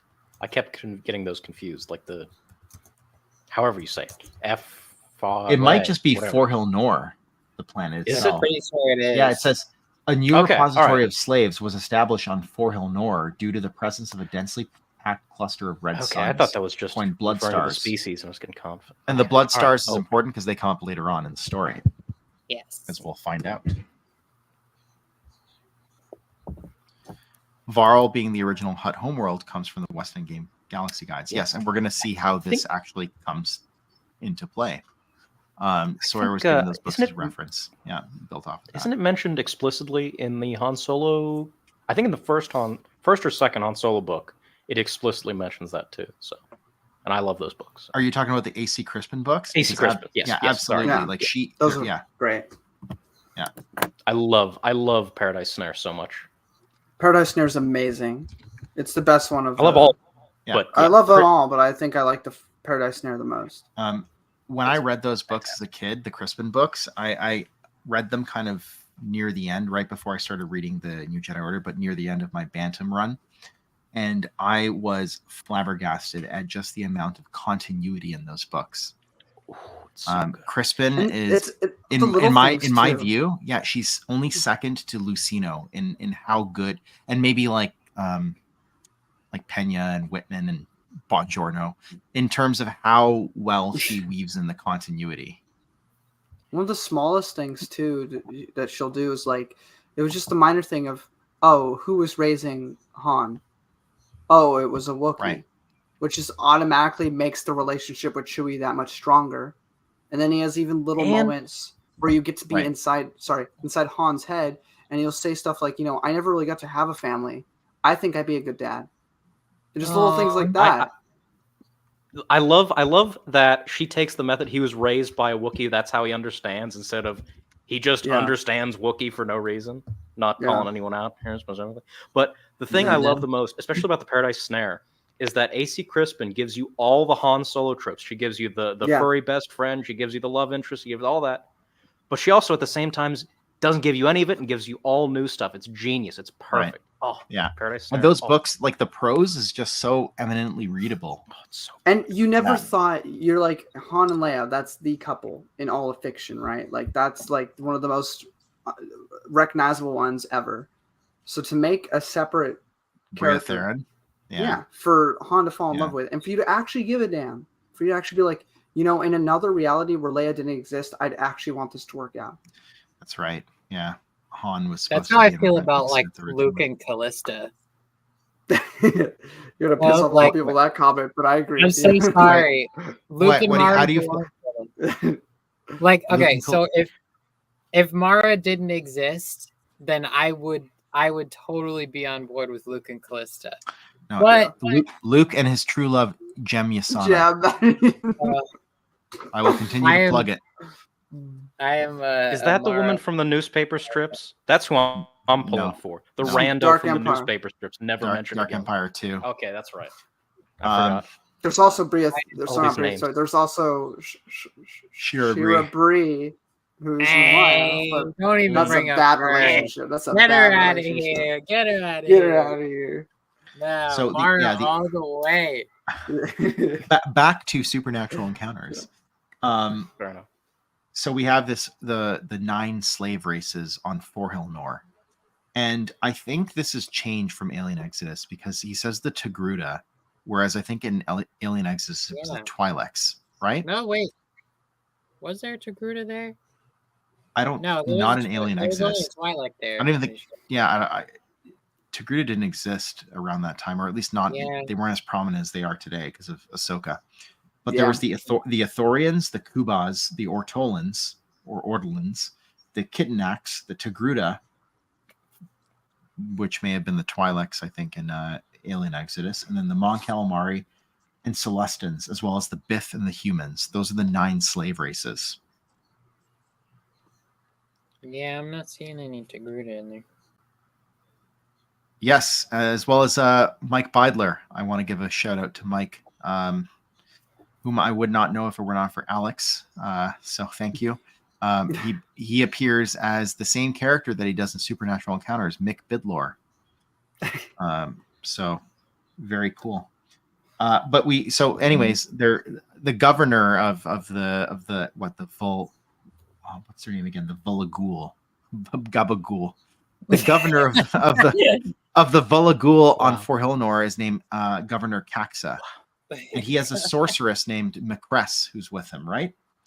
And we're told that she was a Muabite of Muabis and a descendant of the ancient Lamia, which we talked about in one of the earlier streams, right? These serpent women from that were kind of like offspring of like Sith and Sither. What are you still laughing about the Gabagool? Yes. Yeah. It sounds like Volagul, Gabagool. I mean, in any event, Gabba. That's all you're gonna be thinking about now. That's also connected to SC. Gabba Gabba. This is Paw interesting. Patrol. So yeah.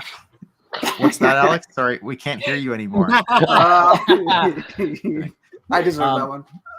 From her prior master, this being Macress's prior master, a vicious Kisai king from some half-forgotten Sith world, she'd learned the hidden location of the rare stone book being in italics because it's like the name of a grimoire, and craftily proceeded to steal it. Before departing Milinar, she tested one of its spells on the king himself. Persuaded by his tortured and desiccated corpse that the book was authentic, she departed for greener pastures. She came to Forhilnor and found in Governor Caxa someone as ambitious as she. So she wants to use this stone book for 2 audacious goals. The first is to basically essentially drain the life force of all the slaves. And then she would become like super powerful, kill the Varlian Empire and Varlian Emperor and rule in his stead. And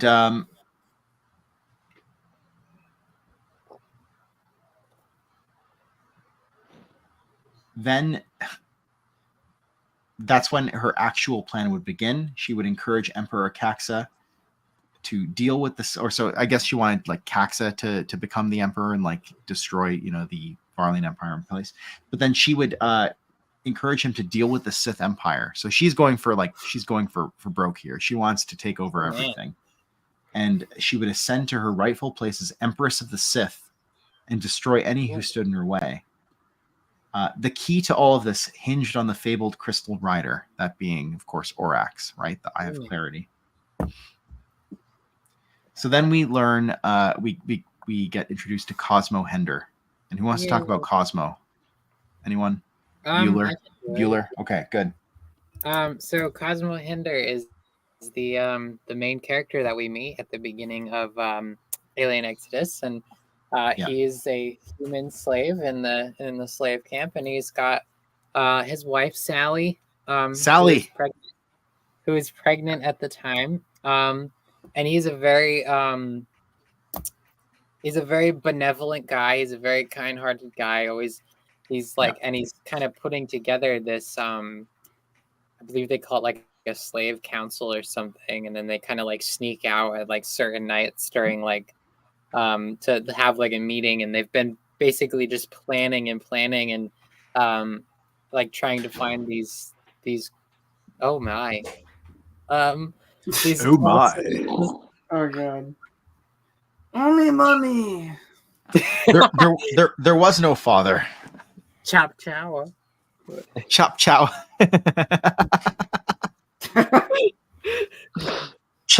does he say? Cheska Sabalba. You know, with that comment, I think I'm gonna head to bed. Okay, see you later. Bye-bye. Yeah, well, good talking to you. The line is Chesko Sabalba, Chapuka Uman Gisa, Matisa Ratiko Panipa Chopchawa. What did I come in on? See you later, Alex. We love you. We'll see you, Alex, over your. And he's got Chut Watto in his tactic. Chut Watto. I've said that to people. I want to learn. I've said that to people with no irony. That's Huttese, right? That's pure Huttese. Okay. I don't even know, because I remember. All right, this is so off topic, but like I remember, like they asked Hayden Christensen about that, and he goes, "Oh, I just called it like Watto-wheeze. Like I just kind of said whatever came to mind." Chut Watto. Yeah. Chut Watto. Chop chow. Anyway. Chop chow. So Cosmo Hender also he serves a mistress who's the daughter of Governor Caxa, who's what's her name, Delba, I think, or something like that. They see him like as one of the more able-bodied like slaves, and they that's right, and the more intelligent ones, and they take him to be selected to serve right under the princess or whatever she is. I forgot, because I'm just thinking about Chop Chow right now. she Delba teaches Cosmo how to read. Yes, and she teaches him how to read, and and also there's a ancient prophecy called the Day of Escape, which basically refers to when the slaves, specifically the human slaves in this case, will escape from their, confines and be free, right?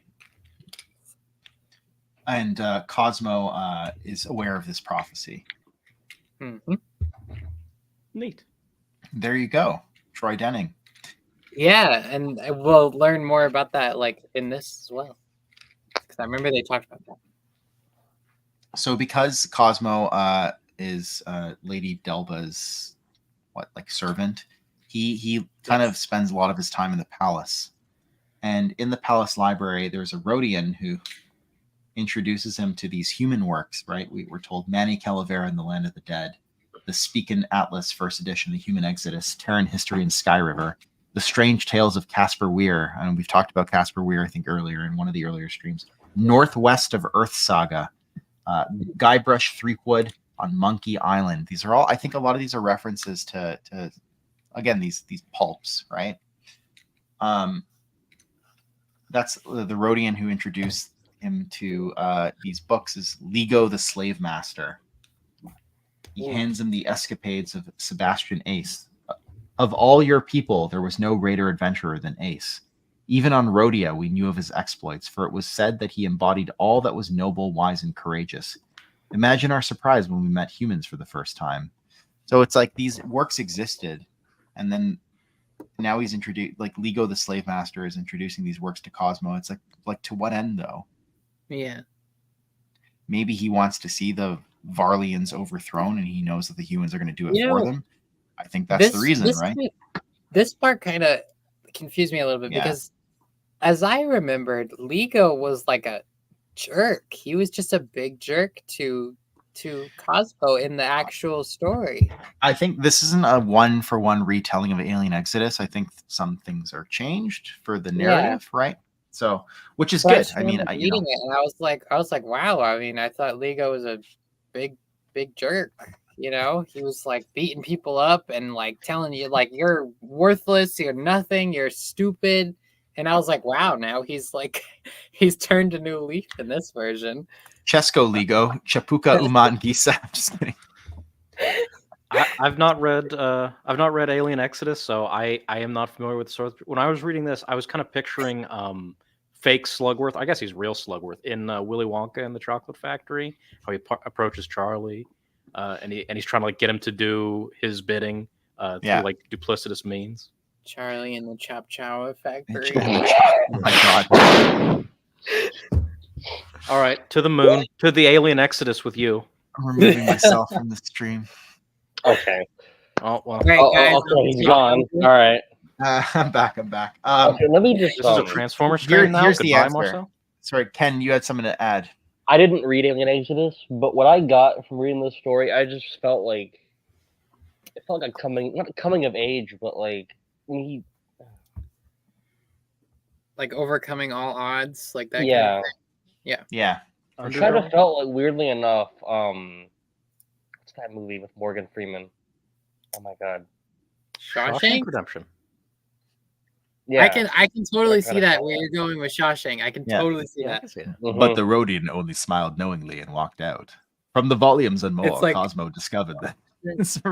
Just have him, Morgan Freeman, start You can narrating see Alien that. Exodus.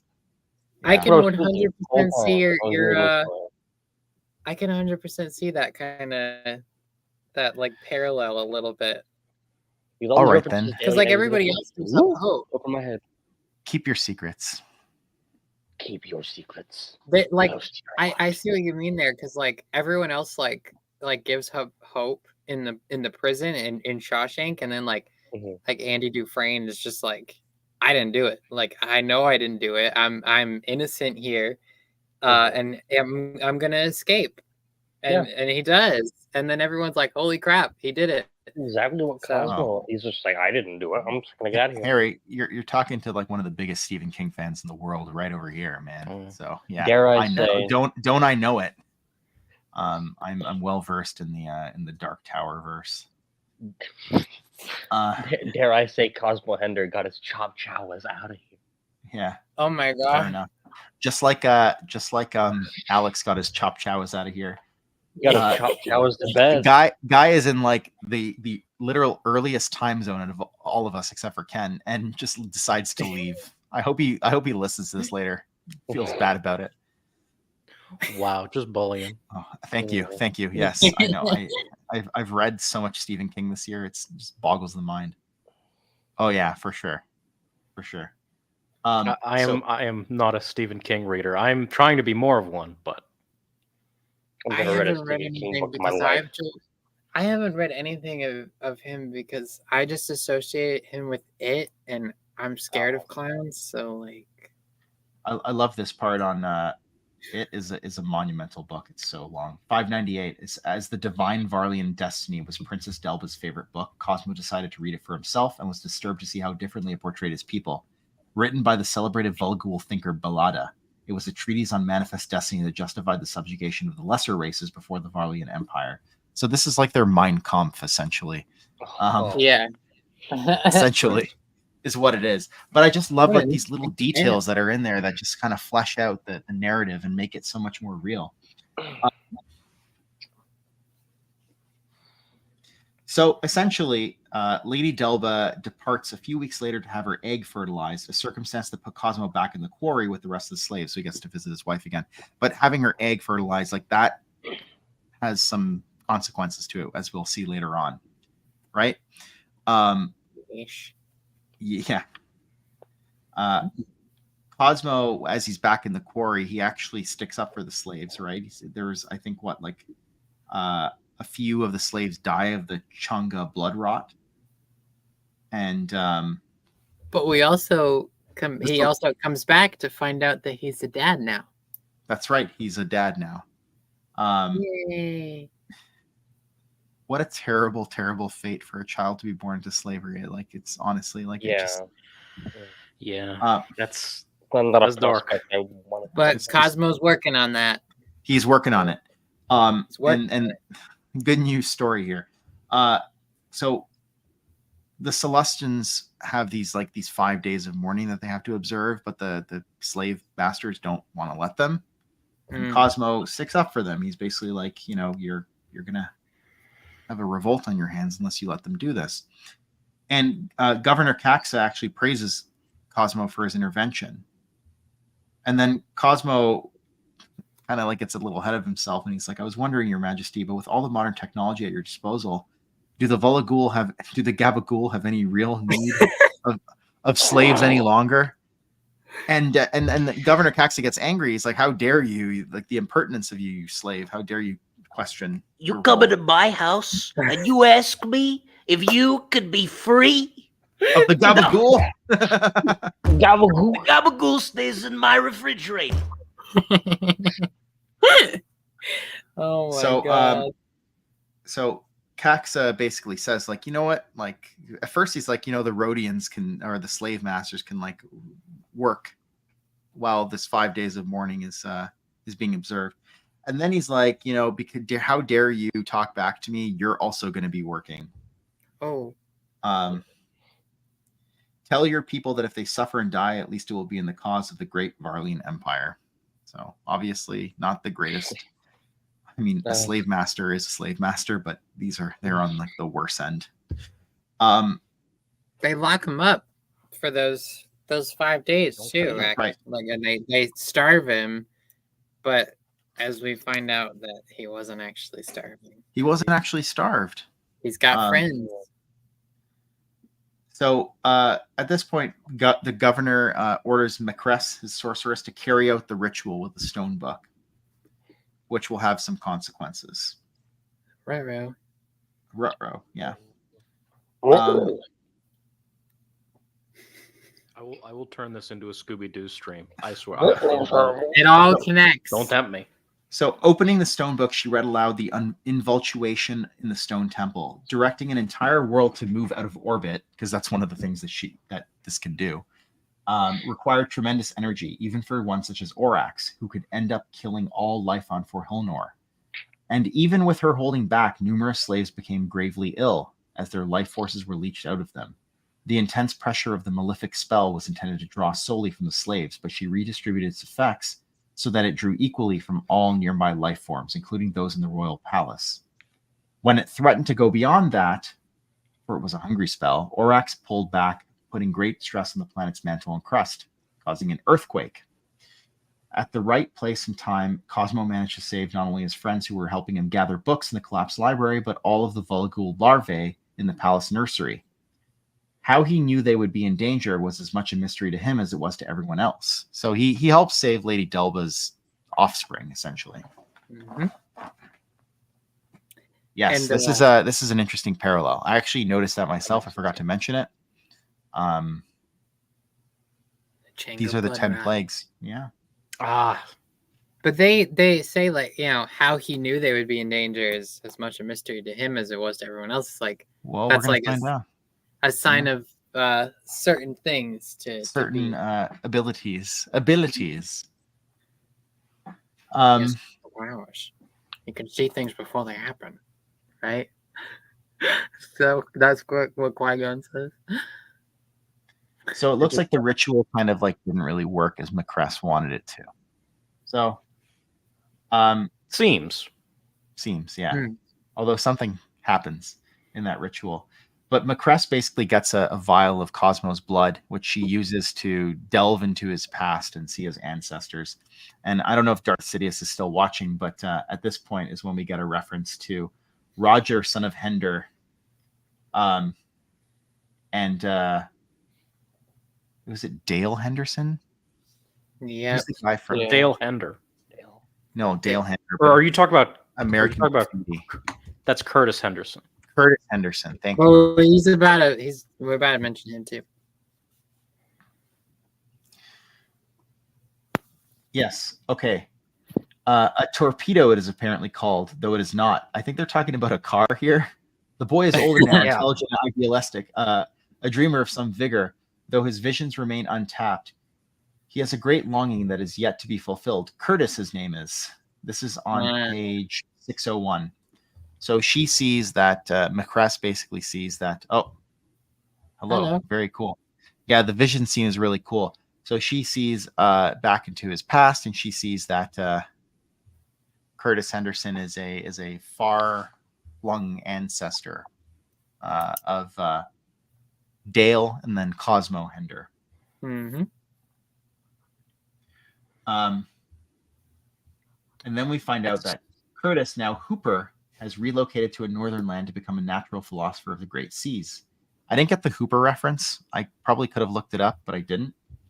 But he is a drifter and returns to his country of origin to dwell upon a Long Island in order to pursue his trade and the object of his affection, the wife of a constable who seeks his aid. Unbeknownst to them, their great-grandfathers had been close associates. So I know this is a reference to something. I don't know what it's for. If anyone in the chat knows and wants to put me out of my misery, feel free to. If not, that's fine too. I think I can't remember where it is. I forgot to write it down, but at some point there is a mention of a bird of thunder in regards to like another vehicle. If that's actually a reference to the Thunderbird, my grandfather had one of those, so I was like, oh, Thunderbird, that's really cool, sick. A brown T-Bird. He loved that car. It's a cool car. Yeah, I'm looking for it, but I don't see it here. But I do recall reading that as well. I don't remember where. If only I had the ability to write things down. I love it. It's a primitive wheeled vehicle. A car is a primitive wheeled vehicle. That's fair. That's okay. That's okay. We'll just suffer in silence.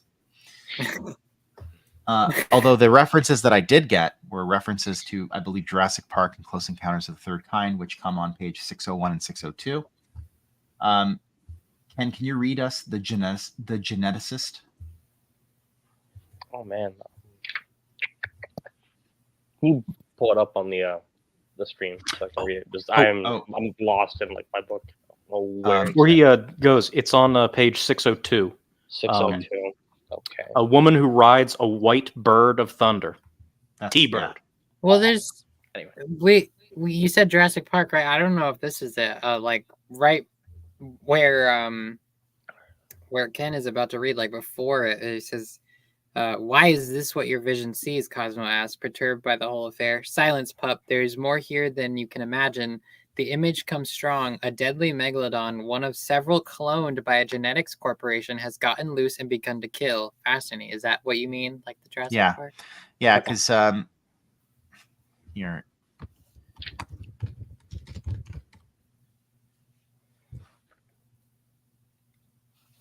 Because obviously the dinosaurs are created genetically through that kind of stuff, and they do get loose and kill everybody. So I'm just looking something up right now.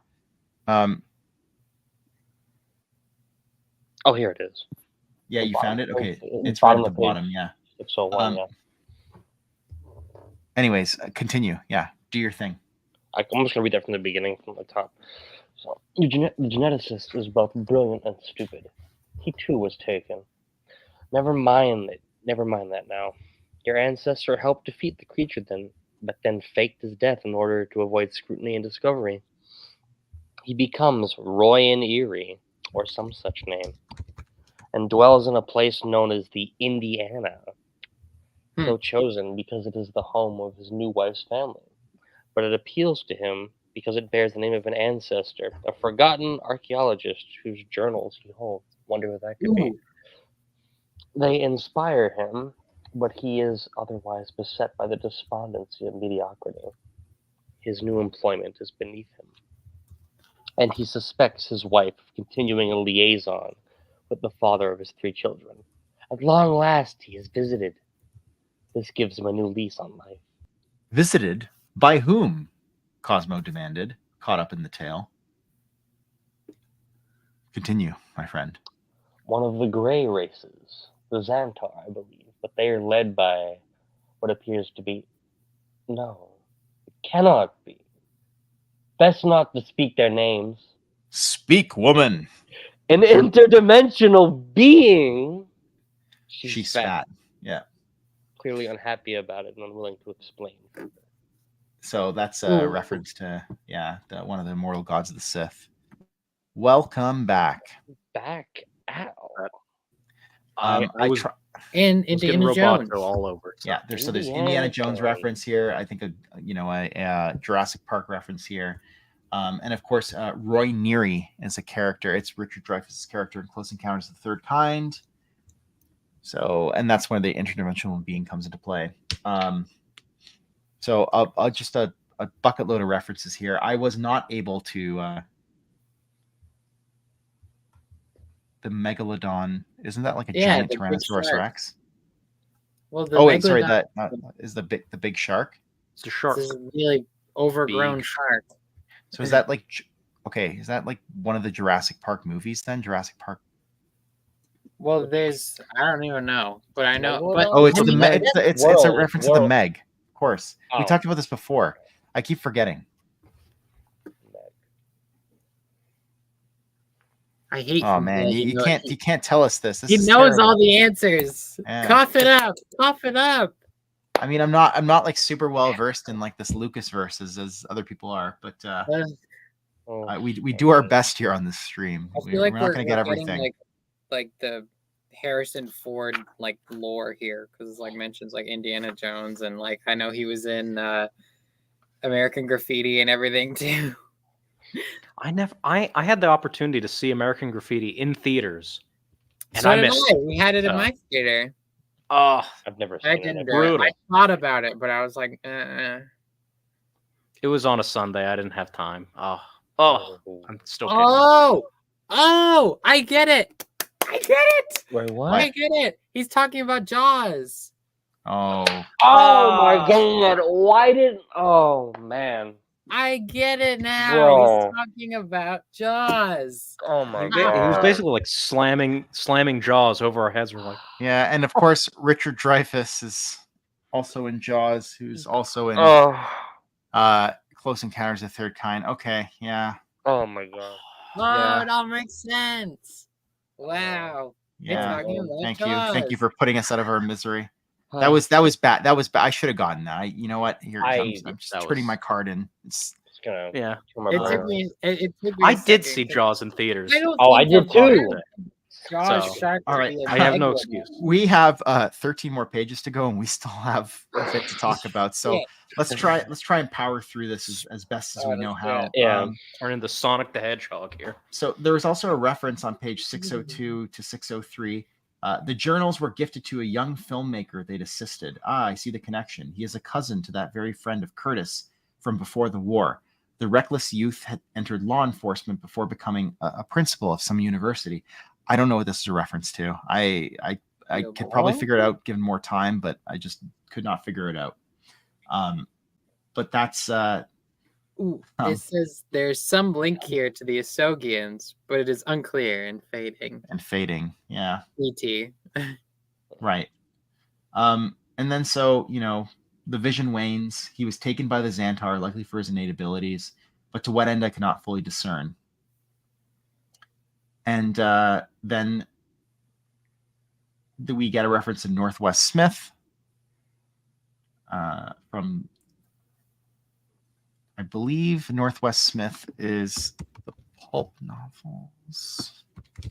I just want to point out how we're basically looking C.L. Moore books. Yeah, okay, yeah. Sorry. We're looking at the Steven Spielberg cinematic universe here. Yes. Yeah. Yes, very much so. Dance. And then from that branch on Eartha comes your forebear, Dilhender, who escaped that world 5 centuries ago, and we of course talked about that at the beginning of the section. That is all I can say. I see no further. And then that's when Cosmo comes into contact with Orax, the Eye of Clarity. His wife Sally gives the eye to him. She says it was a jewel of an unknown type. So it's described as a jewel of an unknown type surrounded in a circlet of gold and fashioned into a necklace. The Four Hill Nor, I believe, gave it to her, and so she gave it to Cosmo. And it says, the moment that she placed it on him, the calling began. Having never experienced any such thing, Cosmo was startled and moved to remove the necklace, but his wife grasped his hand, and he relaxed. In a minute, he nodded and said, I know now what I must do, but it won't be easy. Yes, this is definitely the case. And of course, I would love to reference everything that we find here, but unfortunately that's for Brennan's breakdowns, not for me to do.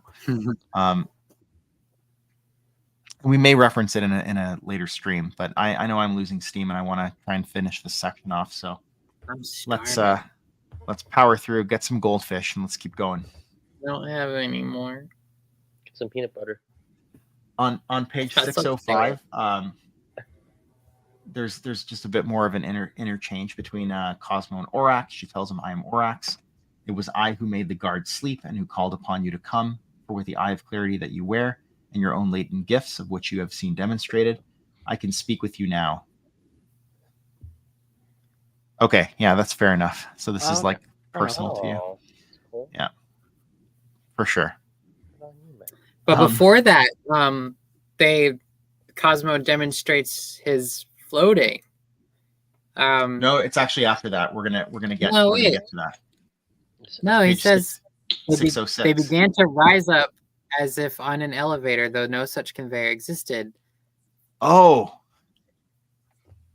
never mind. Right there. You're right. He does it again. Yeah. So this is where, and I guess now he's able to commune with Orax because he's force sensitive. That's right. And that's how he knew that Lady Delba's offspring were in danger earlier, because the Force was warning him of it. The Force is strong in Cosmo Hender. Yeah, it is. Because he is, as we're going to see when he goes back to the slave camp,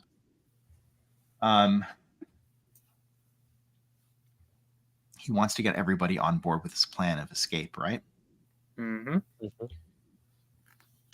They claim that his intimacy with Lady Delba has turned him into a madman or a spy, but in order to prove himself to them, he begins to float again, rise up. Mm-hmm. The guild was astonished, as was Sally. And Freedom, that's their child's name. We forgot to mention his child's name is Freedom. Cooed. Yep. Now do you believe us? Taffy chided. We have our very own Skywalker. That's right. Announced Warren. There's nothing we can't do. So the very first Skywalker is Cosmo Hender. Yes. That's where that name comes from. He is we could potentially say, a direct ancestor of the Skywalkers. Yes. And there's something later on that even further reinforces that, if you ask me. I don't know. I'm hesitant to say things because like Harry knows all the answers, and I don't want him being like just in the background, like no, like as I say something. But I know it's not that. I know that's not going to happen, and I know it's like we're all open to our interpretations. Yes, Chesco Max. I actually just Googled the Wold Newton family, and I bookmarked my Google search, and I will look into it later. Oh yeah. So Cosmo is basically now he's like the leader of the slaves, right? Like he's going to be the leader of this slave revolt that's kind of fomenting here. But we go back to Lady Delba, whose offspring failed to spin a cocoon and begin its metamorphosis into the insectoid varl. Instead, inexplicably, it remained in a larval state while continuing to grow. I wonder what that sounds like. This was terrifying and unheard of. And not a few whispered that the abomination should be put out of its misery. But Delbo was not going to do that. So then I believe what it was that the slaves pretend that there's the Changa blood rot that's spreading throughout the camp in order to Governor Caxa made the announcement due to the plague and subsequent release of the slaves to find a cure for themselves. Basically, I think like Cosmo, was it Cosmo? He tries to like convince him to like go off planet to find a cure. Yeah. Yes. And he does convince him, and it says before long the Atelier and its fleet lifted off from the planet with thousands of terrified but elated slaves. Sally rechristened the ship the New Hope. Oh, very cool. So love it. But the hoax is revealed because the Rhodians try and like at this point they turn against the Varlians. I don't know if is it Ligo? He takes like a vial of blood that he thinks is infected with the Changa blood rot, and he like flings it at the Varlians at Governor Caxa, but nothing happens. And so the Gamorreans come and slaughter the Rhodians. And Ligo dies. Yes, there was no plague. There never had been. The die indicated a hoax, and that meant that Cosmo must have somehow discovered the truth of the stone temple's effects on his people and exploited the Volagul's fear of the deadly blood rot. One thing we didn't mention is that ritual that Macress did before, that was postulated to have had an effect on Lady Delba's larva, which is why they never spun a cocoon and metamorphosized. So it's possible that the ritual with Orax is what caused the larva to remain in its larval state while continuing to grow. Right. So now that the jig is up, I believe that Caxa sends a ship after Cosmo and the New Hope. But with the help of Orax, Cosmo uses the Force. We talked about those blood stars earlier that are near Forhilnor to basically destroy the ship that follows them. Yep. It's a very cool sequence. And I think the other ship was the Aileron. Caught in the mist of them was destroyed. And then Cosmo says, I did that. Conflictingly awed and repelled. I've never killed anyone before. And Orax says, it is good that it has given you pause, for only in the direst need should life be taken. The slave lords were not born evil, but most were raised to be domineering and to blindly serve. In another few moments, they would have destroyed all of you. Their blood is on their own hands. Oof. Harsh, but fair. That's interesting, how there's like the 10 plagues being referenced. I think I would compare it to the dying of death of the firstborn.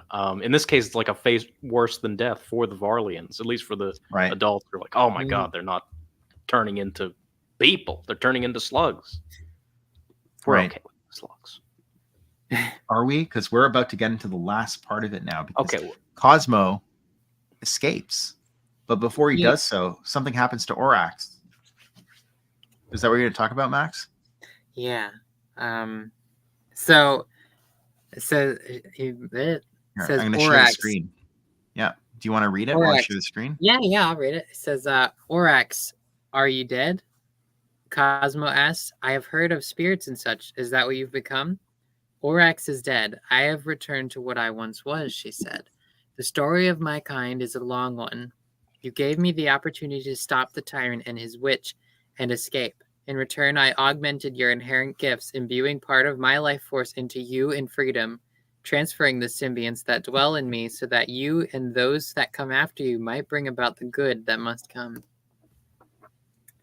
So this like provides like a explanation in a way, well, not like an explanation, but like further context or something, that the Skywalkers are more inherently powerful in the Force because they have this part of a Crystal Rider within them. You know, their bloodline is just infused with this power of the Crystal Rider.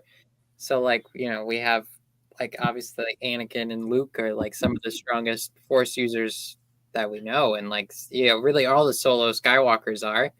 And I thought that was super cool because like these are like, they're like they are chosen ones. They're like a whole family of chosen ones, and that like Right. it aligns with everything like the Celestials say and everything we know. It's so cool, and I love that. That's an interesting concept because I never really picked up on that. But you're right. She kind of like Yeah. supercharges him, right? Exactly, and you know, like Fascinating. Luke Skywalker like is insanely powerful. Like he's like the guy that everyone fears, you know.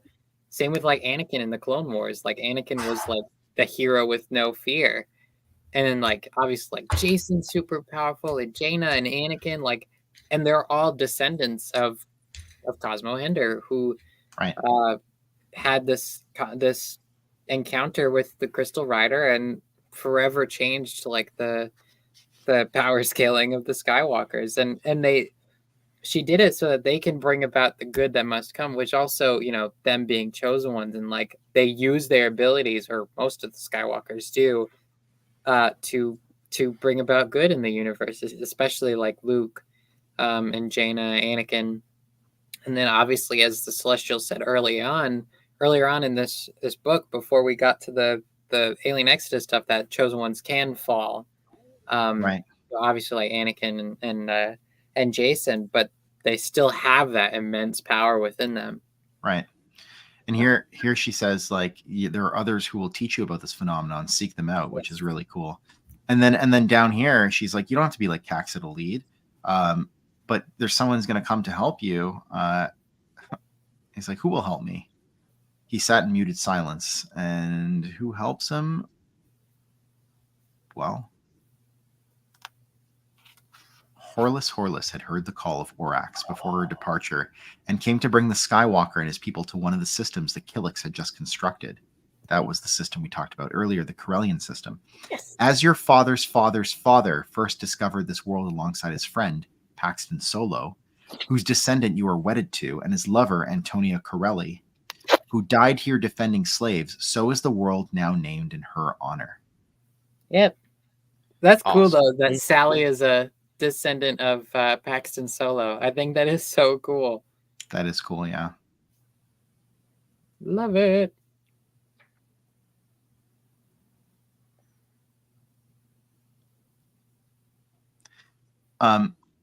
Now we have the last part that we're going to talk about tonight before my voice fades and I just fade into obscurity. Much like, I don't know, who faded into obscurity in this book? Maybe like Splendid App. One of these didn't like some of the Ahsogians. They said that the Ahsogians did that now. Like when they died, they just kind of faded away. That's right. I'm just going to be like, peace, and then fade just away. Put that meme. Yeah. Here, let's see. There you go. Oh. I'm kidding. Okay. So this last part, now we learn about what happens to the Lady Delba's offspring. So it says the Volagul offspring had continued growing into enormous worm-like creatures of terrible appetites. They were called grotesque and abomination in public. Right? Before that, though, I just want to reference what happens to Governor Caxa. So he gets basically duped by Macress. She sacrifices him. She had built a portal where the Oryx crystal was. She sacrifices him, and then goes through the portal and disappears. So we don't. Maybe she'll come back. We don't know what happens to her.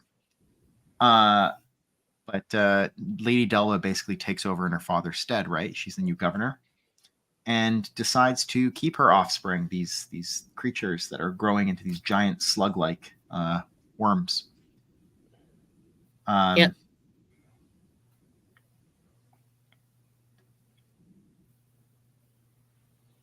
So Delva also realizes that her father was not a good guy after all. And she realizes in his vanity and obsession for power, he doomed the Volagul on Forhilnor. What he had been was selfish, grasping, and obsessed with his desire for control. So she comes to that realization. And so she assumes the mantle of control, and years pass, and the offspring of the Volagul grew. No longer were they the beloved future of their race, but a shameful thing to be concealed, kind of like locked away in the basement. She gets called, I believe, to the capital, the Varlian Empire. But then when she gets back, the court essentially says, like, you know, these spawn are monsters and they have to basically be hidden away, right?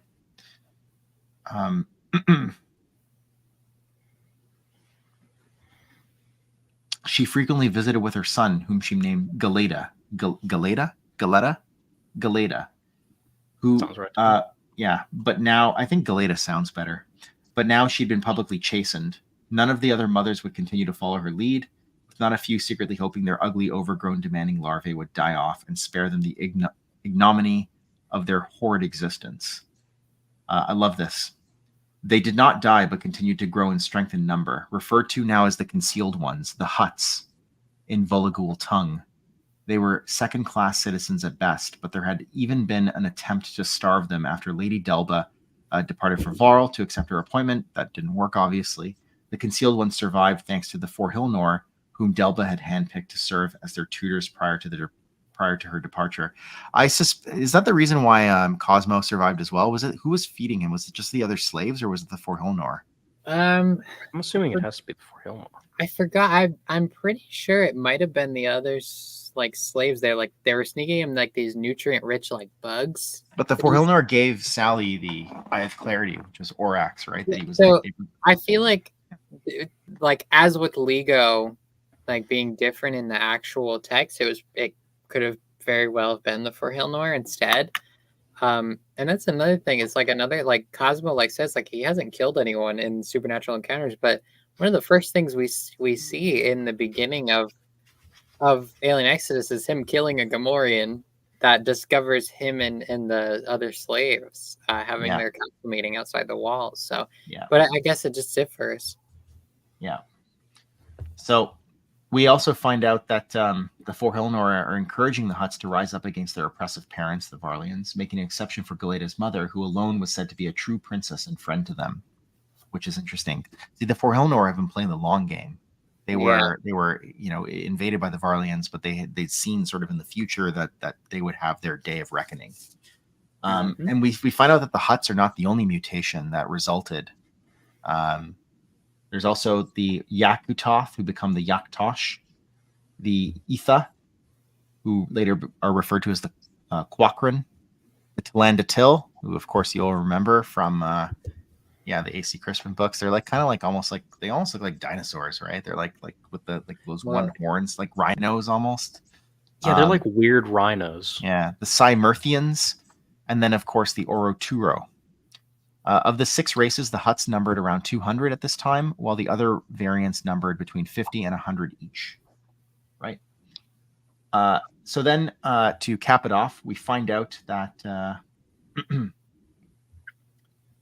Delba grew ill. Some say she was poisoned, and the day came when she lay in her sickbed in the royal chambers.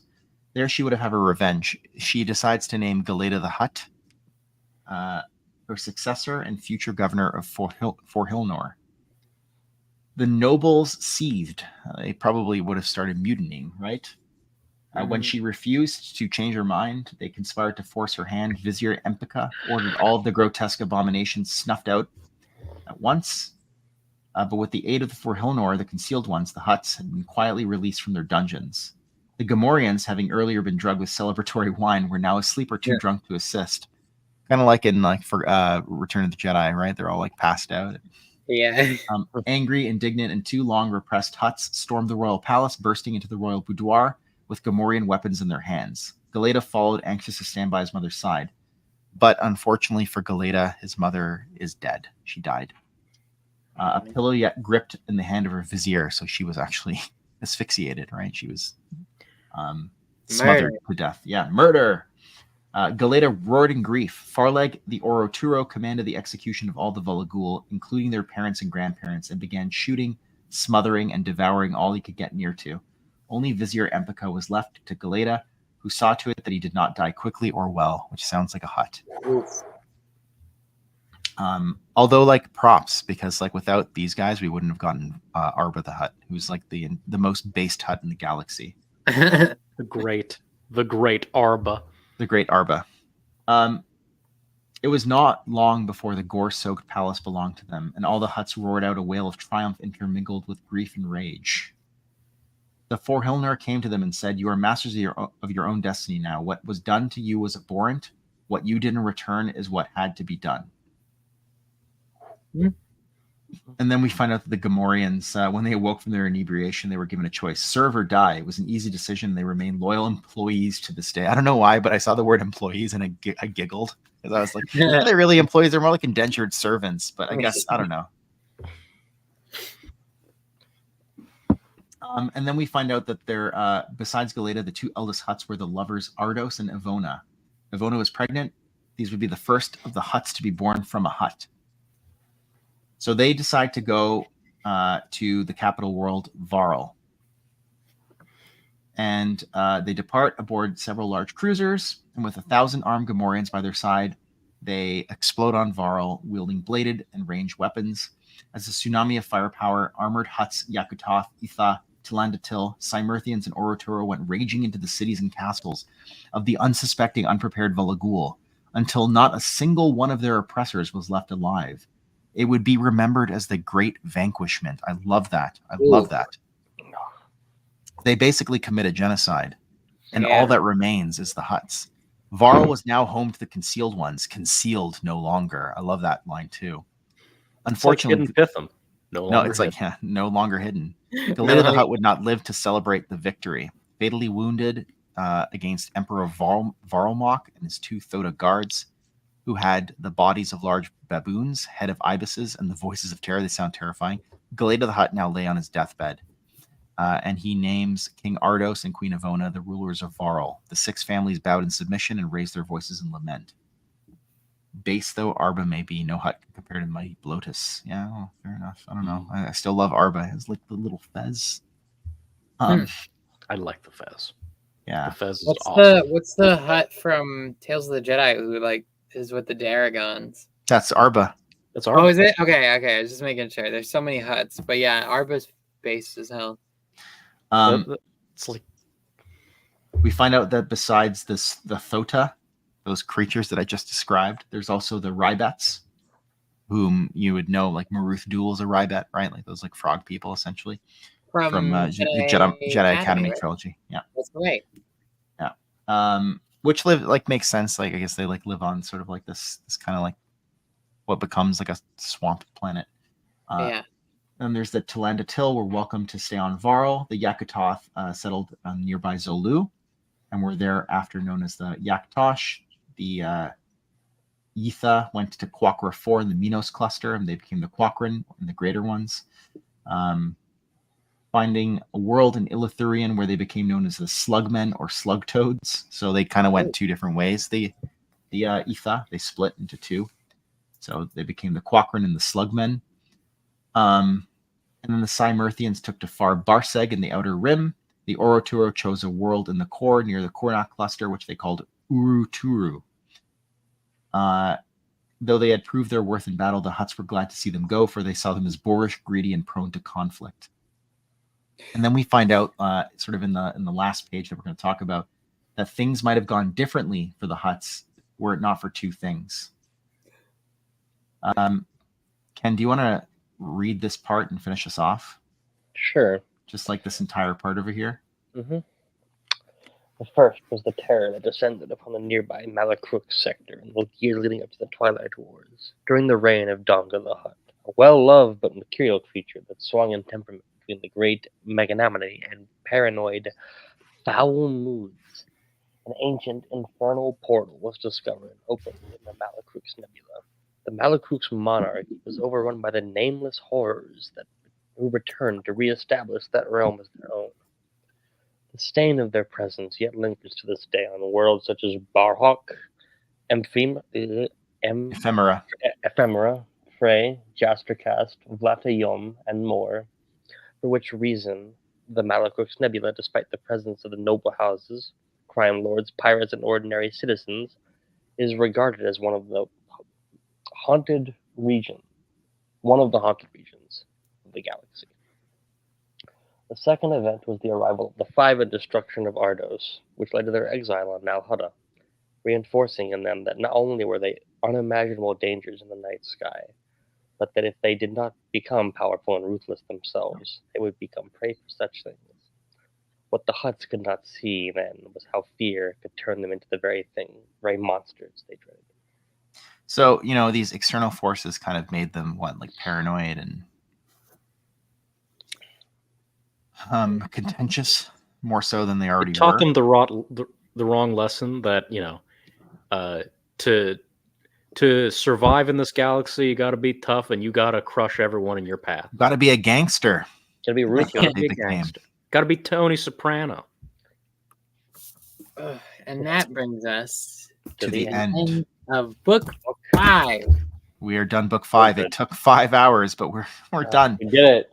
We're done. So maybe in a minute each before we end the stream tonight, we can all talk about maybe overall impressions of book 5. I will start because I'm gonna just fade into the Force, into the netherworld of the Force. I thought book 3 was my favorite. It might still be my favorite. I really love the creation myth aspect, but book 5 is just phenomenal. I think book 5 beats out book 3 because it has 2 of my favorite chapters in the book, chapters 52 and 57, and I would say even 59 and 60, just incredible chapters. I love the Alien Exodus stuff. Yeah, just great all around. So book 5 for me, incredible. I can't wait to see what book 6 holds when we get into more modern eras of Star Wars history. How about you? Let's start with Al and maybe work our way up to Max. Can we just kind of pull the screen back in to us? Oh yeah, sorry. I don't know why I didn't do that.